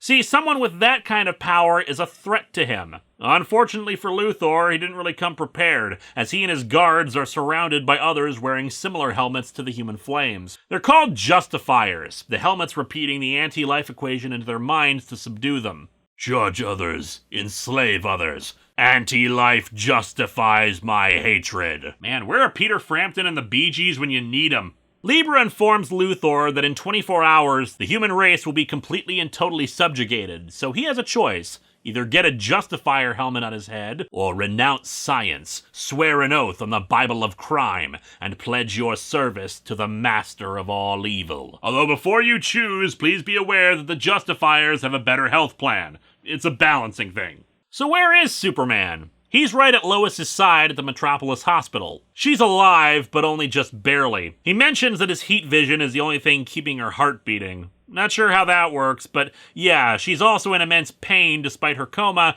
and he whispers that he'd do anything to take that pain away. And that's when Zillow Vala shows up to tell him she can do that. I offer you one ultimate chance to save her, but we must leave this world now before it's too late. Also, may I borrow $5 for bus fare? The Alpha Lanterns transport Hal back to Oa for trial, much to the irritation of the remaining League members. Wonder Woman is convinced that Darkseid is involved, but the new gods are dead or missing, and they can't even rely on normal human agencies like Checkmate, which has been reformed since Infinite Crisis, to assist since they're too busy investigating what's going on in Bloodhaven. Without their knowledge, their warriors and technology, we'd be at a frightening disadvantage. We'd need to start training an army. That gives Green Lantern Alan Scott an idea. Did I ever tell you how President Roosevelt helped us assemble over 50 mystery men and women as the All-Star Squadron so quickly back in the war? Bake sale. No, it's Article X, the draft for superheroes. And thus they initiate this draft, with Oracle acting as their new coordinator, what with John dead, a bunch of superheroes getting rallied together at the Hall of Justice, and it's really unimpressive. I don't know, seeing a massive gathering of heroes should be awesome. It always is in the other crises, but this, it's just so flat and cramped. When we see these kinds of shots, it's from a distance, showing a big wide space and filled with as many characters as they could, usually on a 2-page spread because there are just so many. But this, it's only a splash page, and everyone's standing so close together, and we have no sense of scale as to how big this room is. I really want to know who dropped the ball here on this. Morrison only scripting it for 1 page, J.G. Jones not knowing how to do a shot like this, or an editor who didn't know how to trim the script so that they could get a 2-page spread. Take your pick, or pick all of them. It's possible they're all at fault. Anyway, Mr. Miracle tells Sonny Sumo about the end of the Seven Soldiers mini, how he died, but came back to life 3 days later. I mean, I guess you could say Mr. Miracle is another name for Jesus. They're attacked by more of Darkseid's Justifiers, but are rescued by the Super Young team and fly off. Wonder Woman heads out to Bloodhaven to help with the investigation there, accompanied by the Atomic Knights. We get better Wonder Woman dialogue here, as one of the Knights mentions how much she's been an inspiration to her, and Wendy of course notes how she's proud to have her at her side. They come across some dead bodies, other Shade operatives,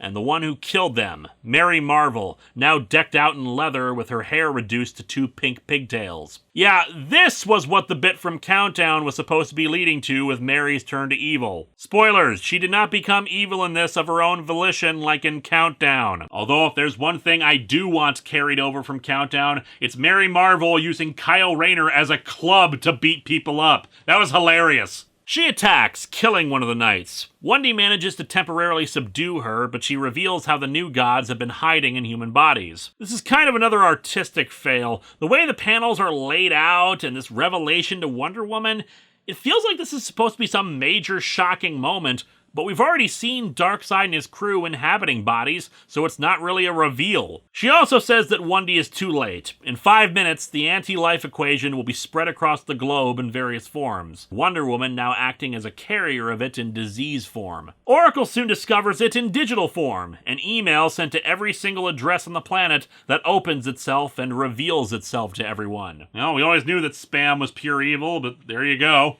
We cut to 1 month in the future. Wally and Barry emerge from the time stream, Barry rambling about how they failed to save Orion, plus how he was dead and even he's confused about how he came back. And so issue 3 ends with the two being confronted by Darkseid's new female Furies, Wonder Woman, Batwoman, Giganta, and Catwoman. I admit I'm a little iffy on the idea of Wonder Woman submitting to the anti-life equation, because as powerful as it is, it's really just a form of mind control, and I could have sworn Diana was immune to that given the whole spirit of truth thing, but whatevs. We open issue 4 with a recap of what went down when the equation was spread across the world. Every cell phone, radio, GPS, basically anything that sent out a broadcast immediately transmitted it. Good news is that not everyone heard it, and some are just immune for a variety of reasons. Locations full of people like the Hall of Justice, the orbiting Justice League Watchtower, Checkmate HQ, etc. Places that still have resistance fighters. Hell, even ordinary people have survived in places and are doing what they can. The Daily Planet set up shop in the Fortress of Solitude thanks to Supergirl and are printing off newspapers. You know, maybe we need to reevaluate print journalism being dead when 99% of the planet isn't reading it, but it's still being produced. The superhero known as the Ray arrives at the Hall of Justice with the Tattooed Man, the only other survivors there being Oracle, Green Arrow, Black Canary,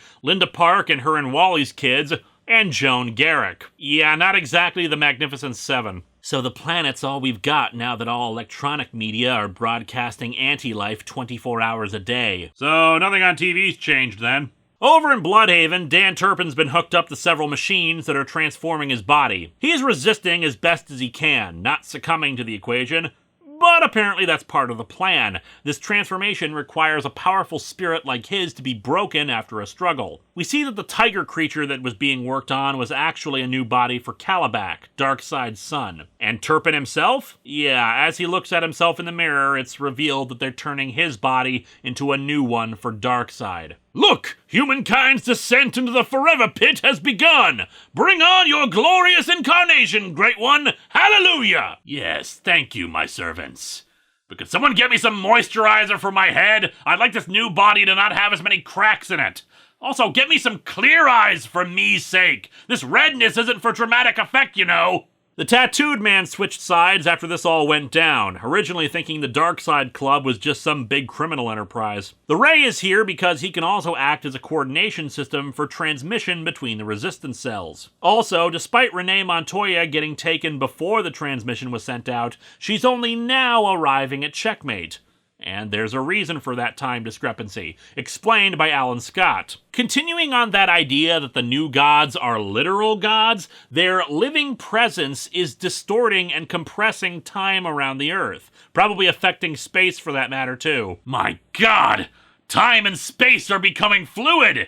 And that would mean that I didn't completely screw up last week when I said that the Hulk destroyed Los Angeles instead of Las Vegas, despite a sign for Las Vegas clearly in the background.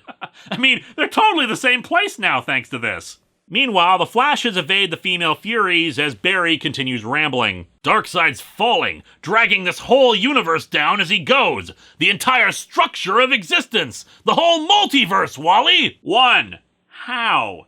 2. No, really, how is he doing that? 3. How do you know that, Barry? Hello?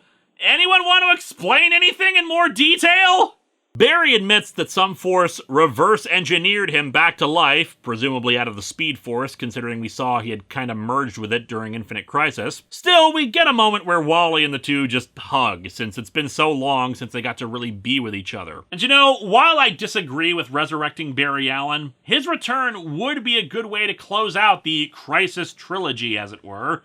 I just wish it didn't feel like such an afterthought in all of this, where they couldn't even be bothered to explain how he was resurrected other than some vague, someone rebuilt me from particles and now I know stuff. Darkseid's forces break into the Hall of Justice and attack. Fortunately, they can use the teleporters to get up to the Watchtower in orbit, but Green Arrow elects to stay behind and wreck the equipment so they can't trace them. He's successful, but of course he's soon taken and a Justifier helmet put on him. In Bloodhaven, Darkseid's helmet is placed on his head. Give us a sign, great Darkseid! Thumbs up for the triumph of the human spirit, or thumbs down to summon a day of holocaust that will never end! How about a middle finger? What would that signify?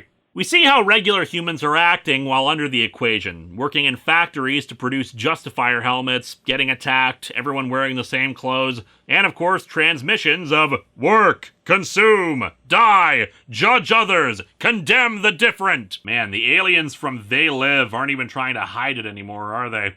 Oh hey, the movie theater's showing Your Life is Anti-Life again. Third act wasn't great, but overall okay. Also, what's the point of transmitting these oppressive messages considering everyone's already under mind control anyway? Like, in the factory, there's a big banner that says, "To die on the job is to die for Darkseid." Do they really need the motivational posters when they have no choice? Like, do they still get time off? Man, Darkseid's gonna make me work this weekend, I just know it. Stupid TPS reports. Barry and Wally go to rescue family first, so they find Iris, and Barry is able to free her from the anti-life equation with a kiss. Oh hey, if that works, we just need you two to kiss every person on the planet. And with super speed, that shouldn't take longer than a couple of days. Alan Scott, fighting alongside Hawkgirl, observes how things are getting worse. We get a new twist on the Red Skies idea.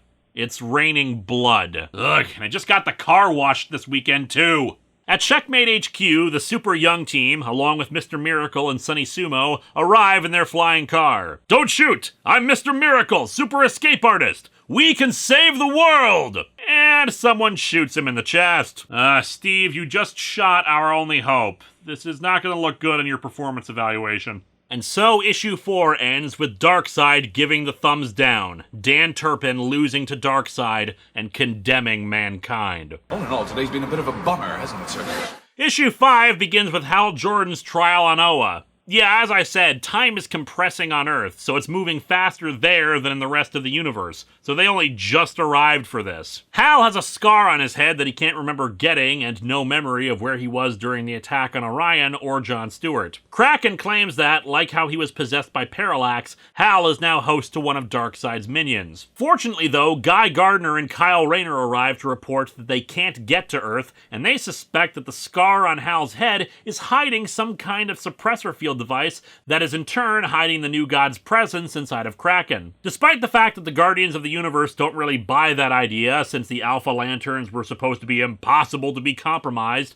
Kraken just shrugs and admits the whole thing. She fights off Kyle and Guy while revealing that this was just so she could get close to the central power battery and drain its willpower energy for Darkseid. Darkseid's unstoppable will in command of all this power! Think of all the chairs that Darkseid can sit on!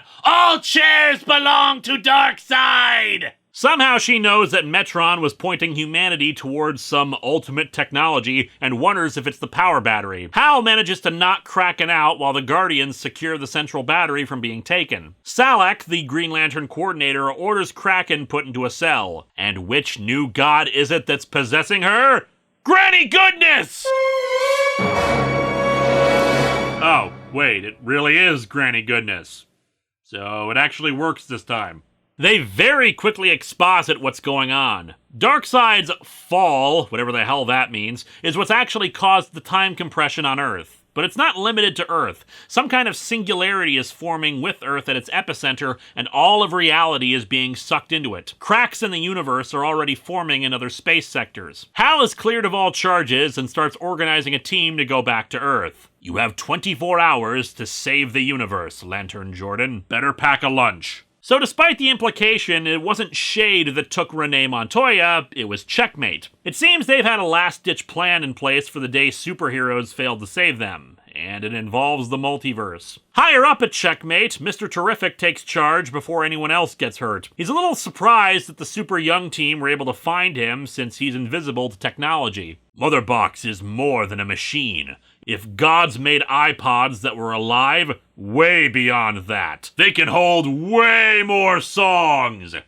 But their taste in music is pretty crappy. Fortunately, Mr. Miracle is just fine. He was wearing his impact-proof vest, so no harm, no foul. The castle is also under attack, and their shields will only hold for another 15 minutes, so Mr. Terrific isn't sure how they can help. In a last-ditch effort to try to cut this off at the source, Checkmate has dispatched a team of remaining superheroes to Bloodhaven to hopefully defeat Darkseid and his forces. This includes both Black Adam and Freddie Freeman, aka the former Captain Marvel Jr., who during this time had stepped up to become the Big Red Cheese. Mary Marvel is there to help Darkseid's forces defend it, but Black Adam looks into her eyes and sees that she too is possessed by a new god, specifically Darkseid's scientist/creepy old man, Desaad. See, the only thing that confuses me about that is that Desaad apparently always wanted his hair to be pink and in pigtails. So I bet you're just dying to know what's happened to Nix Wotan, right? Well, too bad.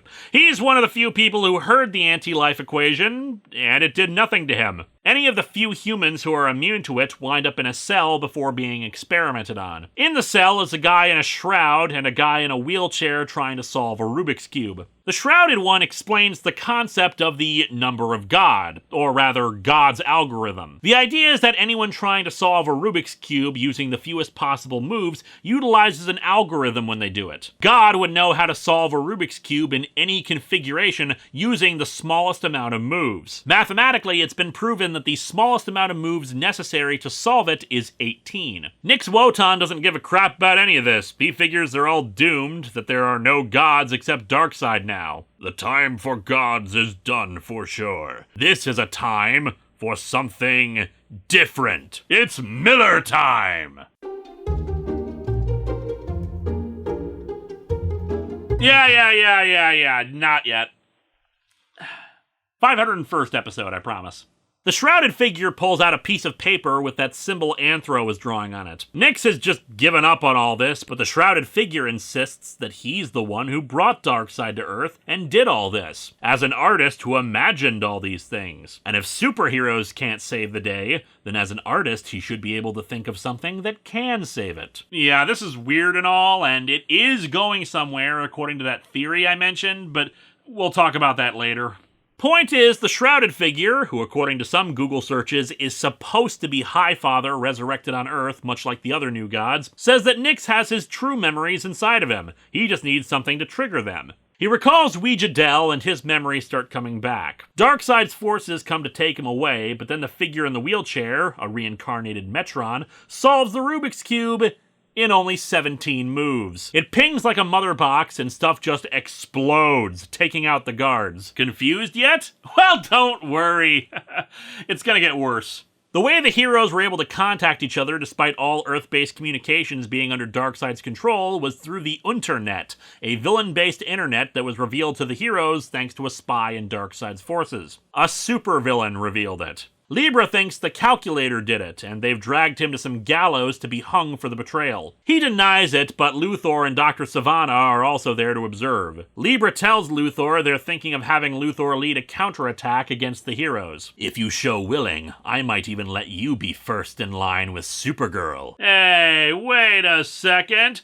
I think these guys might be evil! Darkseid's other minions in the bunker start dying for some reason. Yeah, I know, it's part of the Batman tie-ins to this. They're trying to make a clone army of Batman because of reasons, and he manages to screw up their plans. But in the story, they just start dying for no reason. As Hal Jordan's team tries to breach the singularity to get to Earth, Darkseid assumes direct control over those affected by the anti-life equation. Much like he used his will to subsist those on Kandor in the Great Darkness Saga, he's now basically directly linked with 3 billion people. When I command your surrender, I speak with 3 billion voices. When I make a fist to crush your resistance, it is with 3 billion hands. When I poop, it is with 3 billion butts. And with that pants-crapping concept, all that momentum comes to a crashing halt because of utter confusion, since in Nyx Wotan's cell, he now reappears. Something new is born.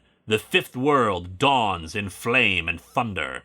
Battle is joined. The judge of all evil is here. Well, I'm sure they're going to explain what the hell that is.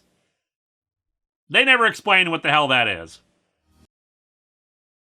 So one of the other tie-ins to Final Crisis was the Legion of Three Worlds thing I mentioned. Despite the fact that it has nothing to do with Final Crisis, it actually serves as more a sequel to Infinite Crisis than this does, since it's about the 3 different Legion of superheroes from its various reboots teaming up to fight Superboy Prime. And even that is a bit of a disappointment because Superman declares that their end goal is to redeem Superboy Prime, try to make him not evil anymore, and it's a resounding failure. But enough about that. Here's the only reason that story seems to exist. Because Superman is now in the 31st century and talking to Brainiac 5. Time and space are continuing to break down, and that's affecting even the far future. Fortunately, Brainiac 5 has a way to solve this. Another bit of obscure continuity. The Miracle Machine, a device that can turn thoughts into reality, especially if you make a wish. Naturally, such a thing is so powerful to be dangerous not just for evil people, but even for good, since a stray thought could have utterly horrific implications too. Superman starts fading away back to his time, but Brainiac 5 just tells him to keep looking at the Miracle Machine. So here's another really nice bit of subtlety. That symbol that we keep seeing, the one given to Anthro by Metron, it's actually a crude drawing of the Miracle Machine. So naturally, Metron gave it to a caveman whose drawings of it contributed absolutely nothing to the story. The fights continue in the present, with the Watchtower soon under attack by Justifiers, while those in Bloodhaven continue their own struggle, particularly Supergirl, Captain Marvel, and Black Adam versus the possessed Mary Marvel, while Calabac fights Captain Marvel's occasional talking tiger buddy, Talkie Tawny. Tawny manages to kill Calabac, which, since he's shown superior strength, means all of Calabac's forces swear fealty to him, while Freddy uses his own lightning to transform Mary Marvel back to her civilian form, which frees her from Desaad. And then in a Justice Society storyline shortly afterwards, she's back into her evil form before losing her powers altogether, and man, Mary Marvel got screwed over thanks to this and Countdown.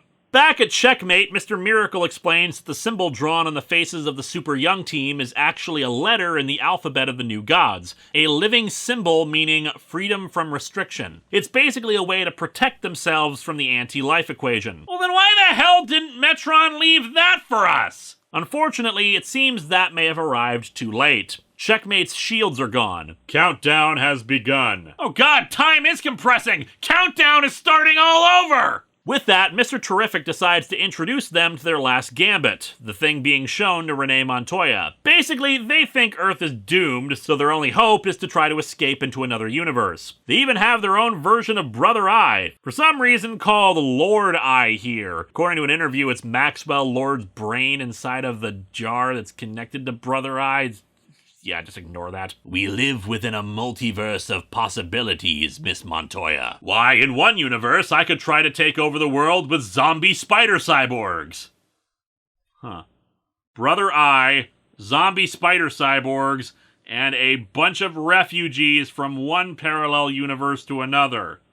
That sounds like the basis for a really crappy weekly series. So what the hell is Renee Montoya doing here? Well, that's simple. Because of her experience both as a police officer and as a superhero, she has insight into both worlds, which makes her uniquely qualified to act as the liaison to whatever universe they end up having to settle on. Back over to Libra and the villains, it's revealed that the one who helped the heroes was, in fact, Lex Luthor. Dr. Savannah uses a short-range jammer to override the Justifier helmets of his guards, and Lex uses his power suit to blast a hole through Libra, killing him. The two villains begin to hatch their plan to help fix this crap. Over to Barry Allen, who better explains what happened to him in the original Crisis, I think. Like with a lot of this book, I have to kind of infer what's going on based on the few bits of expository dialogue that we get. Basically, as he ran faster and faster around the antimatter cannon, he approached the speed of light. In physics, there's a point where you go past the speed of light, the superluminal barrier, where matter converts into pure information. He was sent back from beyond that barrier with info on how to stop Darkseid. Step 1, prevent Orion from being shot.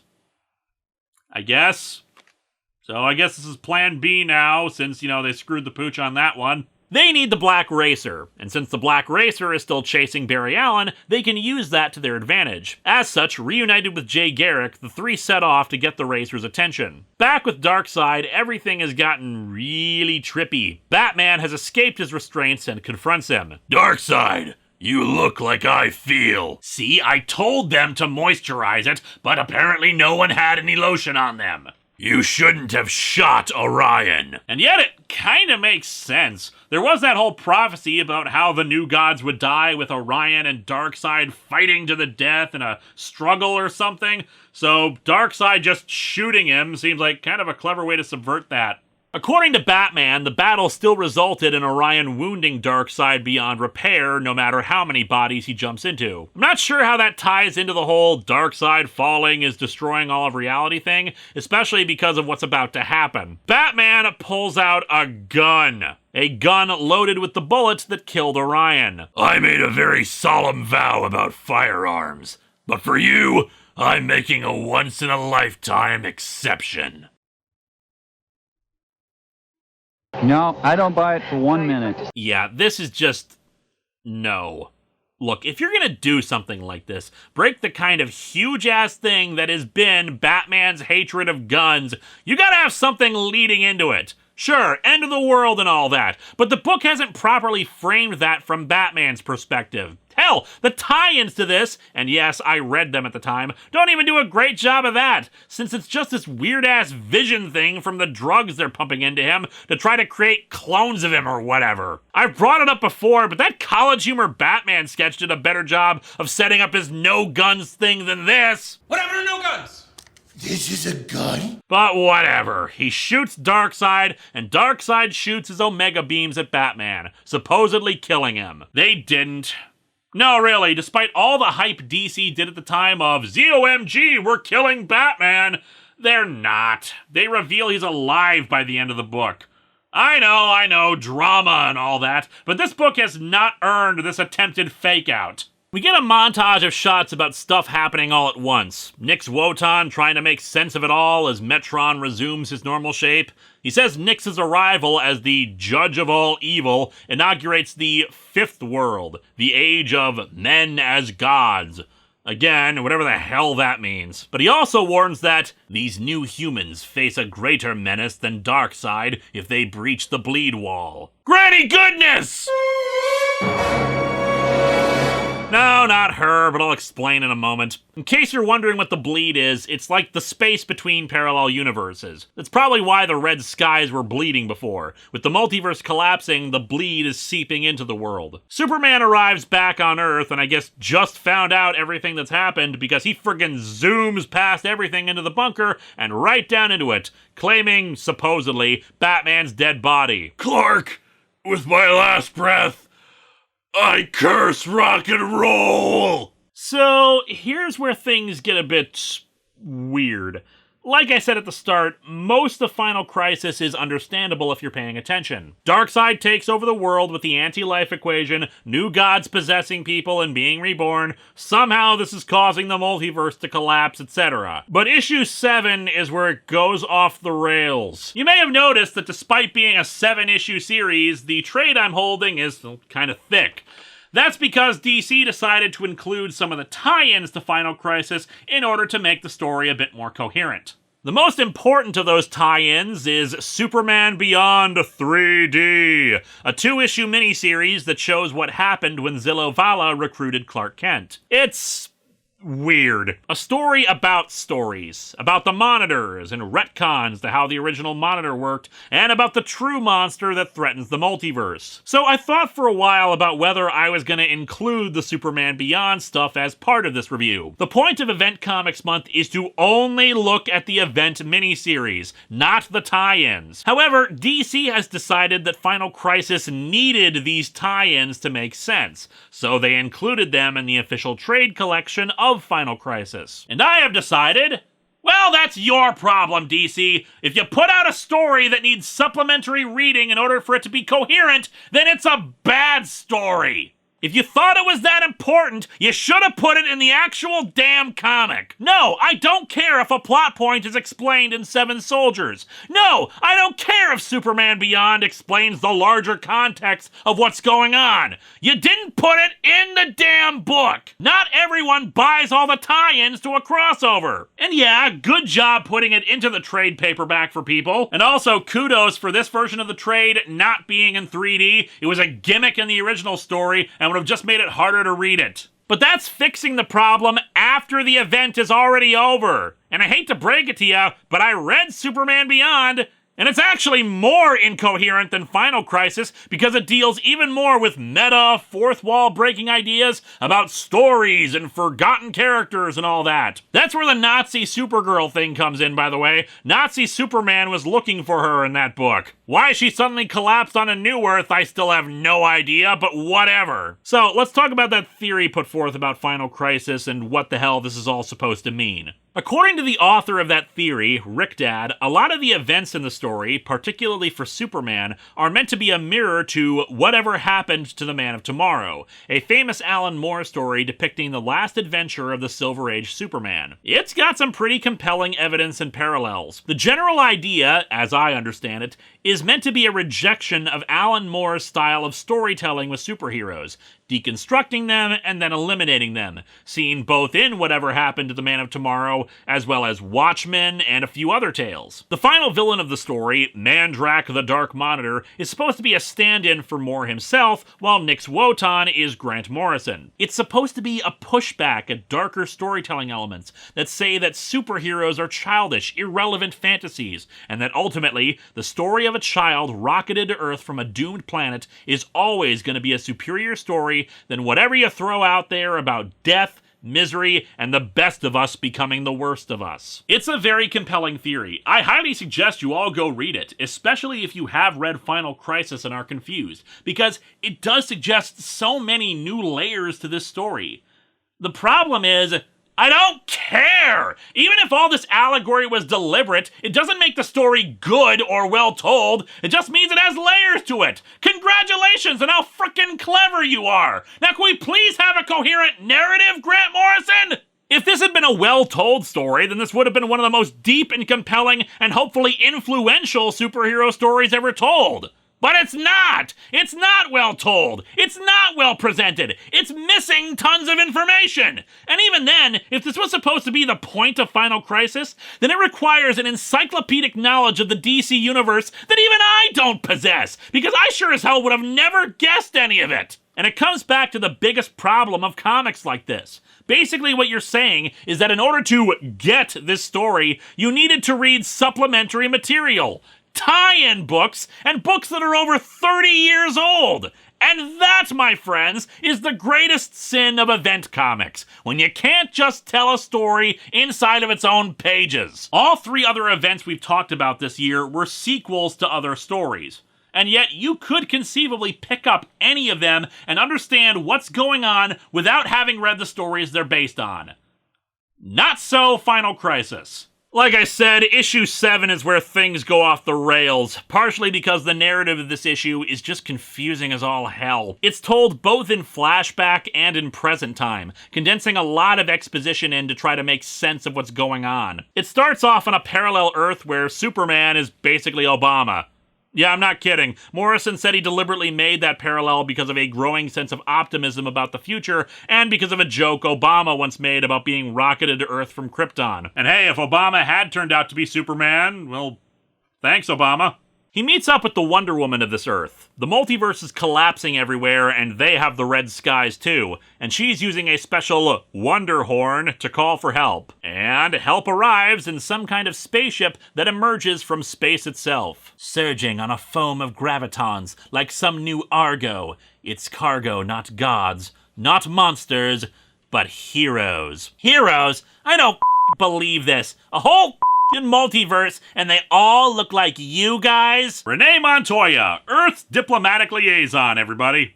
On that note, she apparently decided on a different solution than just running away. She's going through the multiverse and recruiting Superman from each to come help solve this crisis. New Earth, however, is not doing so well. The space-time continuum has officially been flushed down the toilet, and all that's left is a watchtower with all of Earth's remaining survivors. Flashing back, Darkseid mocks Superman as he holds Batman's body, saying soon every mind in existence will be his mind. Will you be the enemy of all existence then? What irony that will be, son of Krypton. My God, I can't say that over there needs to take care of itself, if over there is everywhere! Darkseid prepares to kill Superman with his Omega Beams as well, but that's when the Flashes arrive with the Black Racer hot on their tails. They're able to outrun the Racer, but they do so by running right through Darkseid, who was also on the Racer's list. Somehow, this does not kill him, but does wound him significantly on top of the damage Batman's bullet did. The Ray is able to free everyone on Earth from the anti-life equation by tracing the new God letter across the Earth's surface in a bright beam of light. With Wonder Woman freed, she uses the lasso of truth on Darkseid, separating his consciousness from Dan Turpin. Reality is still breaking down, though, which is where a lot of the sequences in the present, for lack of a better term, are coming in. Superman has the remaining heroes and geniuses still alive, including Luthor and Sivana, try to recreate the Miracle Machine based on the look of it he memorized from seeing it in the future. Darkseid, his consciousness now floating in the void, taunts him that he'll take control of the Miracle Machine. However, Superman has a way to destroy him. The worlds of the multiverse vibrate together, Darkseid, and make this sound like an orchestra. Everything's just vibrations, really, and counter vibrations that cancel them out. And so Superman sings a tune that destroys Darkseid's essence. And the question must be asked, what music was it that could utterly destroy Darkseid? Well, you should know. I've been playing it over the title cards this entire month.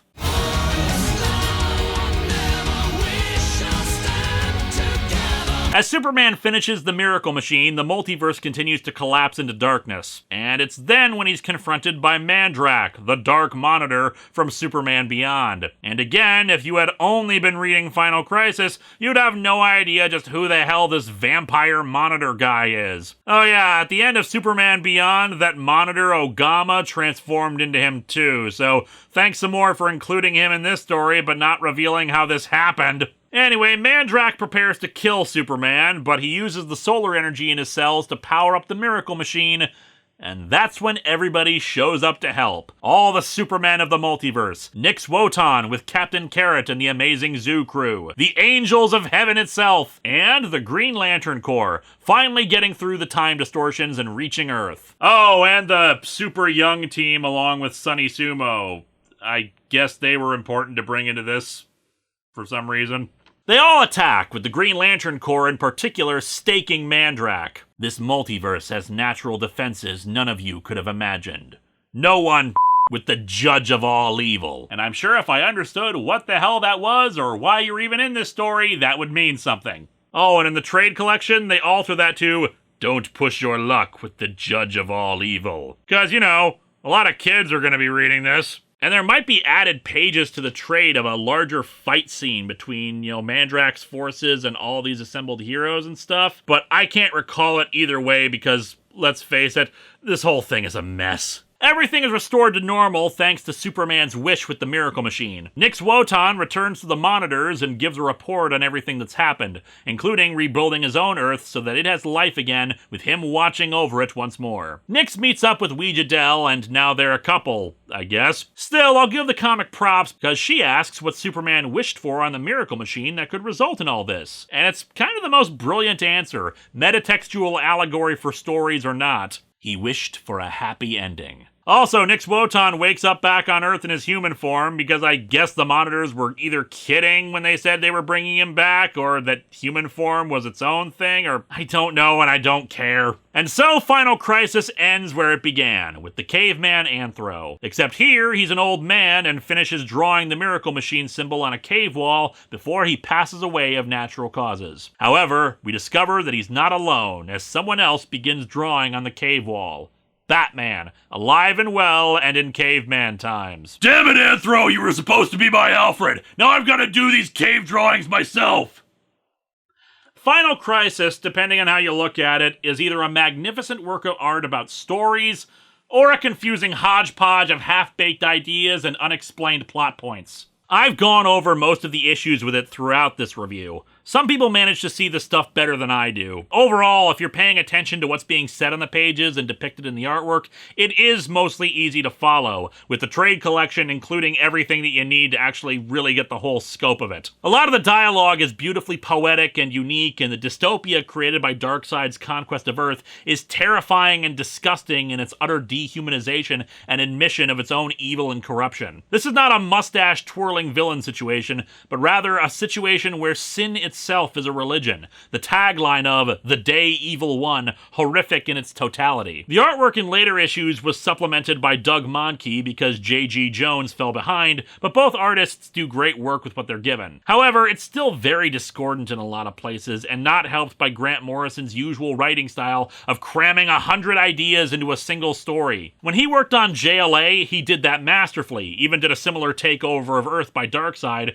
but here it really doesn't work. It resembles a Gold and Silver Age style of compressed storytelling, but while decompressed storytelling can get grating at times, the constant pace of this stuff leaves little room for exposition or emotional character depth. The most we get is with Barry Allen's return, which doesn't carry the weight it should. Plus, it just has so many unanswered questions. Why is Darkseid kidnapping children at the start? For funsies?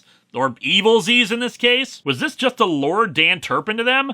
Why not just kidnap him if that's the case? Why are the new gods being reincarnated on Earth? Except it's not really reincarnation, but spiritual possession? How are they doing that anyway? If Mandrak is the final boss of the story, why is so much of it devoted to Darkseid? What was the significance of Alan Scott instituting a superhero draft? It affects nothing in the story, but they spend several pages on it as if it's supposed to be significant. This isn't even a thing for the tie-ins. Superheroes are drafted into an army army to fight the evil gods, and then nothing comes of it? Why did Kraken frame Hal Jordan for Orion's murder and the attack on Jon Stewart? If her goal was to get close to the central power battery, wasn't she already on Oa when they summoned her? Or did she only get possessed after she came to Earth? Why did Metron leave that symbol of the miracle machine for humanity? Did he know that we would need it? I guess being a time traveler, he could have known we'd need it, but it seems like there are more direct ways of passing this information to them than hoping some cave paintings make it to the right people.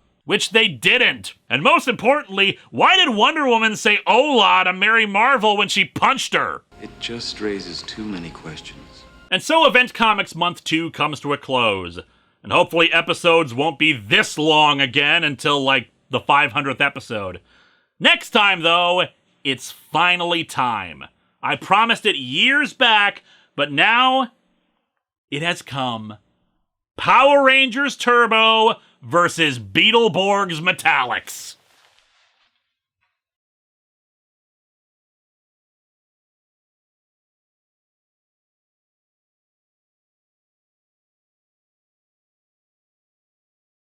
Hello and welcome to Atop the Fourth Wall, where bad comics burn. But more importantly, welcome to Event Comics Month 3, Crisis of the Secret House.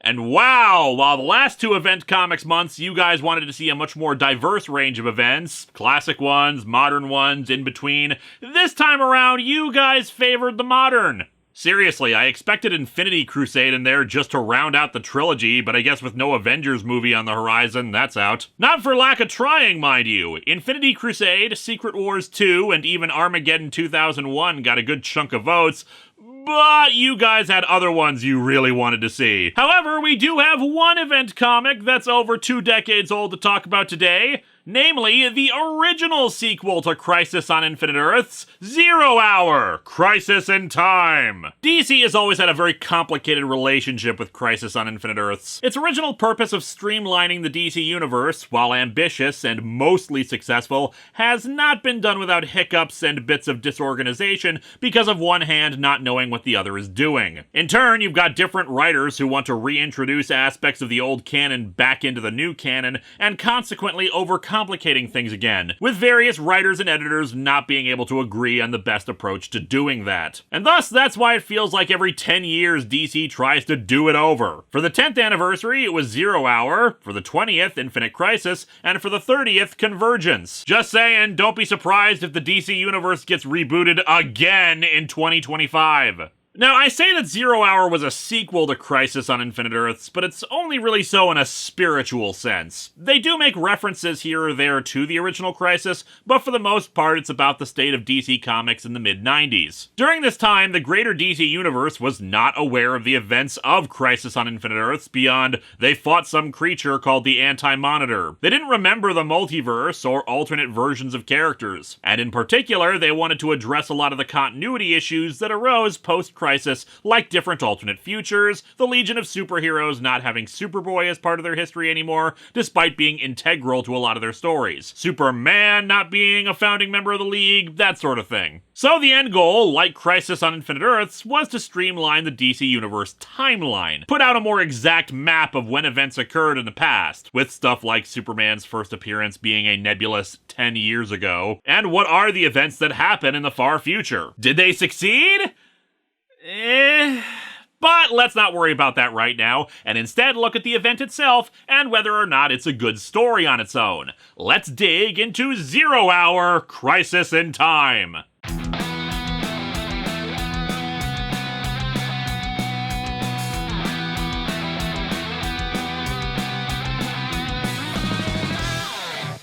While we're not going to look at the covers in depth, I should note that 0 Hours had a couple gimmicks to them. For starters, since the book is called 0 Hour, the book's order is actually in reverse. We start with issue number 4 and end on number 0. In addition, much like how Final Crisis' covers tried to have everything deteriorate as the series went on to indicate the multiverse collapsing, this one has a white ball of entropy start in the center and slowly engulf the cover until issue 0's is just all white. There was also a holofoil component to the title in spots, but nothing too significant or anything like in other 90s covers. The trade for 0 Hour actually includes a 2-part story that gives a little backstory leading directly into 0 Hour, originally printed in Showcase 94, number 8 and 9, but with Event Comics Month, we focus on only the event's main miniseries. Besides, I'm about to give you all the backstory here, so let's just get into it. This is stuff we've covered before, but in case you're new around here, the 2 main points we've got to cover are the characters Monarch and Parallax. Monarch is the villain from the previously mentioned Armageddon 2001 event. We've brought him up a few times, mostly in relation to Countdown,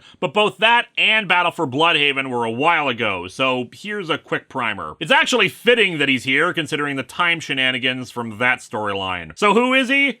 Well, due to said time shenanigans and the murder of Dawn Granger, aka Dove, Hank Hall, aka Hawk, went insane and became Monarch and intended to take over the world, of course, but was foiled in that attempt. In those Showcase 94 issues I mentioned, Monarch ended up changing his look and codename to Extant because, I don't know, he says he was actually a fusing of Hawk and Dove? Which only really explains why his cape is purple. Doesn't really explain why he changed his name to something meaning still in existence or surviving. I mean, it makes sense in this story, but I don't think Monarch was like, oh cool, my name is really meta for the readers.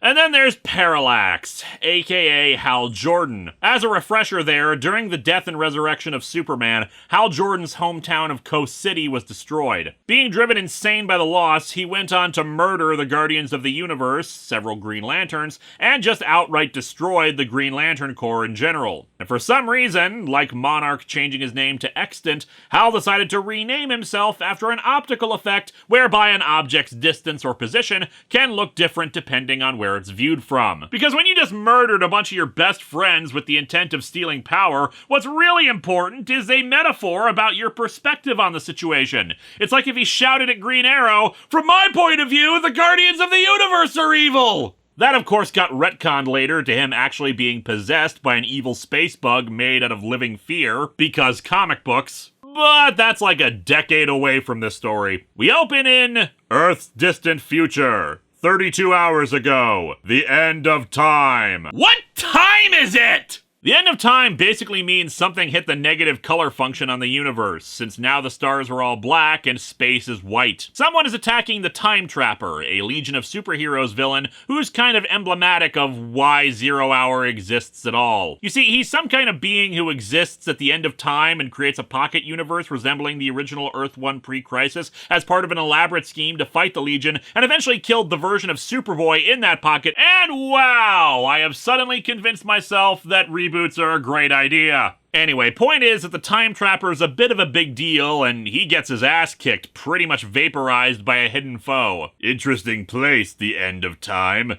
Entropy crushes all energy, all life. From here, you can look back on all that is and all that was, and change it. Plus, it's a lakefront property. Easy to do, if you know how. The cosmos is in agony. It stepped on a Lego.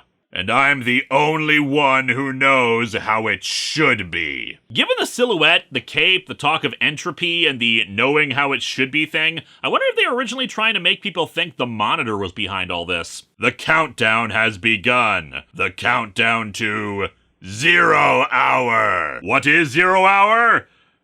I don't know, I'm really only saying it for dramatic effect. It has no bearing on the plot. There's a weird one-page diversion to Darkseid on Apocalypse. Metron shows up seeking aid because time is apparently beginning to unravel. Impossible. I would be aware of such an occurrence. Dude, you spend 90% of your day sitting on couches. You miss stuff all the time. Metron says he has no time to argue and must find allies. And that's it. Metron shows up again later, but Darkseid doesn't. Feels like he's only here to acknowledge his existence and then move on. We cut to Gotham City 69 hours ago. Okay, now we know what time it is. Nice time. The Joker is being pursued by Batgirl.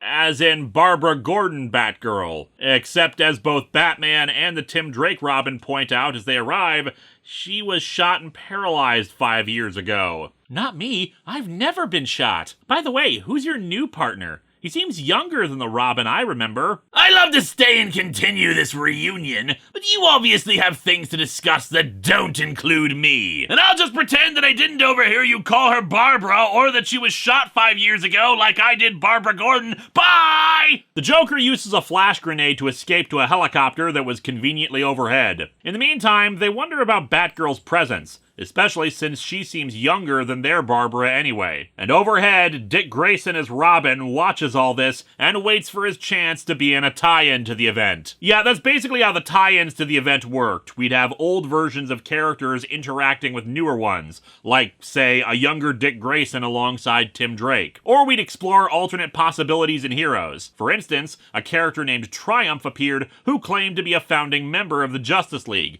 taking Superman's place in the history. Or there's an alternate timeline where Jor-El was wrong about Krypton's destruction, and thus the planet lived. It makes for some intriguing possibilities for stories, and I really appreciate that about any event that can allow you to tell stories you normally can't in the regular run. Just a pity that it requires the space-time continuum to start having a stroke in order for it to happen. Speaking of, we cut to Vanishing Point, a subdimension normally outside the space-time continuum. Kind of a stable area existing right before the universe completely succumbs to entropy. The base at Vanishing Point is occupied by a group called the Linear Men, scientists and superpowered beings who monitor the time stream and try to keep the timeline focused and unaltered. Among their members are Wave Rider, a superhero who spun out of the previously mentioned Armageddon 2001, and Rip Hunter, time travel extraordinaire, who during this point in the DC Universe was really trying his best to make everyone think he was Cable. Their equipment has discovered something bad. History is being erased in a very roundabout fashion. It's being destroyed backwards. A wave of entropy, not unlike the antimatter one from Crisis on Infinite Earths, is somehow going backwards through time and erasing everything. It's a very interesting concept, but I don't think the book really executes it that well. We perceive time as moving from cause to effect, from the past to the future.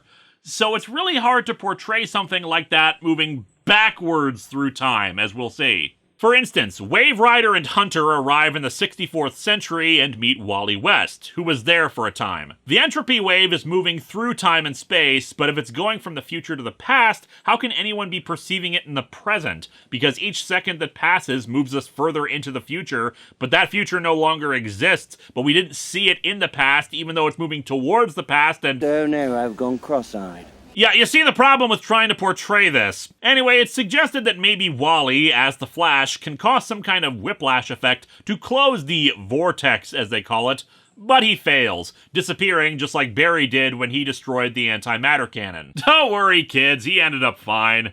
We've got a few weeks before we really see them screw with Wally West. But hey, at least Wave Rider's got himself a cool Flash cosplay now. Why did his costume stay? Come to think of it, why did Barry's costume stay? 64th century is gone, back to the present day, where Superman and Batman are meeting up outside Metropolis and compare notes about how sucky things have been in their respective books. A storyline called Fall of Metropolis, or Bane breaking Batman's back and all that. It's been quite a year for both of us. For instance, I grew a mullet. Something very strange is happening in Gotham. People from the past are appearing, and yet none of them are bringing Betamax tapes with them. They all still insist on using VHS. Metron shows up, saying that a cosmic crisis has begun, and they need to act quickly to save the universe. We cut to 5700 AD, where Wave Rider and Rip Hunter have once again caught up with the entropy wave and encounter another modern-day hero. Or rather, a past version of one. Hal Jordan before everything went down. Apparently Hal was summoned into the future to try to fight the wave, but he's no good. Amusingly, the guy who pulled him into the future is this Colonel Sanders-looking dude named Paul Manning, who is also Hal Jordan. Kinda, sorta. It's not important. I'd never even heard of this guy before Zero Hour, and he apparently got erased from continuity post-Zero Hour and has never made a return. I just find that greatly amusing. Rip Hunter realizes that something about all this is familiar and instructs Wave Rider to return to Vanishing Point and look up a crisis right before both he and the younger Hal Jordan are erased by the field. Wave Rider narrowly escapes himself. Once again, a universal existence dies, a future that will never be. Hundreds of millions of lives now unborn. Stock prices in greeting card companies drop exponentially. Back in the present, Hawkman is beating up Vandal Savage. Until he suddenly splits into like 6 different versions of himself. Okay, quick explanation here. Hawkman was one of the continuity hiccups post-Crisis that never got properly resolved. Somehow he was on both the Justice Society in the 40s and the Justice League in the modern day without explanation. And then they tried to retcon his backstory completely in a miniseries that only made things more confusing. Zero Hour attempted to fix him, but you know how sometimes you fix something so much you break it? After we get a brief check-in with a lesser-known mystical hero named Dr. Mist, Kyle Rayner is summoned to Metron and Superman. Bear in mind that this was only a few months into the character's introduction, and continuity-wise, according to his thought clouds, his girlfriend had just been stuffed in a fridge, so this was one of the first things that could potentially hype the character a bit. And instead, he's just kind of wasted. Anyway, they need his help because the Green Lantern ring, combined with Metron's Mobius chair, will allow Superman to contact pretty much everybody in the DC universe to inform them of what's going on and ask for assistance. It might have helped if he had, told people where they were supposed to meet up. With that done, Metron tries to recruit the Spectre to join in the fight. Natural disasters do not concern me. My mission is directed only against evil. Oh, sure, I mean, a wave of entropy eating its way backwards through time, that's the cosmic equivalent of a light drizzle. At Vanishing Point, Wave Rider searches the records of the Linear Men and learns about the events of Crisis on Infinite Earths, much to his shock and amazement. I think this page is kind of a good example of how this event feels rushed. Dan Jurgens does a fine job writing and drawing this, but compared to other events we've covered in the last few years, the artwork feels very restrained and laid back. It's not bad, but events usually seem to be the chance to bring a real spectacle to the art, show off tons and tons of heroes interacting. Even Flashpoint, while basically being just a Flash story, tried to convey the scope and size of the events happening during the event and how big it was. And thus here we have this moment where a character learns of Crisis on Infinite Earths after a decade of almost no one in universe remembering it, and there's no, splash page or 2-page spread depicting the events? No big dramatic reveal paying homage to the iconic moments of the Crisis or the things that happened? Sure, it's still fine. It gets the information out that needs to be gotten out, but it doesn't carry the grandeur that something like this should be carrying, and I know that Jurgens is capable of delivering on that. Well, I suppose there's nothing that could be done about that. I mean, what would this book have been if we hadn't checked in on Dr. Mist, am I right? The Justice Society meets up, with some weirdness happening with Alan Scott. He's young again, his costume looks not terrible, but the attempt to modernize it feels wrong somehow. Wave Rider arrives, having brought Wally's costume to Jay Garrick because he felt obligated to tell him? Again, it feels rushed. Wave Rider has no particular reason to go to the JSA to tell them about what happened. Oh, but this bad day keeps getting worse, because Extant now stands revealed as a villain in this, and owing once again to the rushed nature, his reveal is just in the corner of the page for the end of the first issue. And he has arrived at Vanishing Point. Hawkman explains to the others that while Superman wants all the heroes to gather in New York, they'll have Dr. Fate deliver the JSA directly to the source of all these time shenanigans to investigate. The younger heroes can protect the planet. With Wave Rider, we can investigate the source. Our experience with time gives us the edge in this fight. Experience or not, 3/4 of this group only have the superpower of punching people really, really hard. I think you might need a more diverse set of powers to deal with something that is erasing most of existence. Dr. Fate starts teleporting them to Vanishing Point, but Wave Rider, Hawkman, and Hawkwoman somehow end up teleporting elsewhere. After some minor character development with Superman relating to his tie-in issues, a run-in with Impulse, and a weird cutaway to the Time Trapper fighting Cosmic Boy of the Legion of Superheroes, revealing that the Trapper is actually a future version of Cosmic Boy at that. Your guess is as good as mine. It has nothing to do with the main story.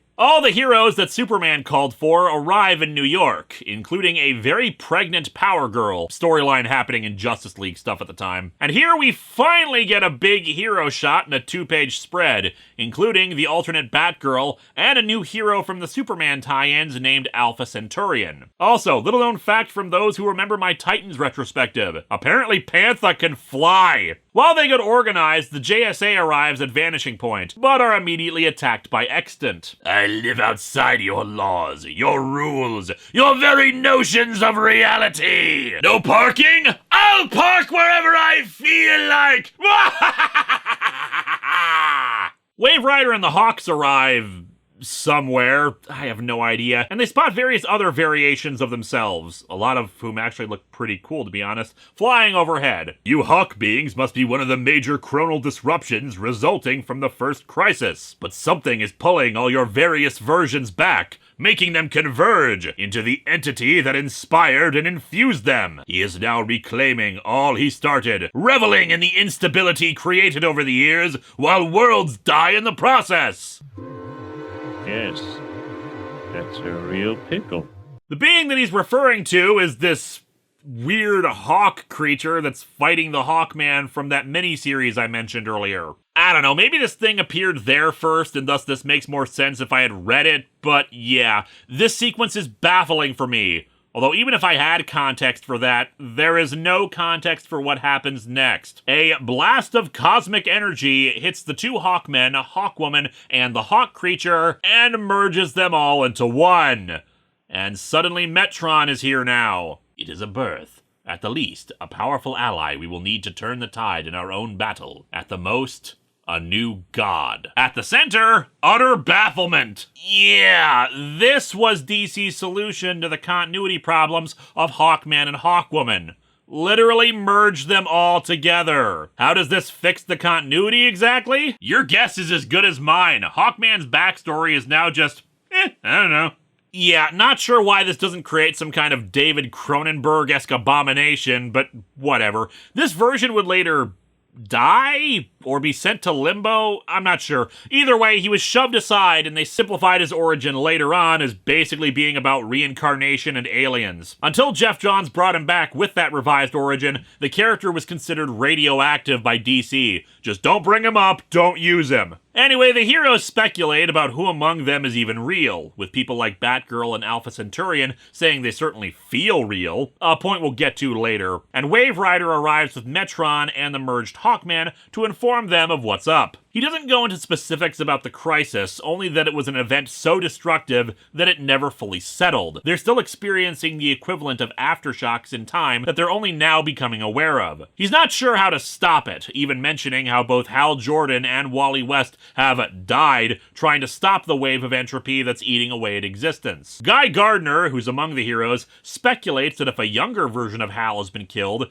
then maybe that means they can alter history so Jordan never goes nuts, maybe even save Coast City and the Green Lantern Corps. Yeah, sure, Guy, this entire situation was brought about because history has been violently altered, but yeah, let's change the timeline some more. In for a penny at this point, am I right? Captain Atom and Aquaman point out that the idea that this entropy wave could be a natural phenomenon as a result of the altered timeline is, well, stupid. After all, if it's just a matter of time being altered, it'd just alter, cause and effect and all that. Someone has to actually be actively responsible for this. Wave Rider had not considered this possibility, which is an especially baffling point because why the hell would he bother to join forces with Metron to gather all these heroes if there wasn't something for them to fight? Speaking of, the fight with Extant does not go well for the JSA. I first learned about Zero Hour thanks to Comics 101, a weekly column that talks about a lot of comic history,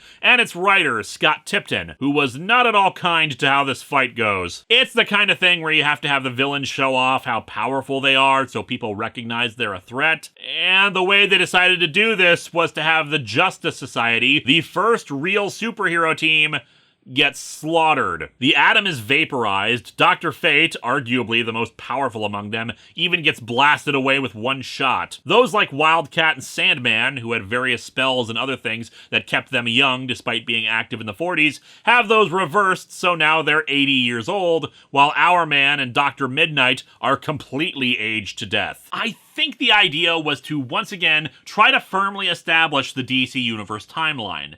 The sliding timescale of comics means that some characters can say to have appeared a nebulous amount of time previously, but characters like the JSA were very much tied to a specific point in history, World War II, and yet age-wise looked like they were as contemporary as others. And don't get me wrong, this is a misstep. Dying in a struggle to save life is one thing, but they don't even get any hits off. This is not an epic, heroic struggle.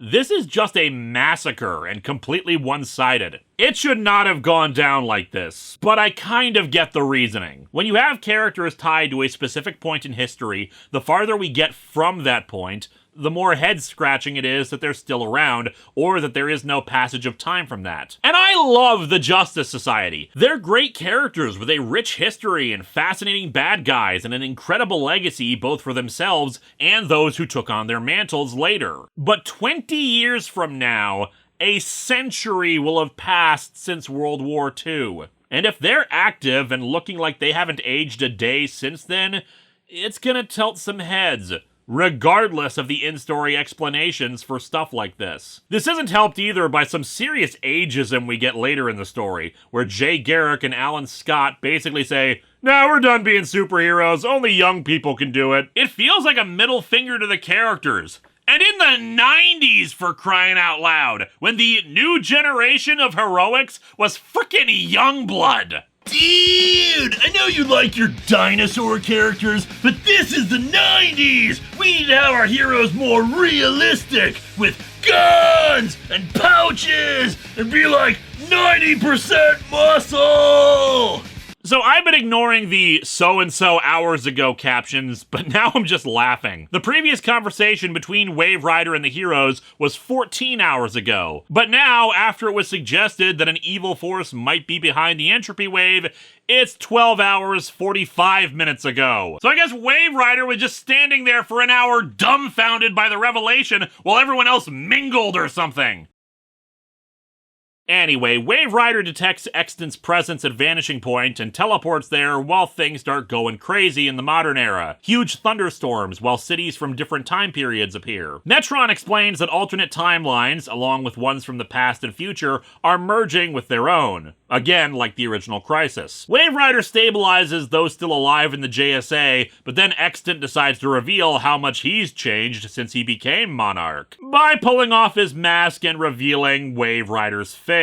It's a shocking revelation, but the explanation is pretty simple, if goofy. Basically, this is Extant from further in the story. At some point during it, he's going to merge with Wave Rider and take his power for his own. What are you after? Destroying every shred of reality is madness! Madness is not part of my agenda! My 13-point plan to destroy all of reality is completely sane! Look beyond the destruction. Consider the possibilities. We can finally fit that oversized couch we always wanted! Wave Rider and the JSA retreat to the past, where the heroes have figured out how to stop a futuristic city from colliding with New York and sending it back to the future, where it'll be eaten by the entropy wave. Good job, team! The JSA is reunited with the others, and they explain what happened, with the dead and wounded carried off, while Alan Scott makes a very out-of-character speech about how he's finished too. I'm saying we've been fooling ourselves for years. Extant might not have removed my restored youth,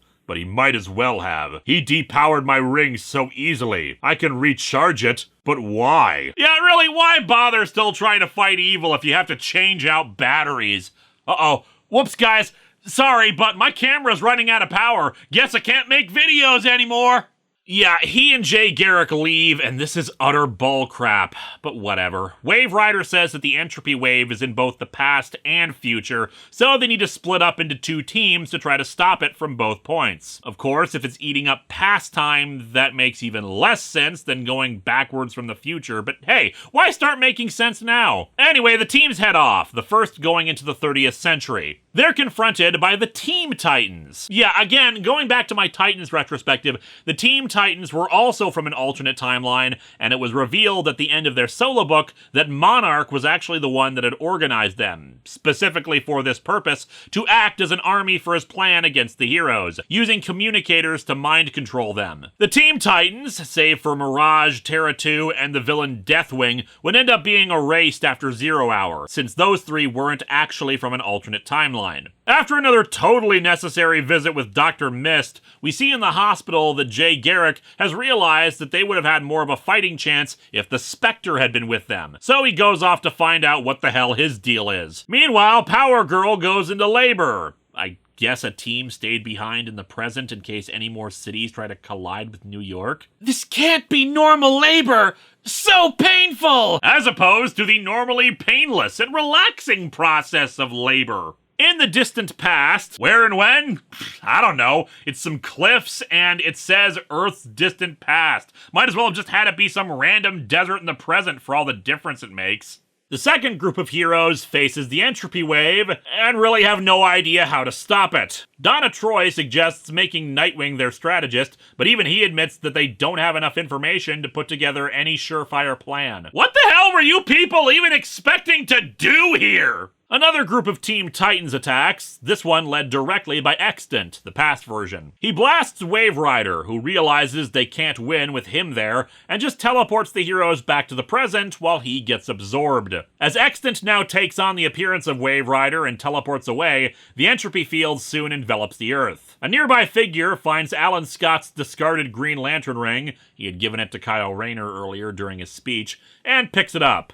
Ah, a forgotten icon from a fallen hero. Better to take it as a trophy than to watch it vanish. I mean, you haven't even actually done anything yet, so I hesitate to even call it a participation trophy. In the future, they've devised a method they think will collapse the entropy field on itself, basically detonating Metron's Mobius chair into it with energy poured into it via Captain Atom. It works, and the entropy wave is stopped before the 30th century can be engulfed, and somehow this restores the stars in the sky? Whatever. Universe saved on one end, and the heroes are sent back to the present. Apparently the Team Titans were attacking the present too, but they disappear, their alternate timelines wiped out. At Vanishing Point, the past and present versions of Extant both arrive, and they merge. That is this book's solution to wibbly-wobbly, timey-wimey stuff. Just fuse things together. Continuity problems are just Play-Doh, guys. Shove it all together and it just works. Back in the 30th century, the figure who took the ring arrives again and uses his own power to restart the entropy wave. And then he drops the ring and crushes it under his foot. Couldn't let this just vanish, but no sense being reminded of a universe that will be no more. Well, now it's still going to vanish, but in tinier pieces. You make a lot of sense, dude. So that was the end of issue 3. With very few exceptions, most of the event comics I've talked about in Event Comics Month, despite some minor diversions that are meant to be explored in tie-in issues, have their own central narrative that explored in the main miniseries. There might be some time lapses between issues, but nothing too substantial that isn't explained within the book itself. And then here comes 0 Hour! Everyone was in New York before, and we were following the returning heroes, but now we open issue 4 with Supergirl, Guy Gardner, Steel, and Batgirl in California, where Coast City used to be, with things getting swallowed up by the entropy wave. What happened? Why are we in California now? Well, buy the tie-in issues and find out! I find it very ironic that the entire reason this event exists is to try to fix the sloppier parts of Crisis on Infinite Earths, while in turn being even sloppier and more confusing. And just to be clear, I do not hate this event. I'll be getting into the why of that soon, but I'd be lying to you if I told you it was a great one. Anyway, it's not actually the entropy wave that's destroying things now, but some kind of fissures are opening up all over the place and absorbing things, which happens to pour Steel. Extant observes this and is confused, since this wasn't his doing, but he ends up blasted by the other figure, saying that Extant was only taking advantage of something he started. The figure says that the fissures are being caused by an obstruction in the time stream, which we see is the Time Trapper from the start of the event having done something? I'm not sure. It's supposedly to save the Legion of Superheroes from the entropy wave. Except we then see them get taken by it, so what the hell? Anyway, Time Trapper dead, and I guess New York is fine too, since we go back there now? Power Girl is still in labor, and instead of, having superhero doctors on hand to help. And don't tell me they don't exist! In the DC universe, superheroes have been around since the 40s. They've got to have some experts in the field by this point. We've got Captain Atom saying he can help because he helped with his wife's delivery, but Wonder Woman shoos him away. You're a soldier, Captain, better suited to dealing with the larger problems outside. I am more than capable of handling this natural event. Alone. You come from an island where you were the first new baby to exist on it in ages! Hell, you weren't even born in a regular pregnancy! I don't doubt that Wendy probably has learned and gained first-hand experience since she arrived in the larger world, but this just screams, only woman can help with pregnancy stuff, and we need to get Wonder Woman out of the way. Not that it matters much anyway. As the future starts being more and more eaten up by the entropy wave, both Impulse and Booster Gold disappear, since both are from the future. Except isn't the past being eaten up too? Which includes the Earth in the past? How is anyone still around by this point? The entropy soon arrives in the present. We must stop this catastrophe now! Wait until we're organized. Well spoken, Hawkman. No, it isn't! The entropy wave is here! I think we can skip the roll call in minutes from the last meeting! Jay Garrick, meanwhile, finds the Spectre and berates him for not getting involved sooner, but he says he's finally gonna join the fight, especially since Jay Garrick himself soon disappears from time. Captain Atom and the Ray make a temporary safe zone from the entropy as Supergirl, Guy Gardner, and Batgirl show up. Metron uses his Mother Box to teleport some of the remaining heroes to Vanishing Point. While the Mother Box is capable of time travel, they need more precise capabilities than that if they want to confront Extant. They free 2 members of the Linear Men, captured earlier by Extant, which includes a guy named Matthew Ryder. Now, Matthew Ryder became Wave Rider in the alternate future from Armageddon 2001. And I guess he has a copy here, I don't know. Since the original Wave Rider is dead, they're gonna transform this Matthew Ryder into a new one so they can use his more precise time travel capability. Now, for those of you who have stuck around for the story so far, I know this is quite confusing, so allow me to sum up the event so far. Let creators have enough time and space to tell their stories! We get one final look on the JSA as Starman passes his cosmic rod to his sons David and Jack. This would lead into the excellent Starman series by James Robinson, which is probably another run I should do a retrospective on in the future, if only because it's one of those rare occasions where a creator asked a company not to screw with his characters once he was done with the book, and they actually agreed and stuck with it. Extant soon shows up in New York to attack the remaining heroes there, but their fight is soon interrupted by the arrival of the new Wave Rider. The rest of the heroes from Vanishing Point follow, with Superman attacking Extant, but then Supes himself is taken down by that mysterious figure, now revealed. Hal Jordan, aka Parallax, who now stands over an unconscious Superman. I've seen the universe from many different directions, and I know how to fix it, even if it means destroying it. But first, I teabag Superman. Green Arrow tries to get Hal to stop all this, but he says he's doing this because he's a hero.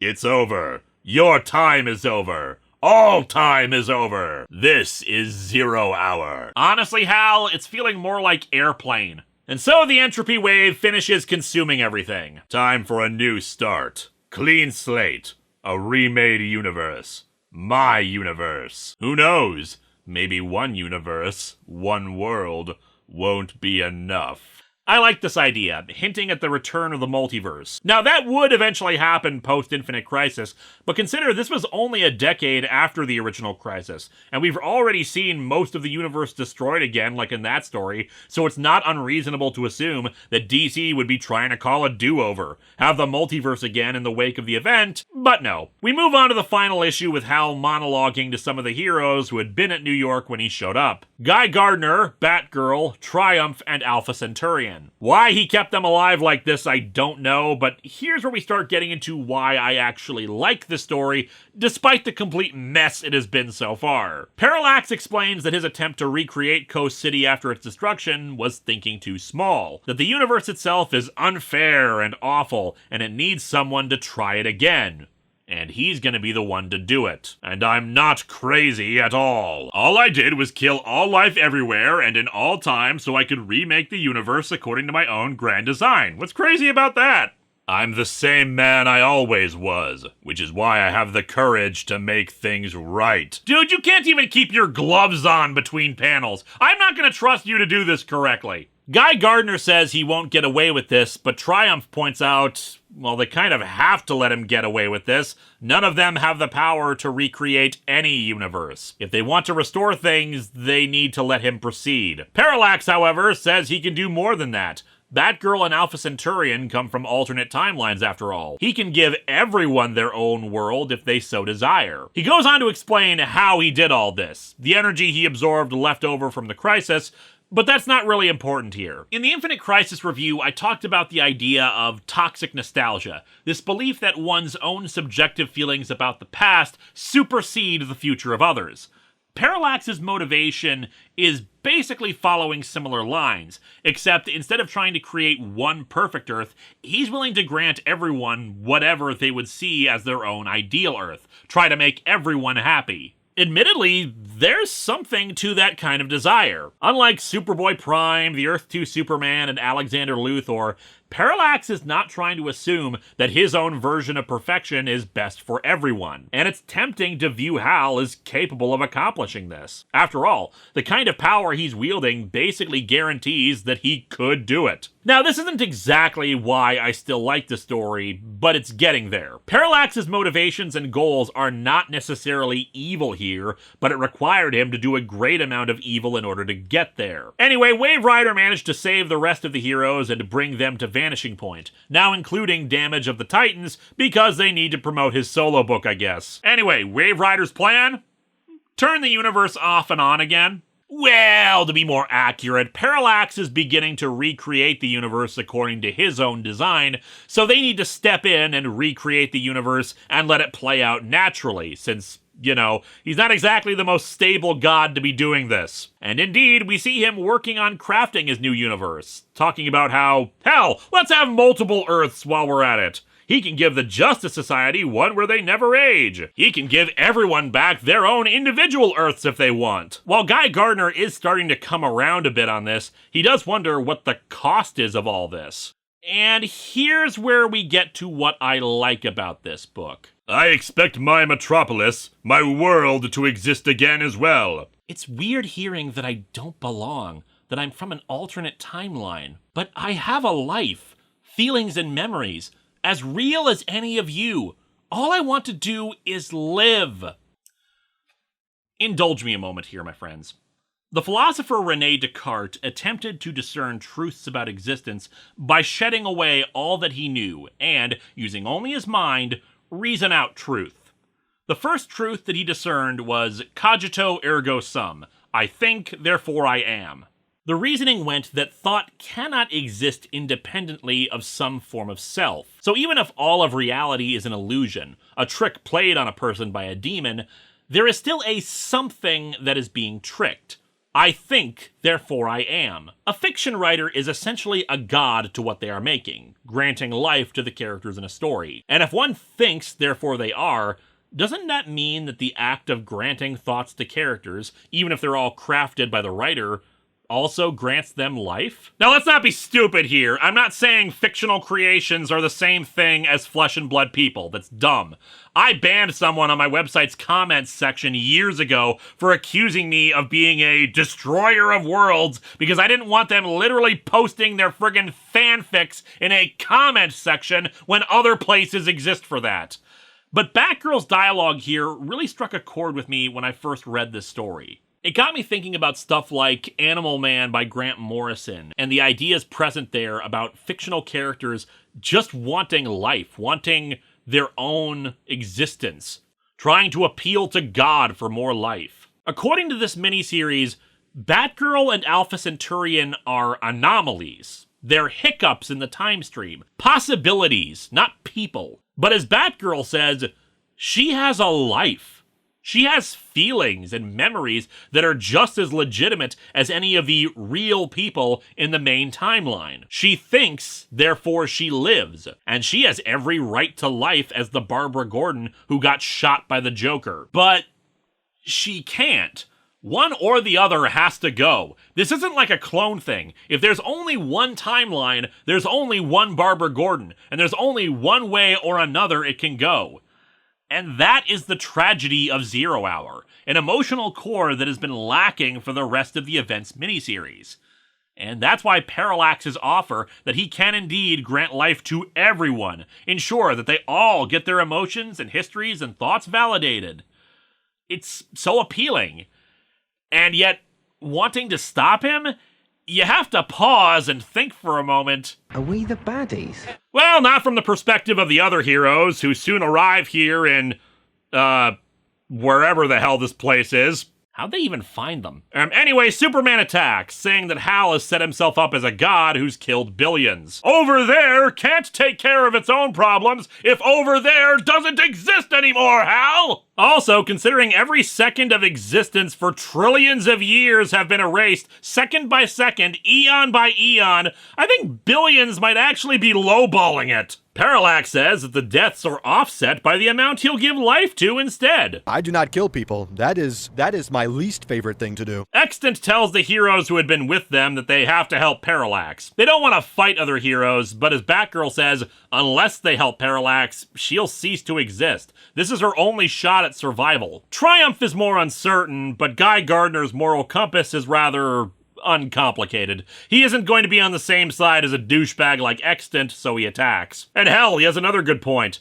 While Hal's ideas might sound good, if he's giving a villain like Extant a world to rule, then it can't be all that great. Parallax starts unleashing his power on the heroes, but the Spectre finally shows up to confront him. The blood of your victims screams for vengeance! Let justice shackle you! Well, look who it is! God's right hand of being late! While the Spectre distracts Parallax, Captain Atom, the Ray, Donna Troy, and Kyle Rayner will begin absorbing the energy of the universe that Hal was in the middle of creating. They'll then fire all the energy into Wave Rider, who's an energy-based life form now anyway, and in turn channel it into Damage, who will let it all loose once he has it all, and essentially start a new Big Bang. Meanwhile, Green Arrow finally tells Batgirl why this whole thing won't work. Parallax thinks he's a god, but he's not. He's already demonstrated a willingness to engage in hugely immoral acts under the assumption that he's right. You can't guarantee that the universe he'd create would be any better. It'd probably be worse, in fact, because it's predicated on someone who thinks the ends justify the means and is happy to grant evil people their desires too. Hell, if he spots what he views as imperfections in this new universe again, he may just do it all over again,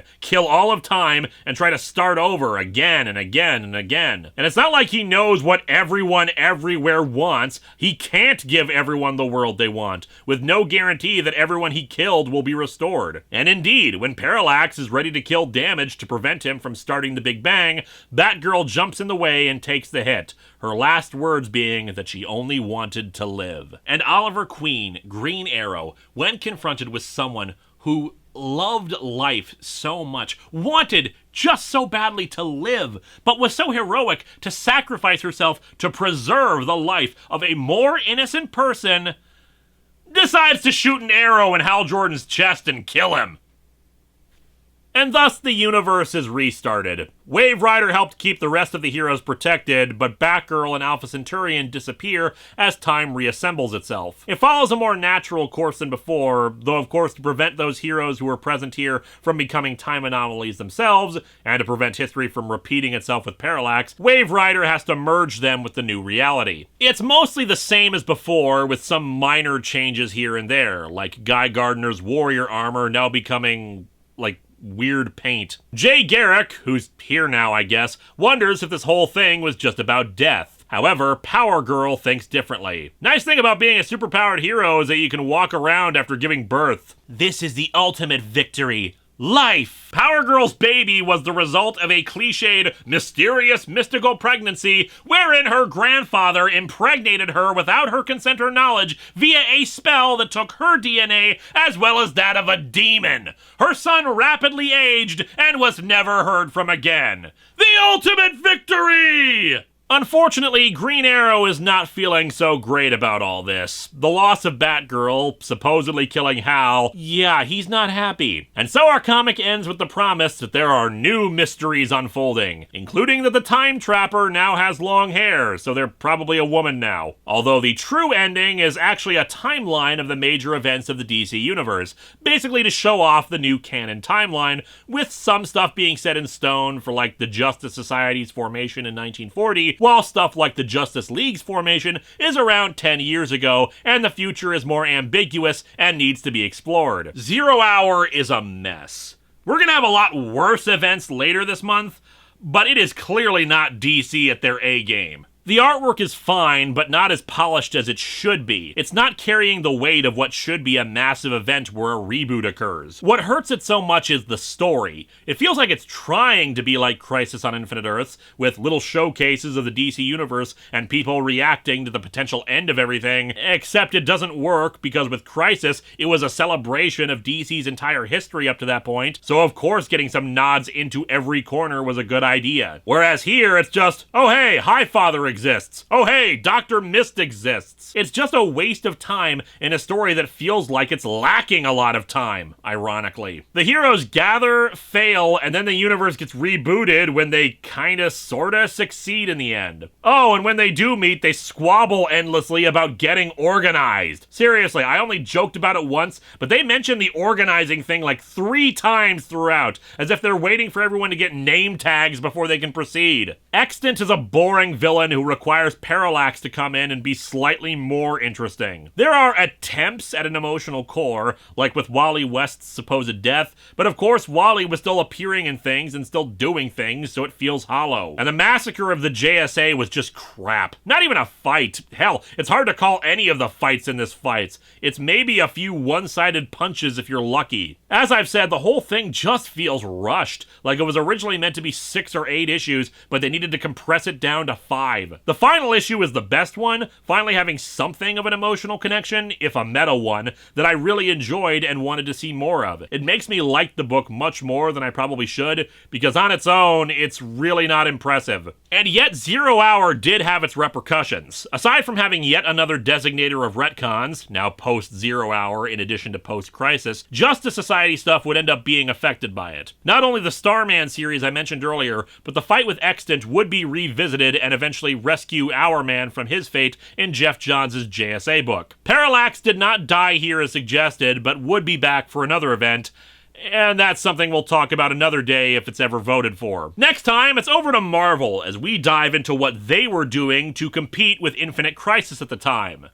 House of M.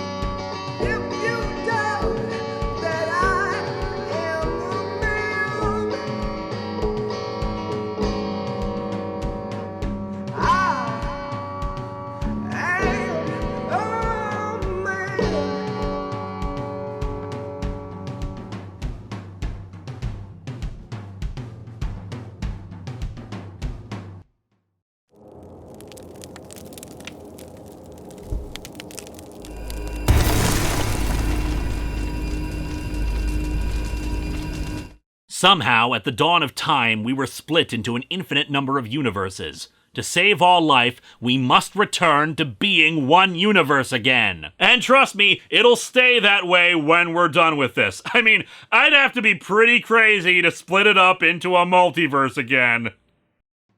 Actually, I think I know what music Superman really sang to destroy Darkseid. Yo, tell you what I want, what I really, really want. So tell me what you want, what you really, really want. Hello my friends, please take a moment to like this video, subscribe to the channel, and click the bell for notifications on new video releases. If you'd like to support future videos, you can check out my Patreon or purchase a t-shirt via Teespring or Shark Robot. Thanks for watching!